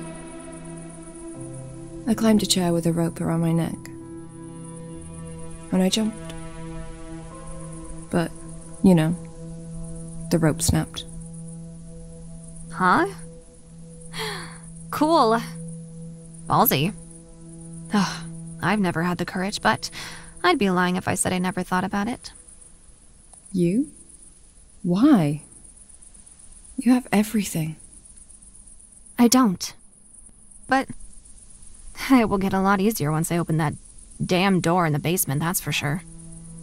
You're just obsessed with that door, aren't you? You have no idea. I don't really have any friends. I mean, I have colleagues from work, well, mostly just Tracy, because working for the agency, I travel a lot, covering shifts in hospitals and nursing homes all across the country. The pay's good, but you don't really get enough time to bond with anyone. This job here is quite different. I don't usually spend that long in one place. Angie? Why are you telling me this? I just need a friend, I guess. A real one.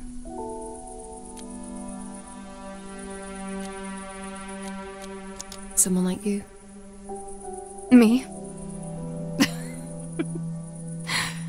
Angie, are you blind? You really think I'm a good friend material for anyone, let alone someone like you? Look at me. I'm a Hollywood star. I got to the top by sleeping with every man that wanted me. and by destroying every woman that stood in my way. It's in my job description to act like a spoiled fucking bitch, to demand, to take anything I want. And I have no time or desire to be anyone's friend because I know that in the end, I'll have to stab them right in the back. I always do. I know there's a part of you that cares.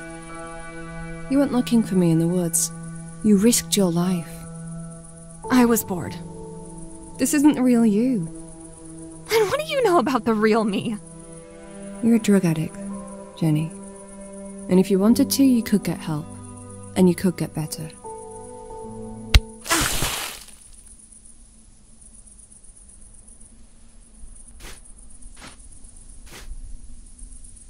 That'll teach you to mind your own fucking business. Oh, and by the way, I think you made it all up. You don't really have cancer, do you? You just wanted people to feel sorry for you. And that's fucking pathetic, you know.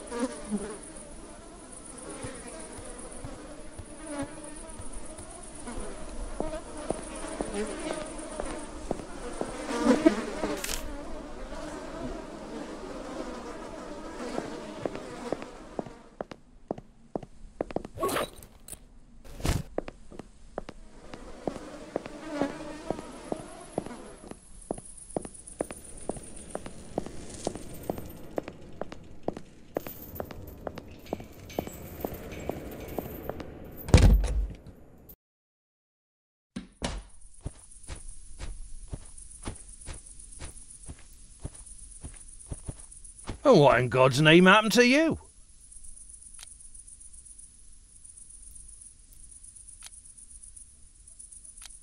I fell in a puddle.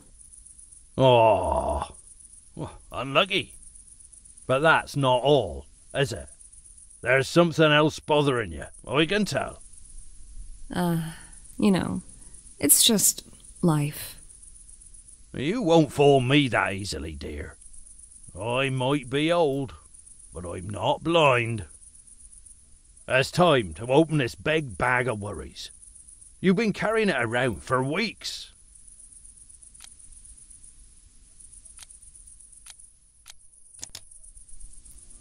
Alright, I'll tell you. There's a disgusting, ugly cancer growing inside my chest. It's here to kill me, and there's nothing I can do to stop it. I probably shouldn't even be here, but I'd convinced myself that I should do this one last job.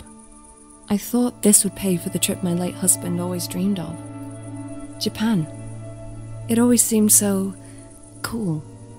But now that I think about it, it's not even my dream. Do I really want to go there? Or am I desperately trying to run away from people saying they're sorry and the way they look at me? To hide and pretend that I'm still fine and nothing's happened. And yes, I was married. It felt real. It was real. But my husband was a sick man. We both knew our time was short. And no matter how loved he made me feel, I accepted we wouldn't live happily forever after. And yet, it still surprised me how quickly it all happened. Suddenly, I was alone. But I promised James that I would be strong, and I was determined to keep that promise no matter what. I made an effort to get dressed every morning, to eat, to go to work, knowing that in time, the pain would become easier to bear. And then this happened. First, the cough, then the chest pains, and blood on the tissue. I couldn't believe the same fucking thing was happening to me. I lost a husband, but I wasn't ready to lose my life. I mean, I promised him I'd live on.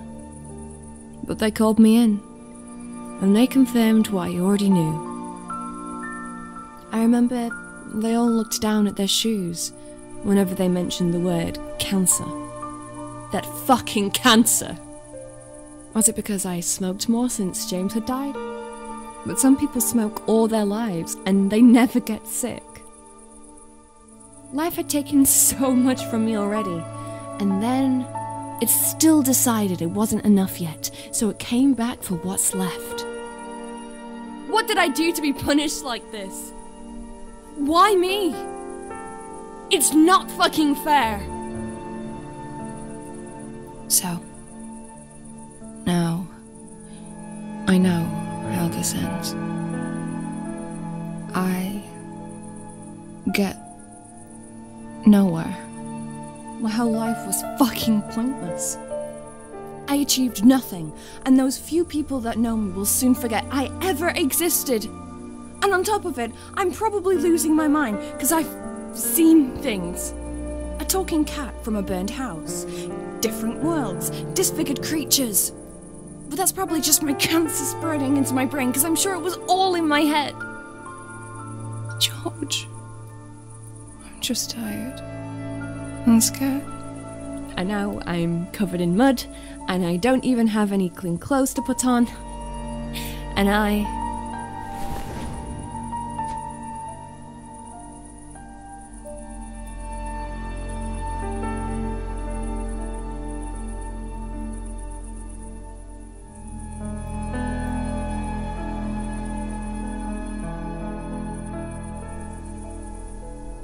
Thank you, George. I needed to let it all out, I guess. And now you also need a nice cup of tea. I'll make you one. But first, let's get you a change of clothes. I'm alright. These will dry soon. No. You should take one of the jumpers from the line. And there's a pair of jeans there that looks about your size too. No, I can't. I insist. They're Sarah's old clothes. She ain't worn them in years. Nah, they're too small for her anyway. I was thinking I'd give them to a charity shop in Oniton. But this is even better. And it'll save us a trip in a town. Yeah? Of course. Go on, grab one and go get changed. I'll put the kettle on.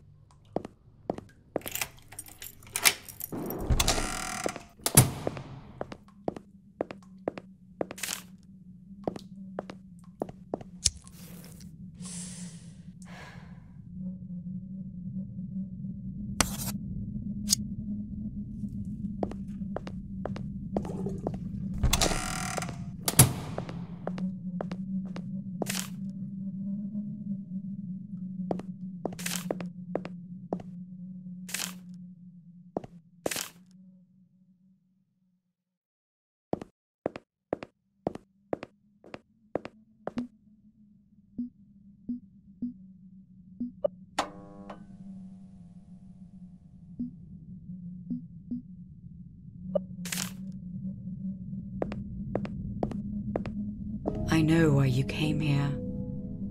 You want the box, don't you?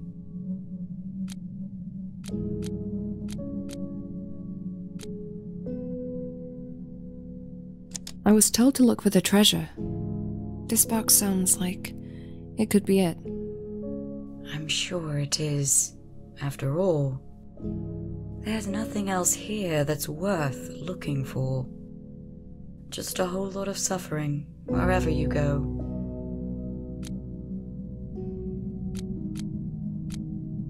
Who are you? Look. Whenever I try to remember my name, I get this huge fucking headache. It literally feels like my brain's being stabbed with hundreds of tiny knives. So, no offense, but I'll just skip that part, may I? It's not like it matters anyway. I'm just another ghost, living on Burnhouse Lane, waiting for something. I think it should be happening any day now.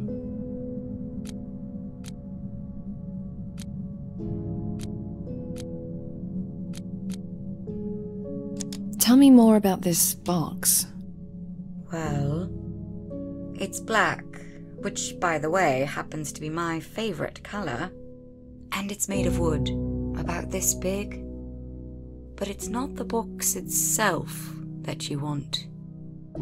It's what's in it. And what's that? Oh, I won't spoil it for you. You'll see for yourself when you get it.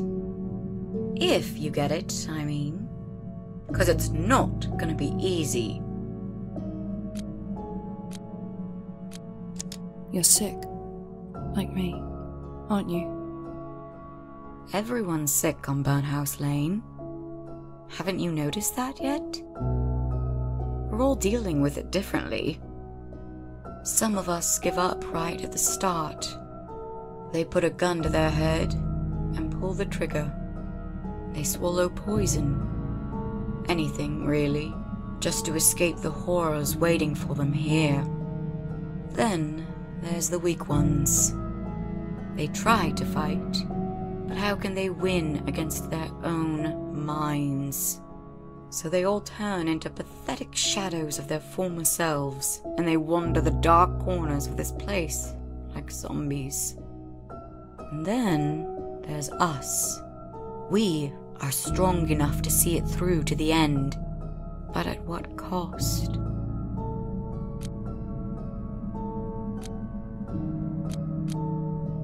Why do you not want the box for yourself? Oh, that's because I know what's inside. And it's not for me. Or rather, I know I'd be very tempted to use it, because I really don't want to die. But that would make me someone that I don't want to be. So I'll pass. Thank you. But you can have it. It's okay. I don't judge.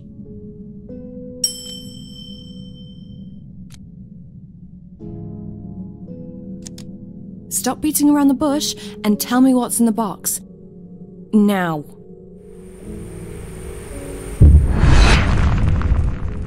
Don't start with this cat voodoo, please.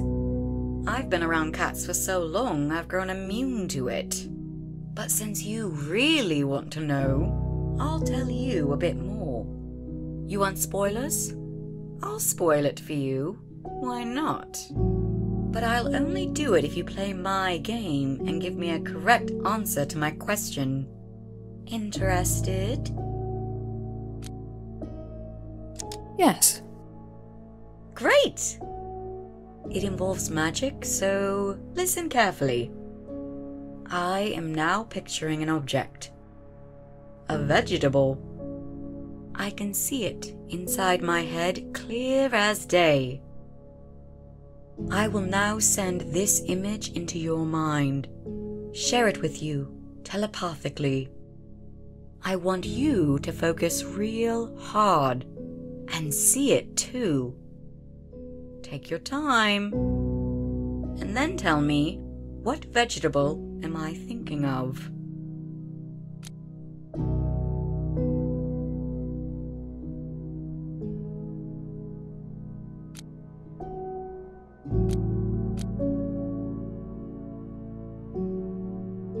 The answer is cabbage. Nope. That's a wrong answer. Sorry. Hey, how do I know you're not cheating? I'd never do that. Shouldn't you have the correct answer, like, written on a piece of paper to prove it to me? Huh. Good point. I should, really. Oh well, I'll try that next time. But for now, the game's over, I'm afraid. And sadly, we both lost. Do you know where I can find this box? Yeah. It's in the other building, right across this great big chasm. Look.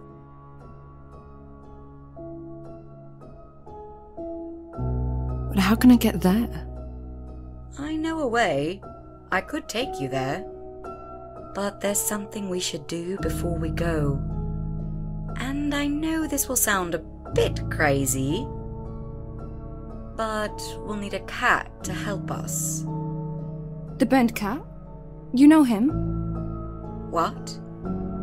No, he's not burned. He's white as snow, with a black stripe on his tail. He kinda looks like a big raccoon. You know what I mean? Moonlight? Yes! So you know him! Oh, we've been to hell and back together. He's an old friend. Where is he? Well, it's a long bloody street. He could be anywhere. But you can summon him. Summon? A cat? Summon a cat, indeed. How the hell do I summon a cat? Well, there's only one way I know. So, tell me, can you by any chance play the piano? What? Yeah. I can. I used to be pretty good.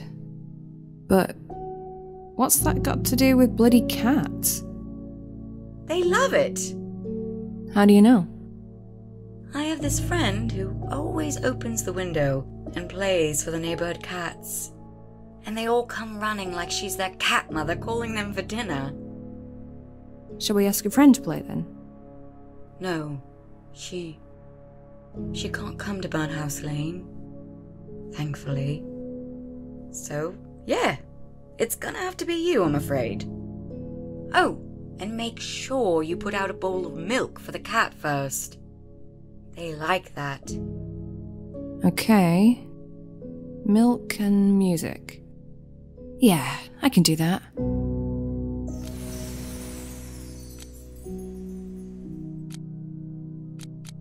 Is there anything in particular I should play? I don't think it matters, as long as the music is coming straight from your heart. I haven't played in years. Don't worry. It'll all come back to you. I'm sure of it. It's time for me. I'll talk to you later, girl. Be careful out there. I heard strange noises outside earlier tonight.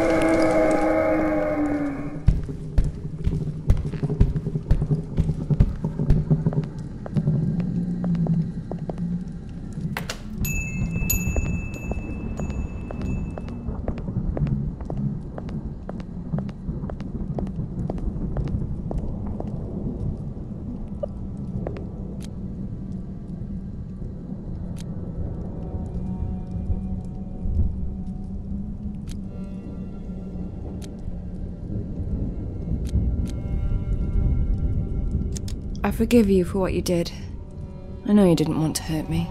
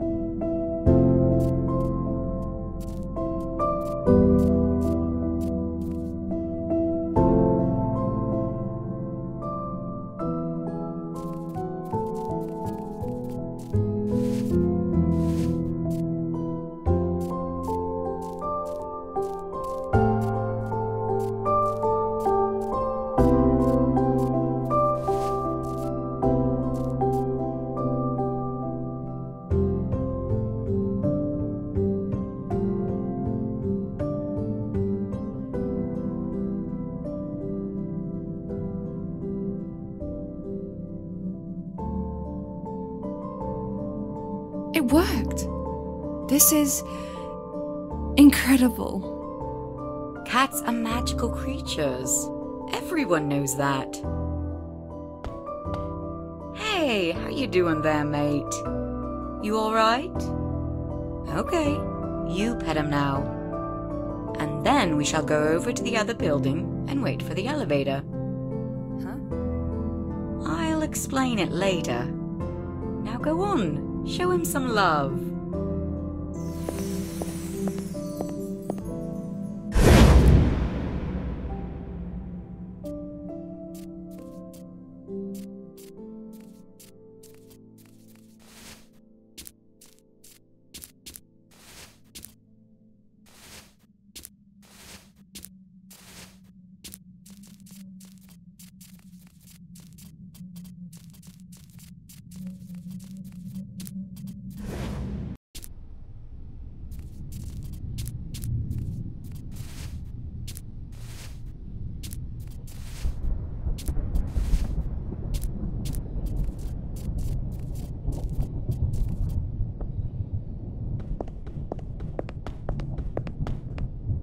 So, here's the plan. We need to get up to the top floor. That's where the box is, behind the red door. Apartment 13. It's locked, but I can handle it. How exactly? I've been known for my ability to unlock things with lockpicks. I'm not a burglar or anything, but it's a useful skill to have. Sometimes, it even saves lives. The problem is with the elevator. It doesn't work like it should. And that's where our friend Moonlight steps in. It's kinda tricky, so listen carefully. There's this device up there, a scale of sorts. Moonlight can bring items scattered around here and place them on the scale. If he picks the right ones, the elevator should go straight to the top. What sort of items are we talking about? Well, at first glance, they're just ordinary, everyday objects.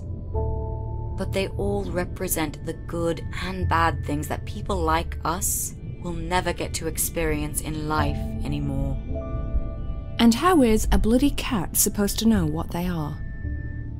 Cats know more than you think. I thought you'd understand that by now.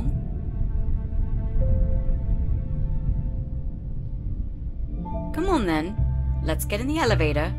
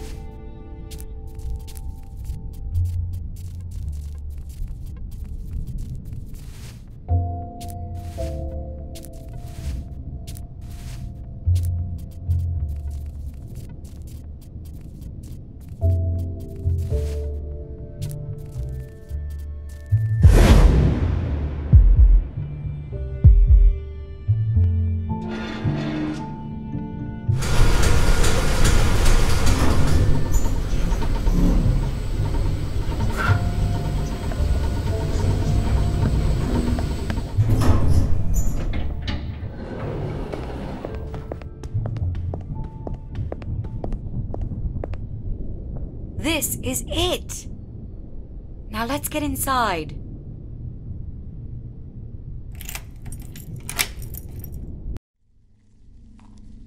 Well, shit.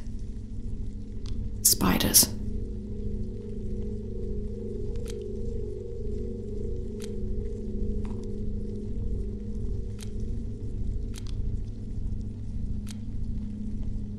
My eight-legged #1 nemesis. I kinda like them. You know, there's this dark, indescribable beauty in spiders. Really? Look at those spider eggs. Or whatever the fuck they are. They look beautiful to you? Yeah, okay. That's fucking gross.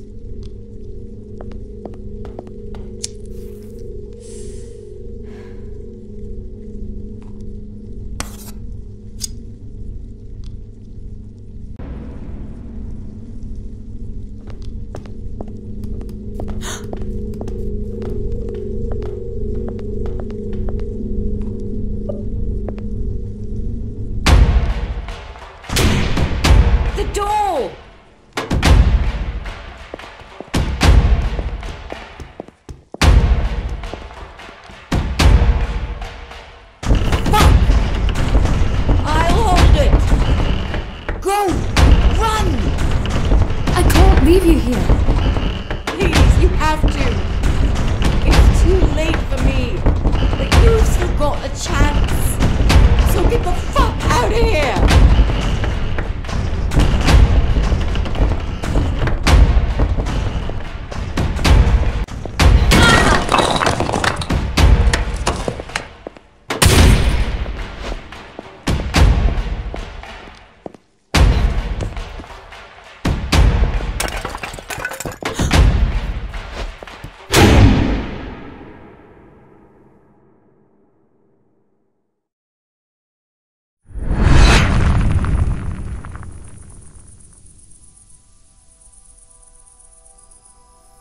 Relax. You're safe now. Whatever you saw in there, it's gone. For now, at least.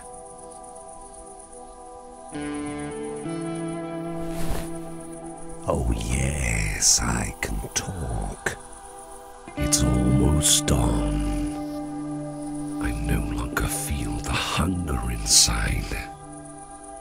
That means you're free to speak to me too. I see you have the box. Good. Now, put it on the big rock and open it.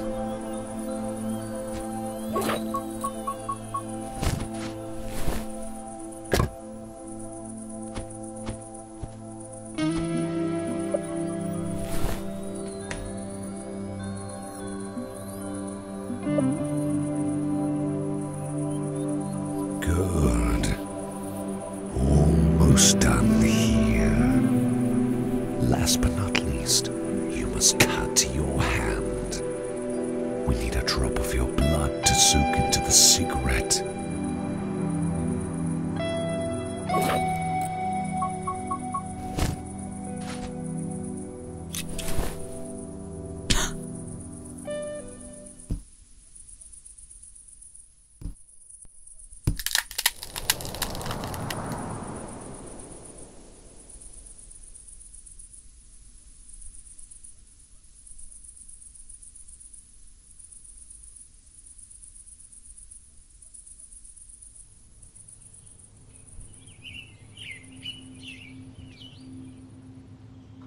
Whoever smokes this cigarette will receive your cancer.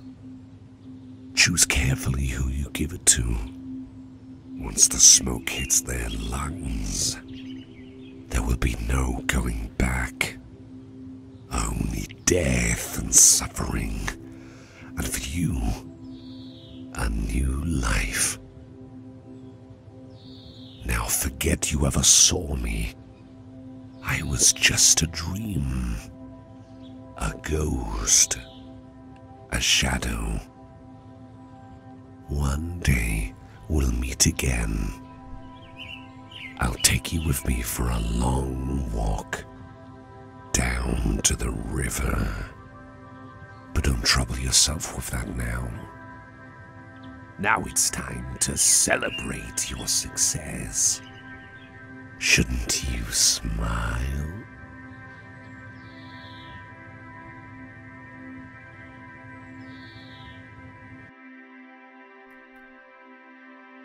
Was Mr. Fox really just a dream? Oh, what difference does it make? What matters now is that all your tasks are done. You got what you wanted. Well, almost. It'll all be over as soon as someone smokes that special cigarette of yours. Easy to say. I didn't know it would be like this. To be honest, I'm not even sure if I can do this. Take your time. But not too long. Soon the sickness will make you weak, and then... well, let's just say that it would be such a shame to waste your gift after you worked so hard for it. Don't you think?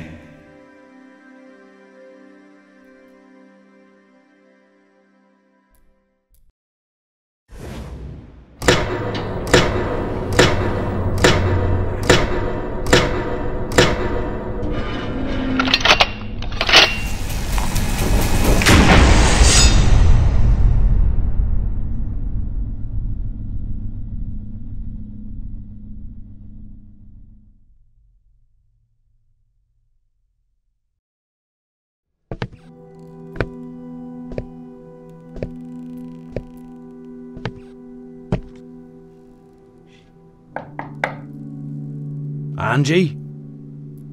You alright? You haven't come down all day. I'm getting worried about you, dear. I'm sorry. I didn't realize. I've not been feeling too well. Oh. But I'll be done in a minute. What? No. No. You stay in bed, darling. I'm managing perfectly fine here on my own. So take your time and rest, and don't worry about a thing. I'll go and make you a cup of tea, shall I? And a nice sandwich. Yes. I bet you'll feel better once you've had some food in you.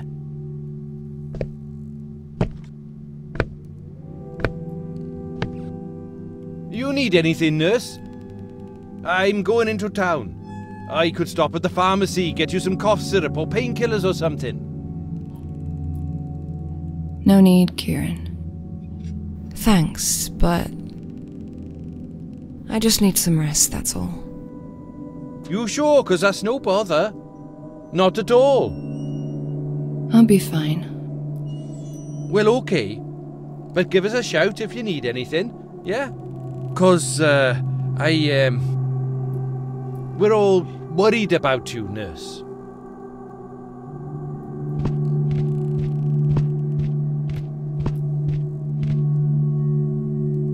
you're not still upset about. You know, when I pushed you? Because I was really drunk at the time, and I just fucking snapped. But that was not cool, and I know that. Okay? And I'm sorry. It's fine. Yeah? Okay. Cool. 'Cause I was thinking you could come over to LA when this is all over. I'd take you out for a meal and then we go shopping. I know some really amazing places, like you wouldn't believe.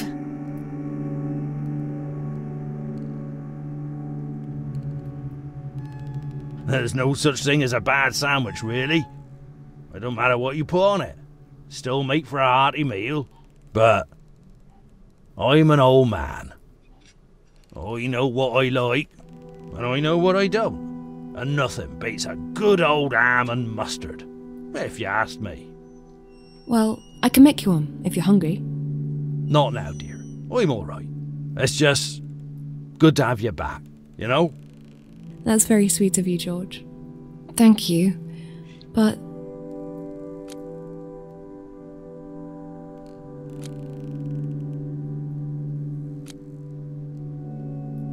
I should be looking after you, not the other way around. Oh, I can still do more than everyone thinks I'm capable of. The truth is, I don't even need a carer. But Sarah insisted, and I just didn't want to fight her. I wouldn't fight her either. She can kill people with just her eyes. But it's been nice having you around. You never shout at me. You give me sandwiches. And you're good company. I like you, Angie. And helping you when you're sick. It's the least I can do.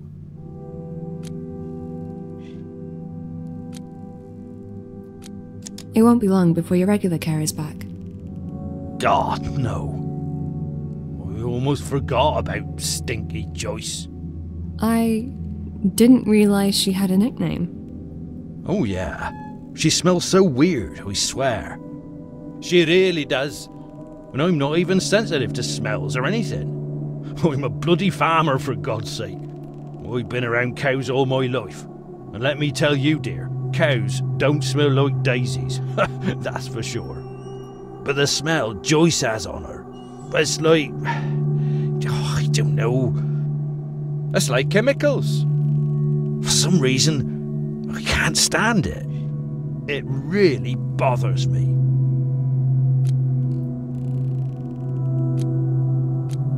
I feel like I've not been very helpful the last couple of weeks.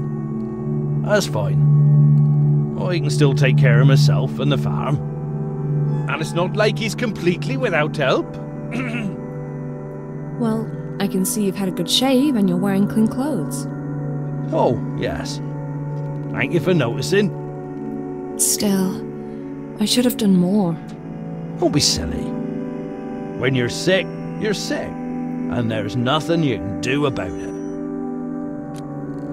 I should get back to work. Tell me what needs to be done, George. Oh, well, I would like to ask you a favour, actually. Yeah? What is it? Just come to the living room. And grab that bag of crisps on the way, would you?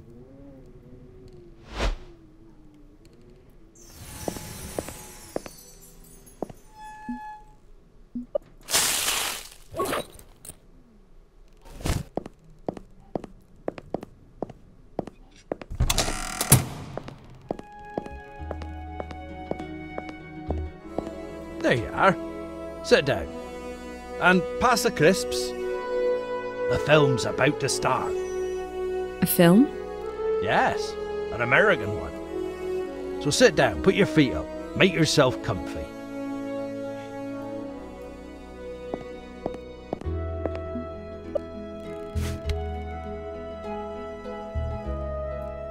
Oh, I've watched it before, but that's okay. It's one of those movies you can keep watching again and again. Where's Jenny? She's become a basement dweller lately. Whatever her problem is, she don't want to share it with me. And I don't intend to pry.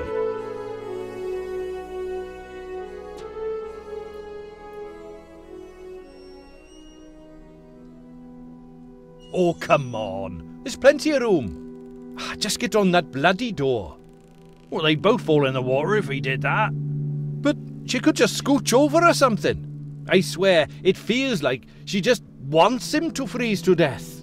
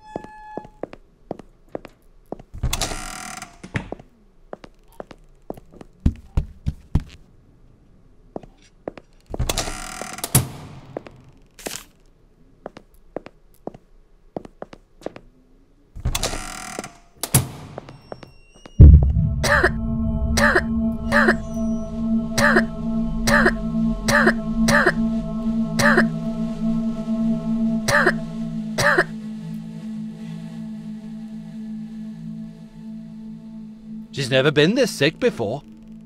We should call an ambulance. Or maybe I'll drive her to the hospital myself. It'll be faster that way.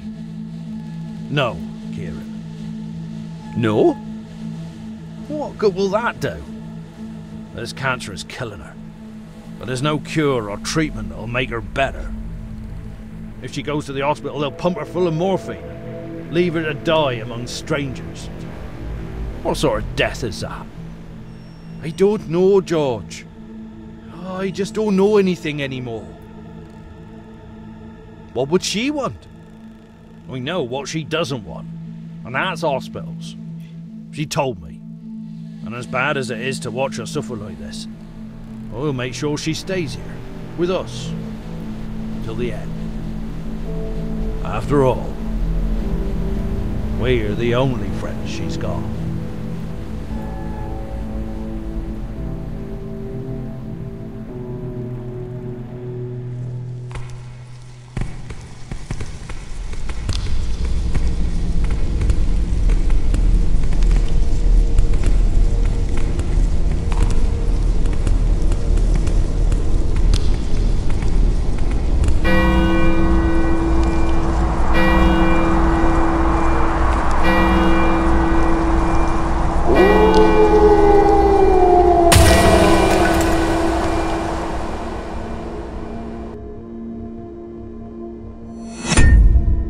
Brought you some vegetable soup. I know you're not hungry, but you should eat something. You'll feel better with nice hot soup in your tummy.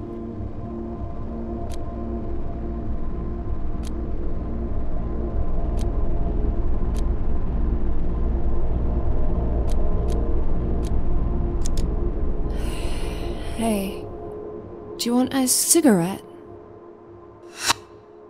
I haven't smoked since 1992, and I have no intention of going back to it, thank you very much. But I made this nice soup for you. Angie? That's alright, darling. We'll try again later, yeah?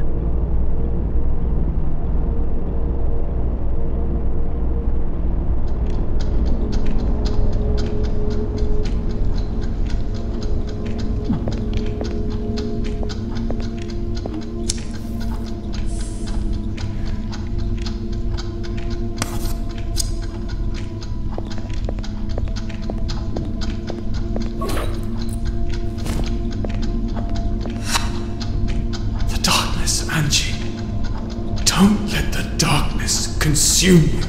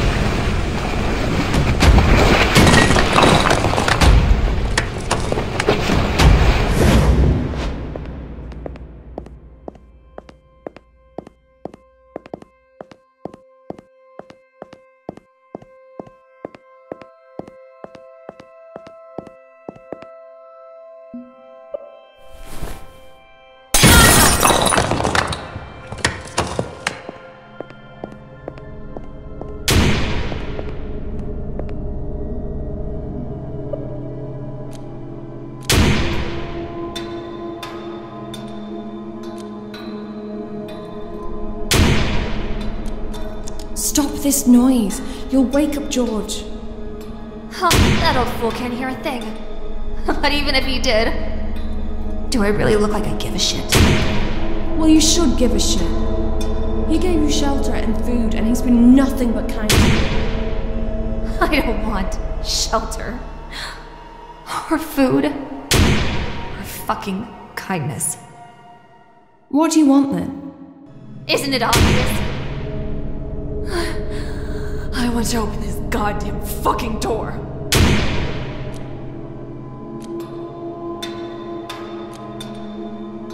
You don't want to do this, Jenny. There's a monster inside. I know.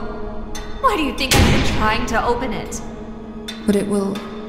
No, it won't. It's my monster, and it will do as I say. It will destroy you the minute you set it free.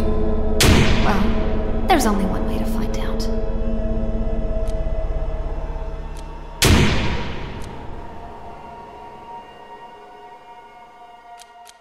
This door needs a password to open, and I happen to know it.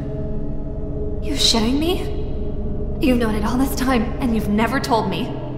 You never asked. Well, I'm asking now. Tell me. What's the damn password, Angie?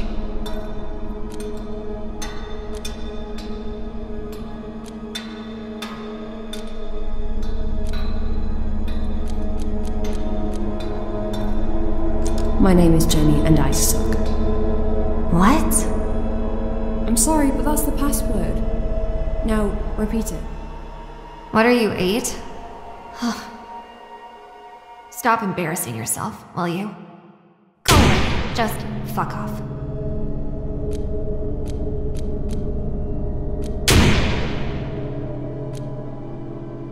This hammer won't do it. If only I had a squadron of tanks. Oh, the hammer will do. Just fine. You'll see. This is pathetic, Jenny. You can't open this. And the sooner you realize it, the better for all of us. Oh, what do you know? You're just a grumpy dying woman that stinks of piss.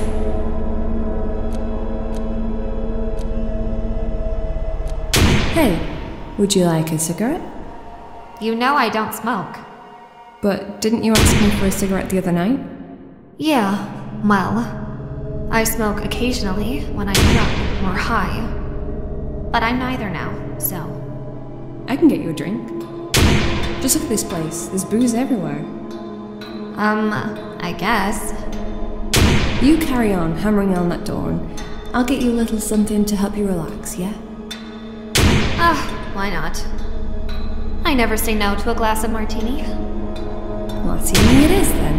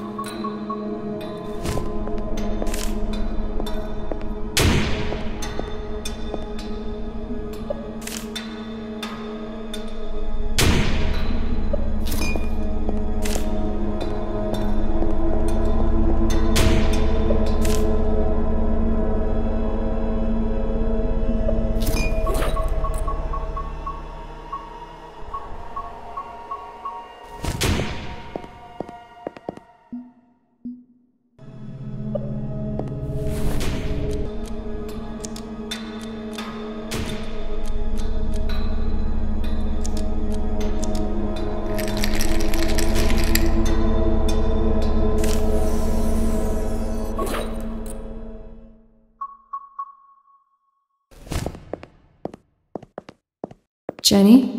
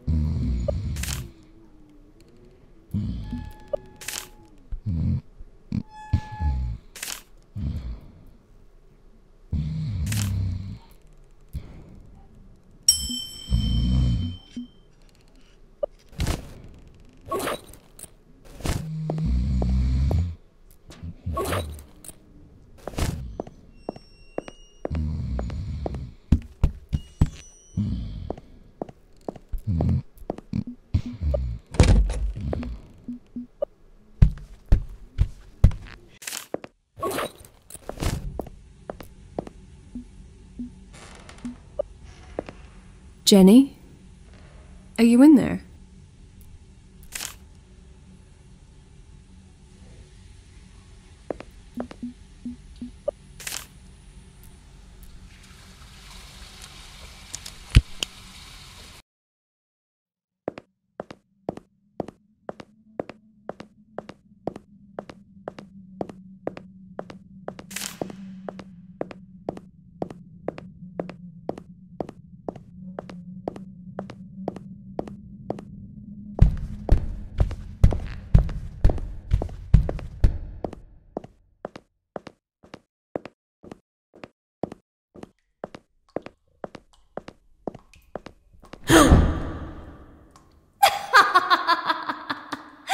Oh, God.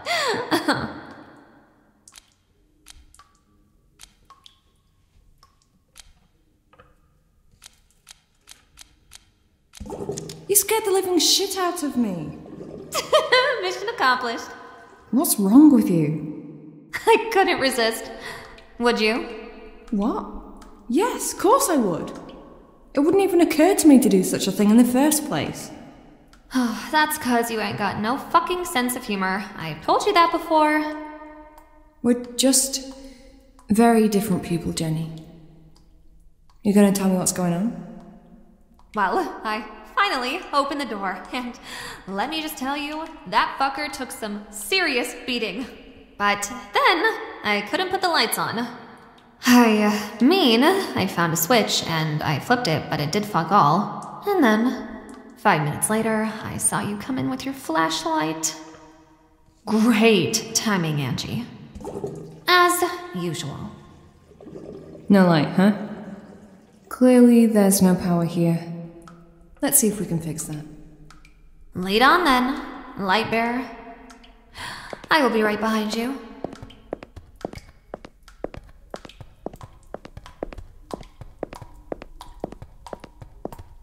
Look! A generator.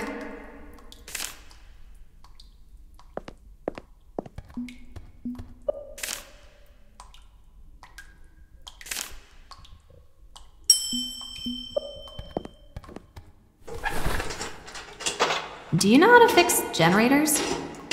No. But I think it's all about connecting ignition wires to correct spark plugs. I literally have no idea what any of that means. Just shut up and let me think. It can't be that hard.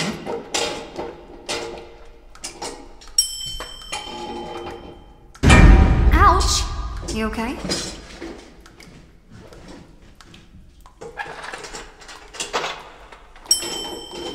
I think you did something. Keep going, girl.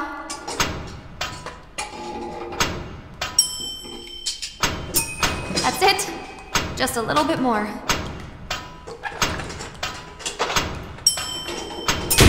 Finally!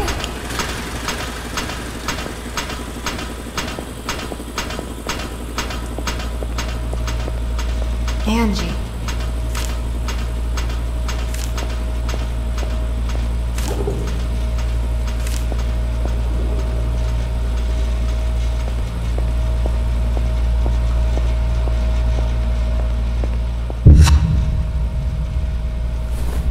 Who the fuck are you?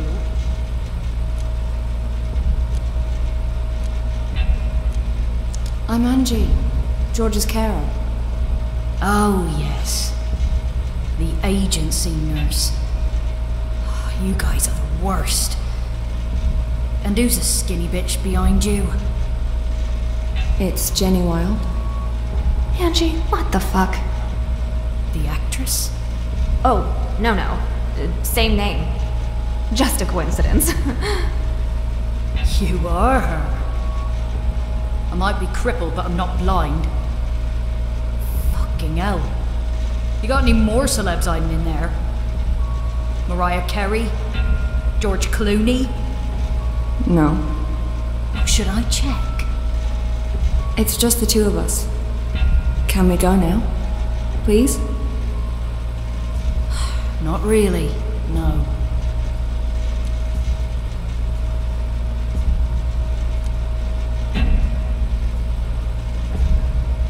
I'm guessing you were George's regular carer? Joyce, is that right? Well, I sure as hell ain't Cinderella, darling. You did such a great job looking after George all these years. He's very fond of you. I doubt it. You're not really the kind of person who'd murder two innocent people in cold blood like this, are you? No, you're right. I'm a cook. I'd rather not have blood on my hands if I can avoid it. So I'll just call the boys. The boys? They'll know what to do. Now, get in there, and remember, I don't want to do it, but I'll shoot you if you leave me no choice.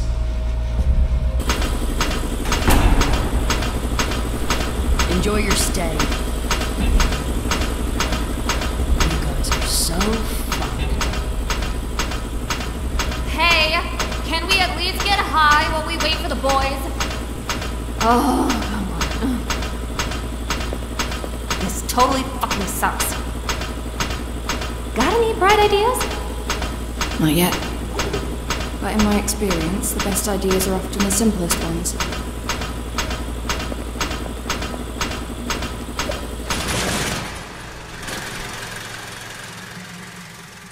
Fucking generator. I'm not gonna wait for the boys. I'll fucking deal with it myself.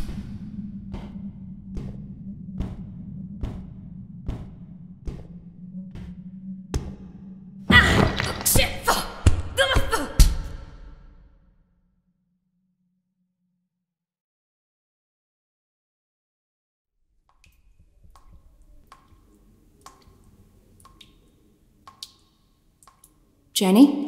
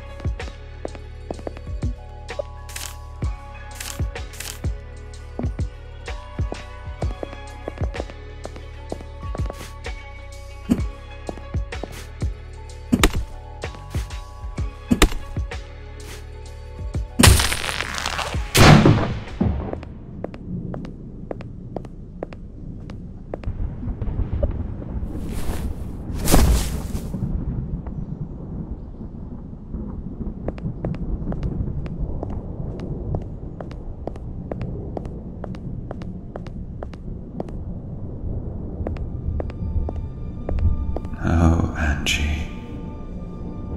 You should have run while you could. I really hoped you wouldn't see the end of Burnhouse Lane. This last house.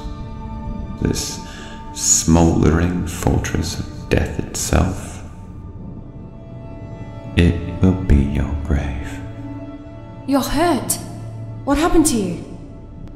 I tried to catch a little spider, to leave him as a present on your doorstep.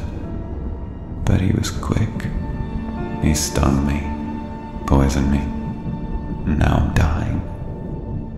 Sorry. I really hoped I could spare you that one last fight.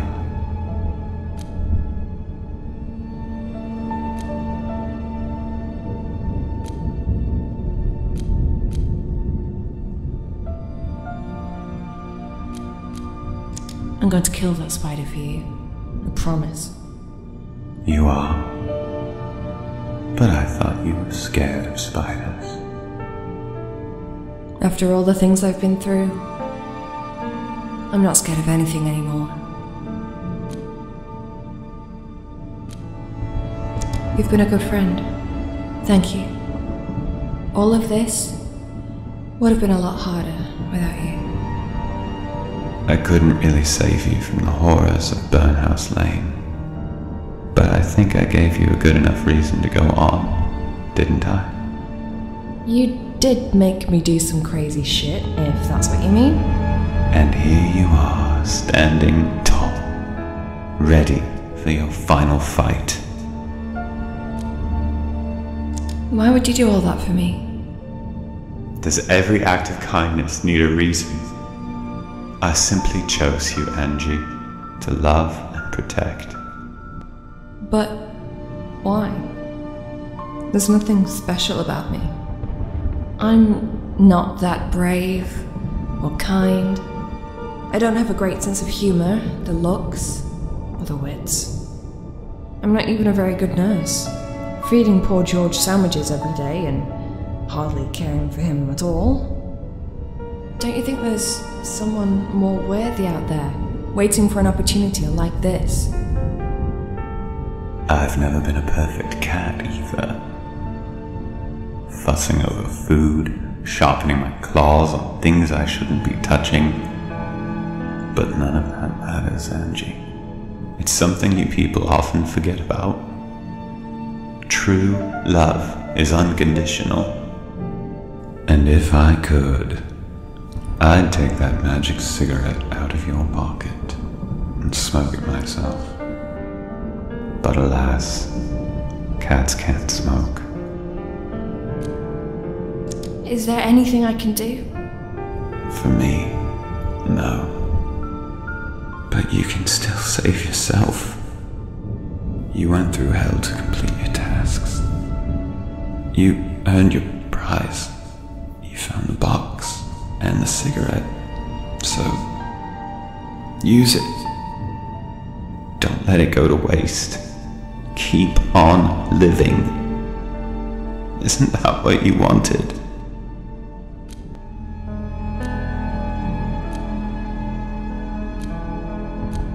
It feels wrong to sacrifice someone's life to save mine. Give it to someone evil. What right do I have to make such judgments?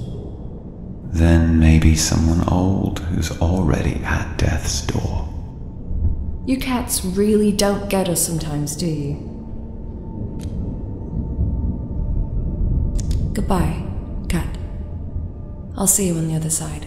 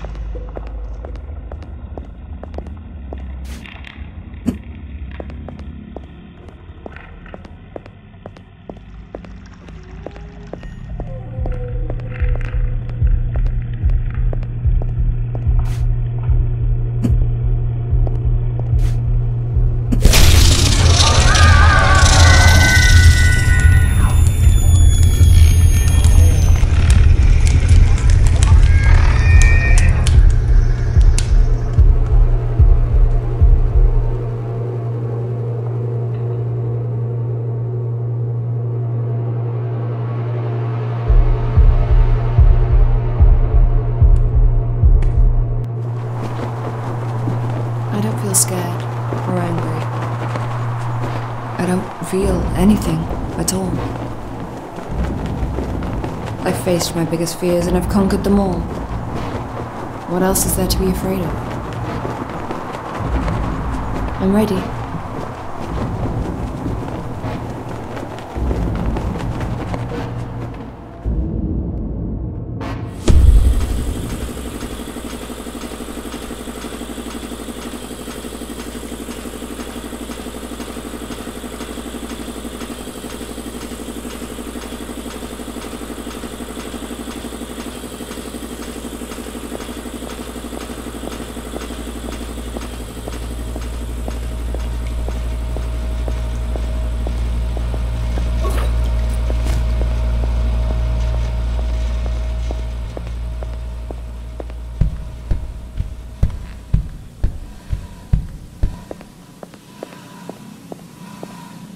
Hey, look who's up. You gotta try this shit, Angie. What? This stuff is amazing. No wonder that pervy old vicar wanted it so badly.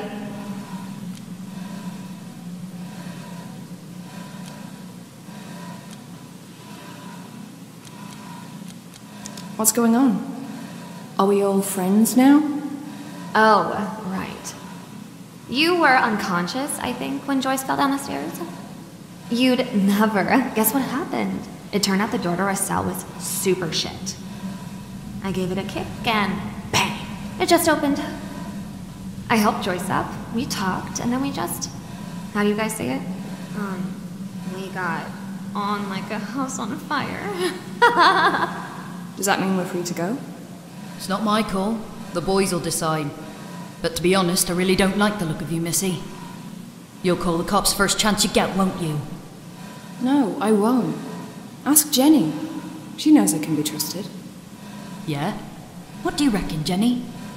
Is Nurse Angie a blabbermouth? I think, I don't want to say it, but yeah. She'll tell everyone. I'm sorry. But Nurse Angie is as fun as a dry mop.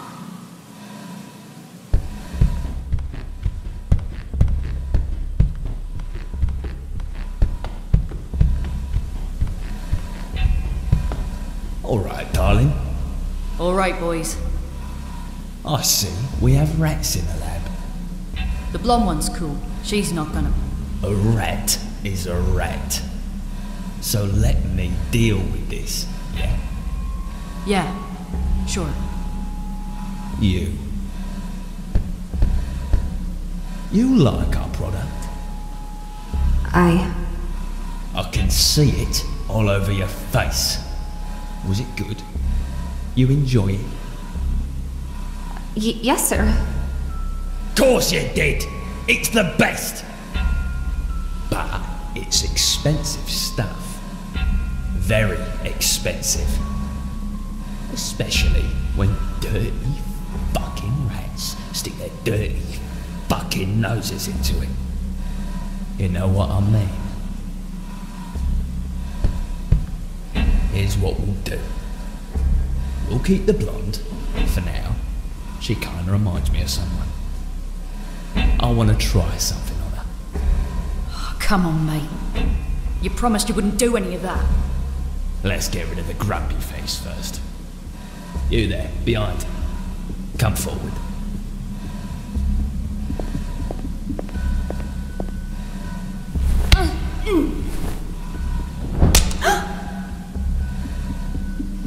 Take her to the garden, Johnny. Really? What is your problem now? It's freezing out there. Can't we just do it here and be done with it? Johnny, we do it here, we're gonna have blood all over the equipment. And we don't need that shit right now, do we? Come on, off you go. Let's get this done before the old man wakes up. Fine. Put your hands up so I can see them. Good. Now go. Move it.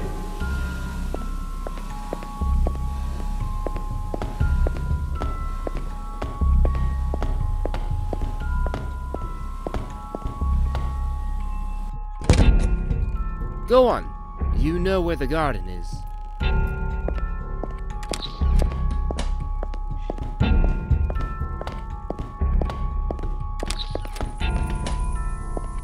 Don't try running, yeah?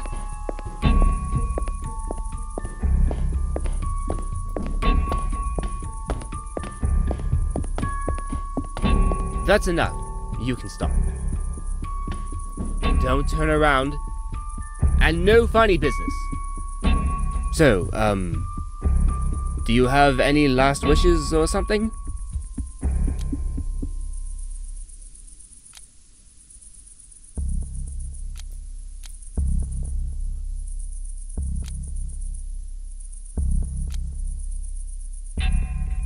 I'd like to have one last cigarette. Oh, come on. We don't have time for that.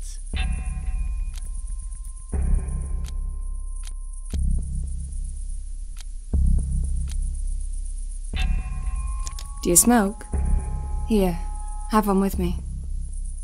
We've smoked a whole pack on the way here. But... ah, fuck it. Just one more won't hurt, eh?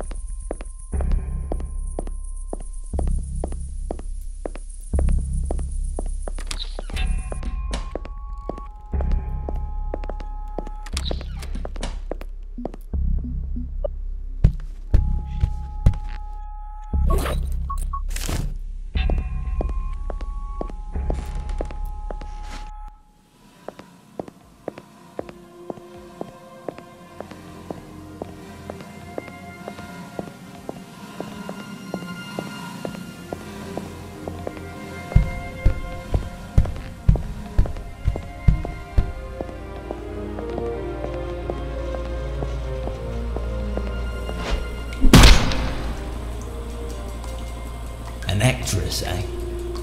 You care about your looks, don't you? I'll bet you do. Well, how about we take them away? A bit of sulfuric acid should do the job. What do you reckon, Joyce? I'm gonna turn her into a fucking zombie. Mate, that's a bit much. I did not sign up for this kind of shit. You caused this shit! You've been careless and left the lab open for everyone to see. Yes, but I said, come on. That's really fucked up, innit? Can't we just give her a slap and let her go? She won't tell. It would ruin her if she did. You're pissing me off, Joyce. You really are. You think you have a say in this because you know how to cook this shit. Well, you're wrong. It won't take me long to train someone else. So fuck off upstairs if you really don't want to look. I'd prefer that, to be fair. Your ugly mug puts me off every time I catch sight of it. Don't leave me, Joyce. You won't. Oh, will you just shut the...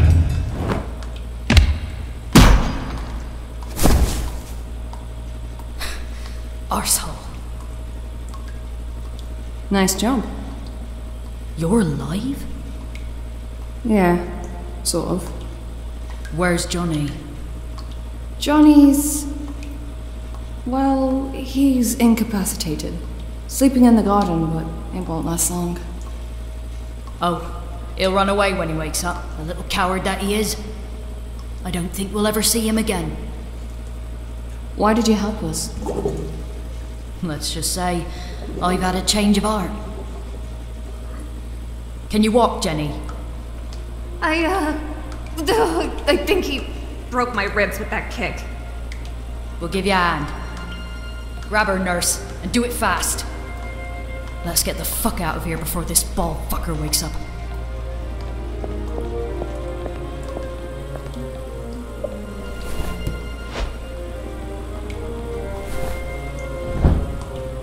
Come on, let's go!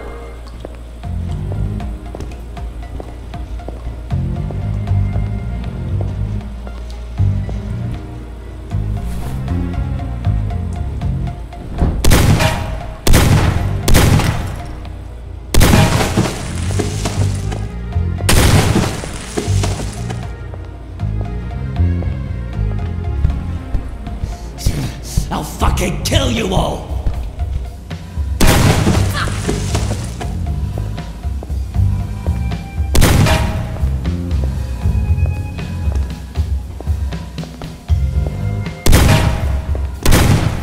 We're almost there!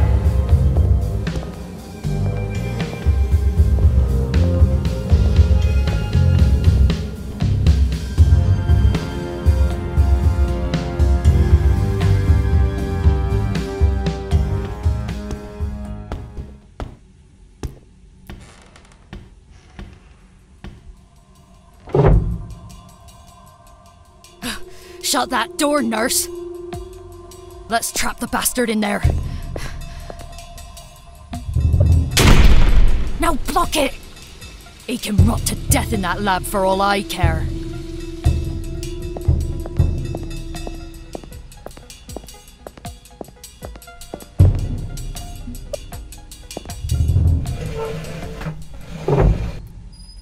We did it. We're safe now, aren't we? I'd say so. I know this lab like the back of my hand. There is no other way out. He can survive in there for a while, but in the end, he'll just starve to death. So, we basically murdered him. Great. Oh well. I'm not gonna miss him. Are you? Speaking of murder, I could really murder a nice cup of tea right now.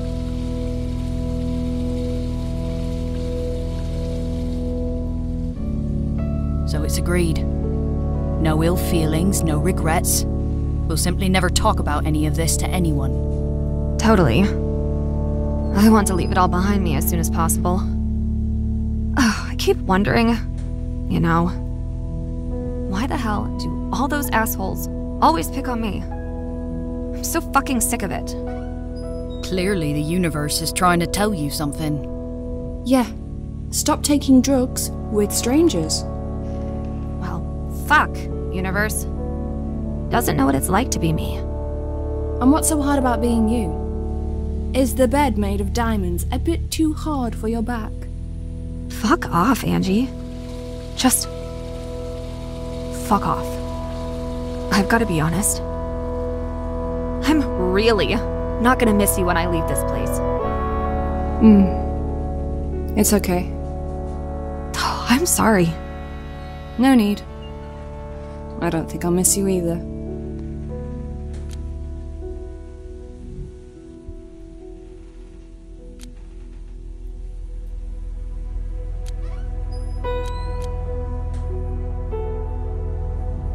Jenny, how about a cigarette before we say goodbye?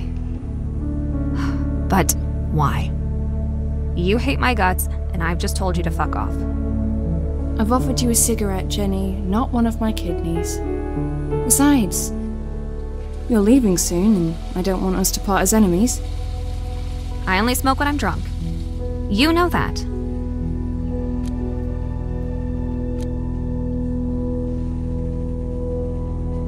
After a night like this, one little cigarette won't kill you. Oh, give her a break. She could barely walk a minute ago. Jenny, didn't you have a broken rib or something? It's better now. And Angie's right. It has been a crazy night. No doubt about it. Yeah, I guess I'll have one. Let's go outside then. Do we have to? It's freezing out there. Especially you with your nasty cough. Should stay away from the cold. I'll be fine. And my cough? Well, I have a feeling it should clear up soon.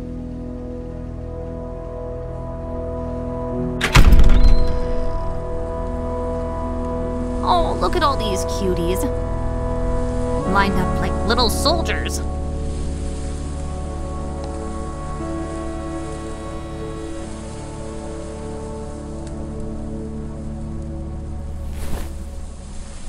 Got a light?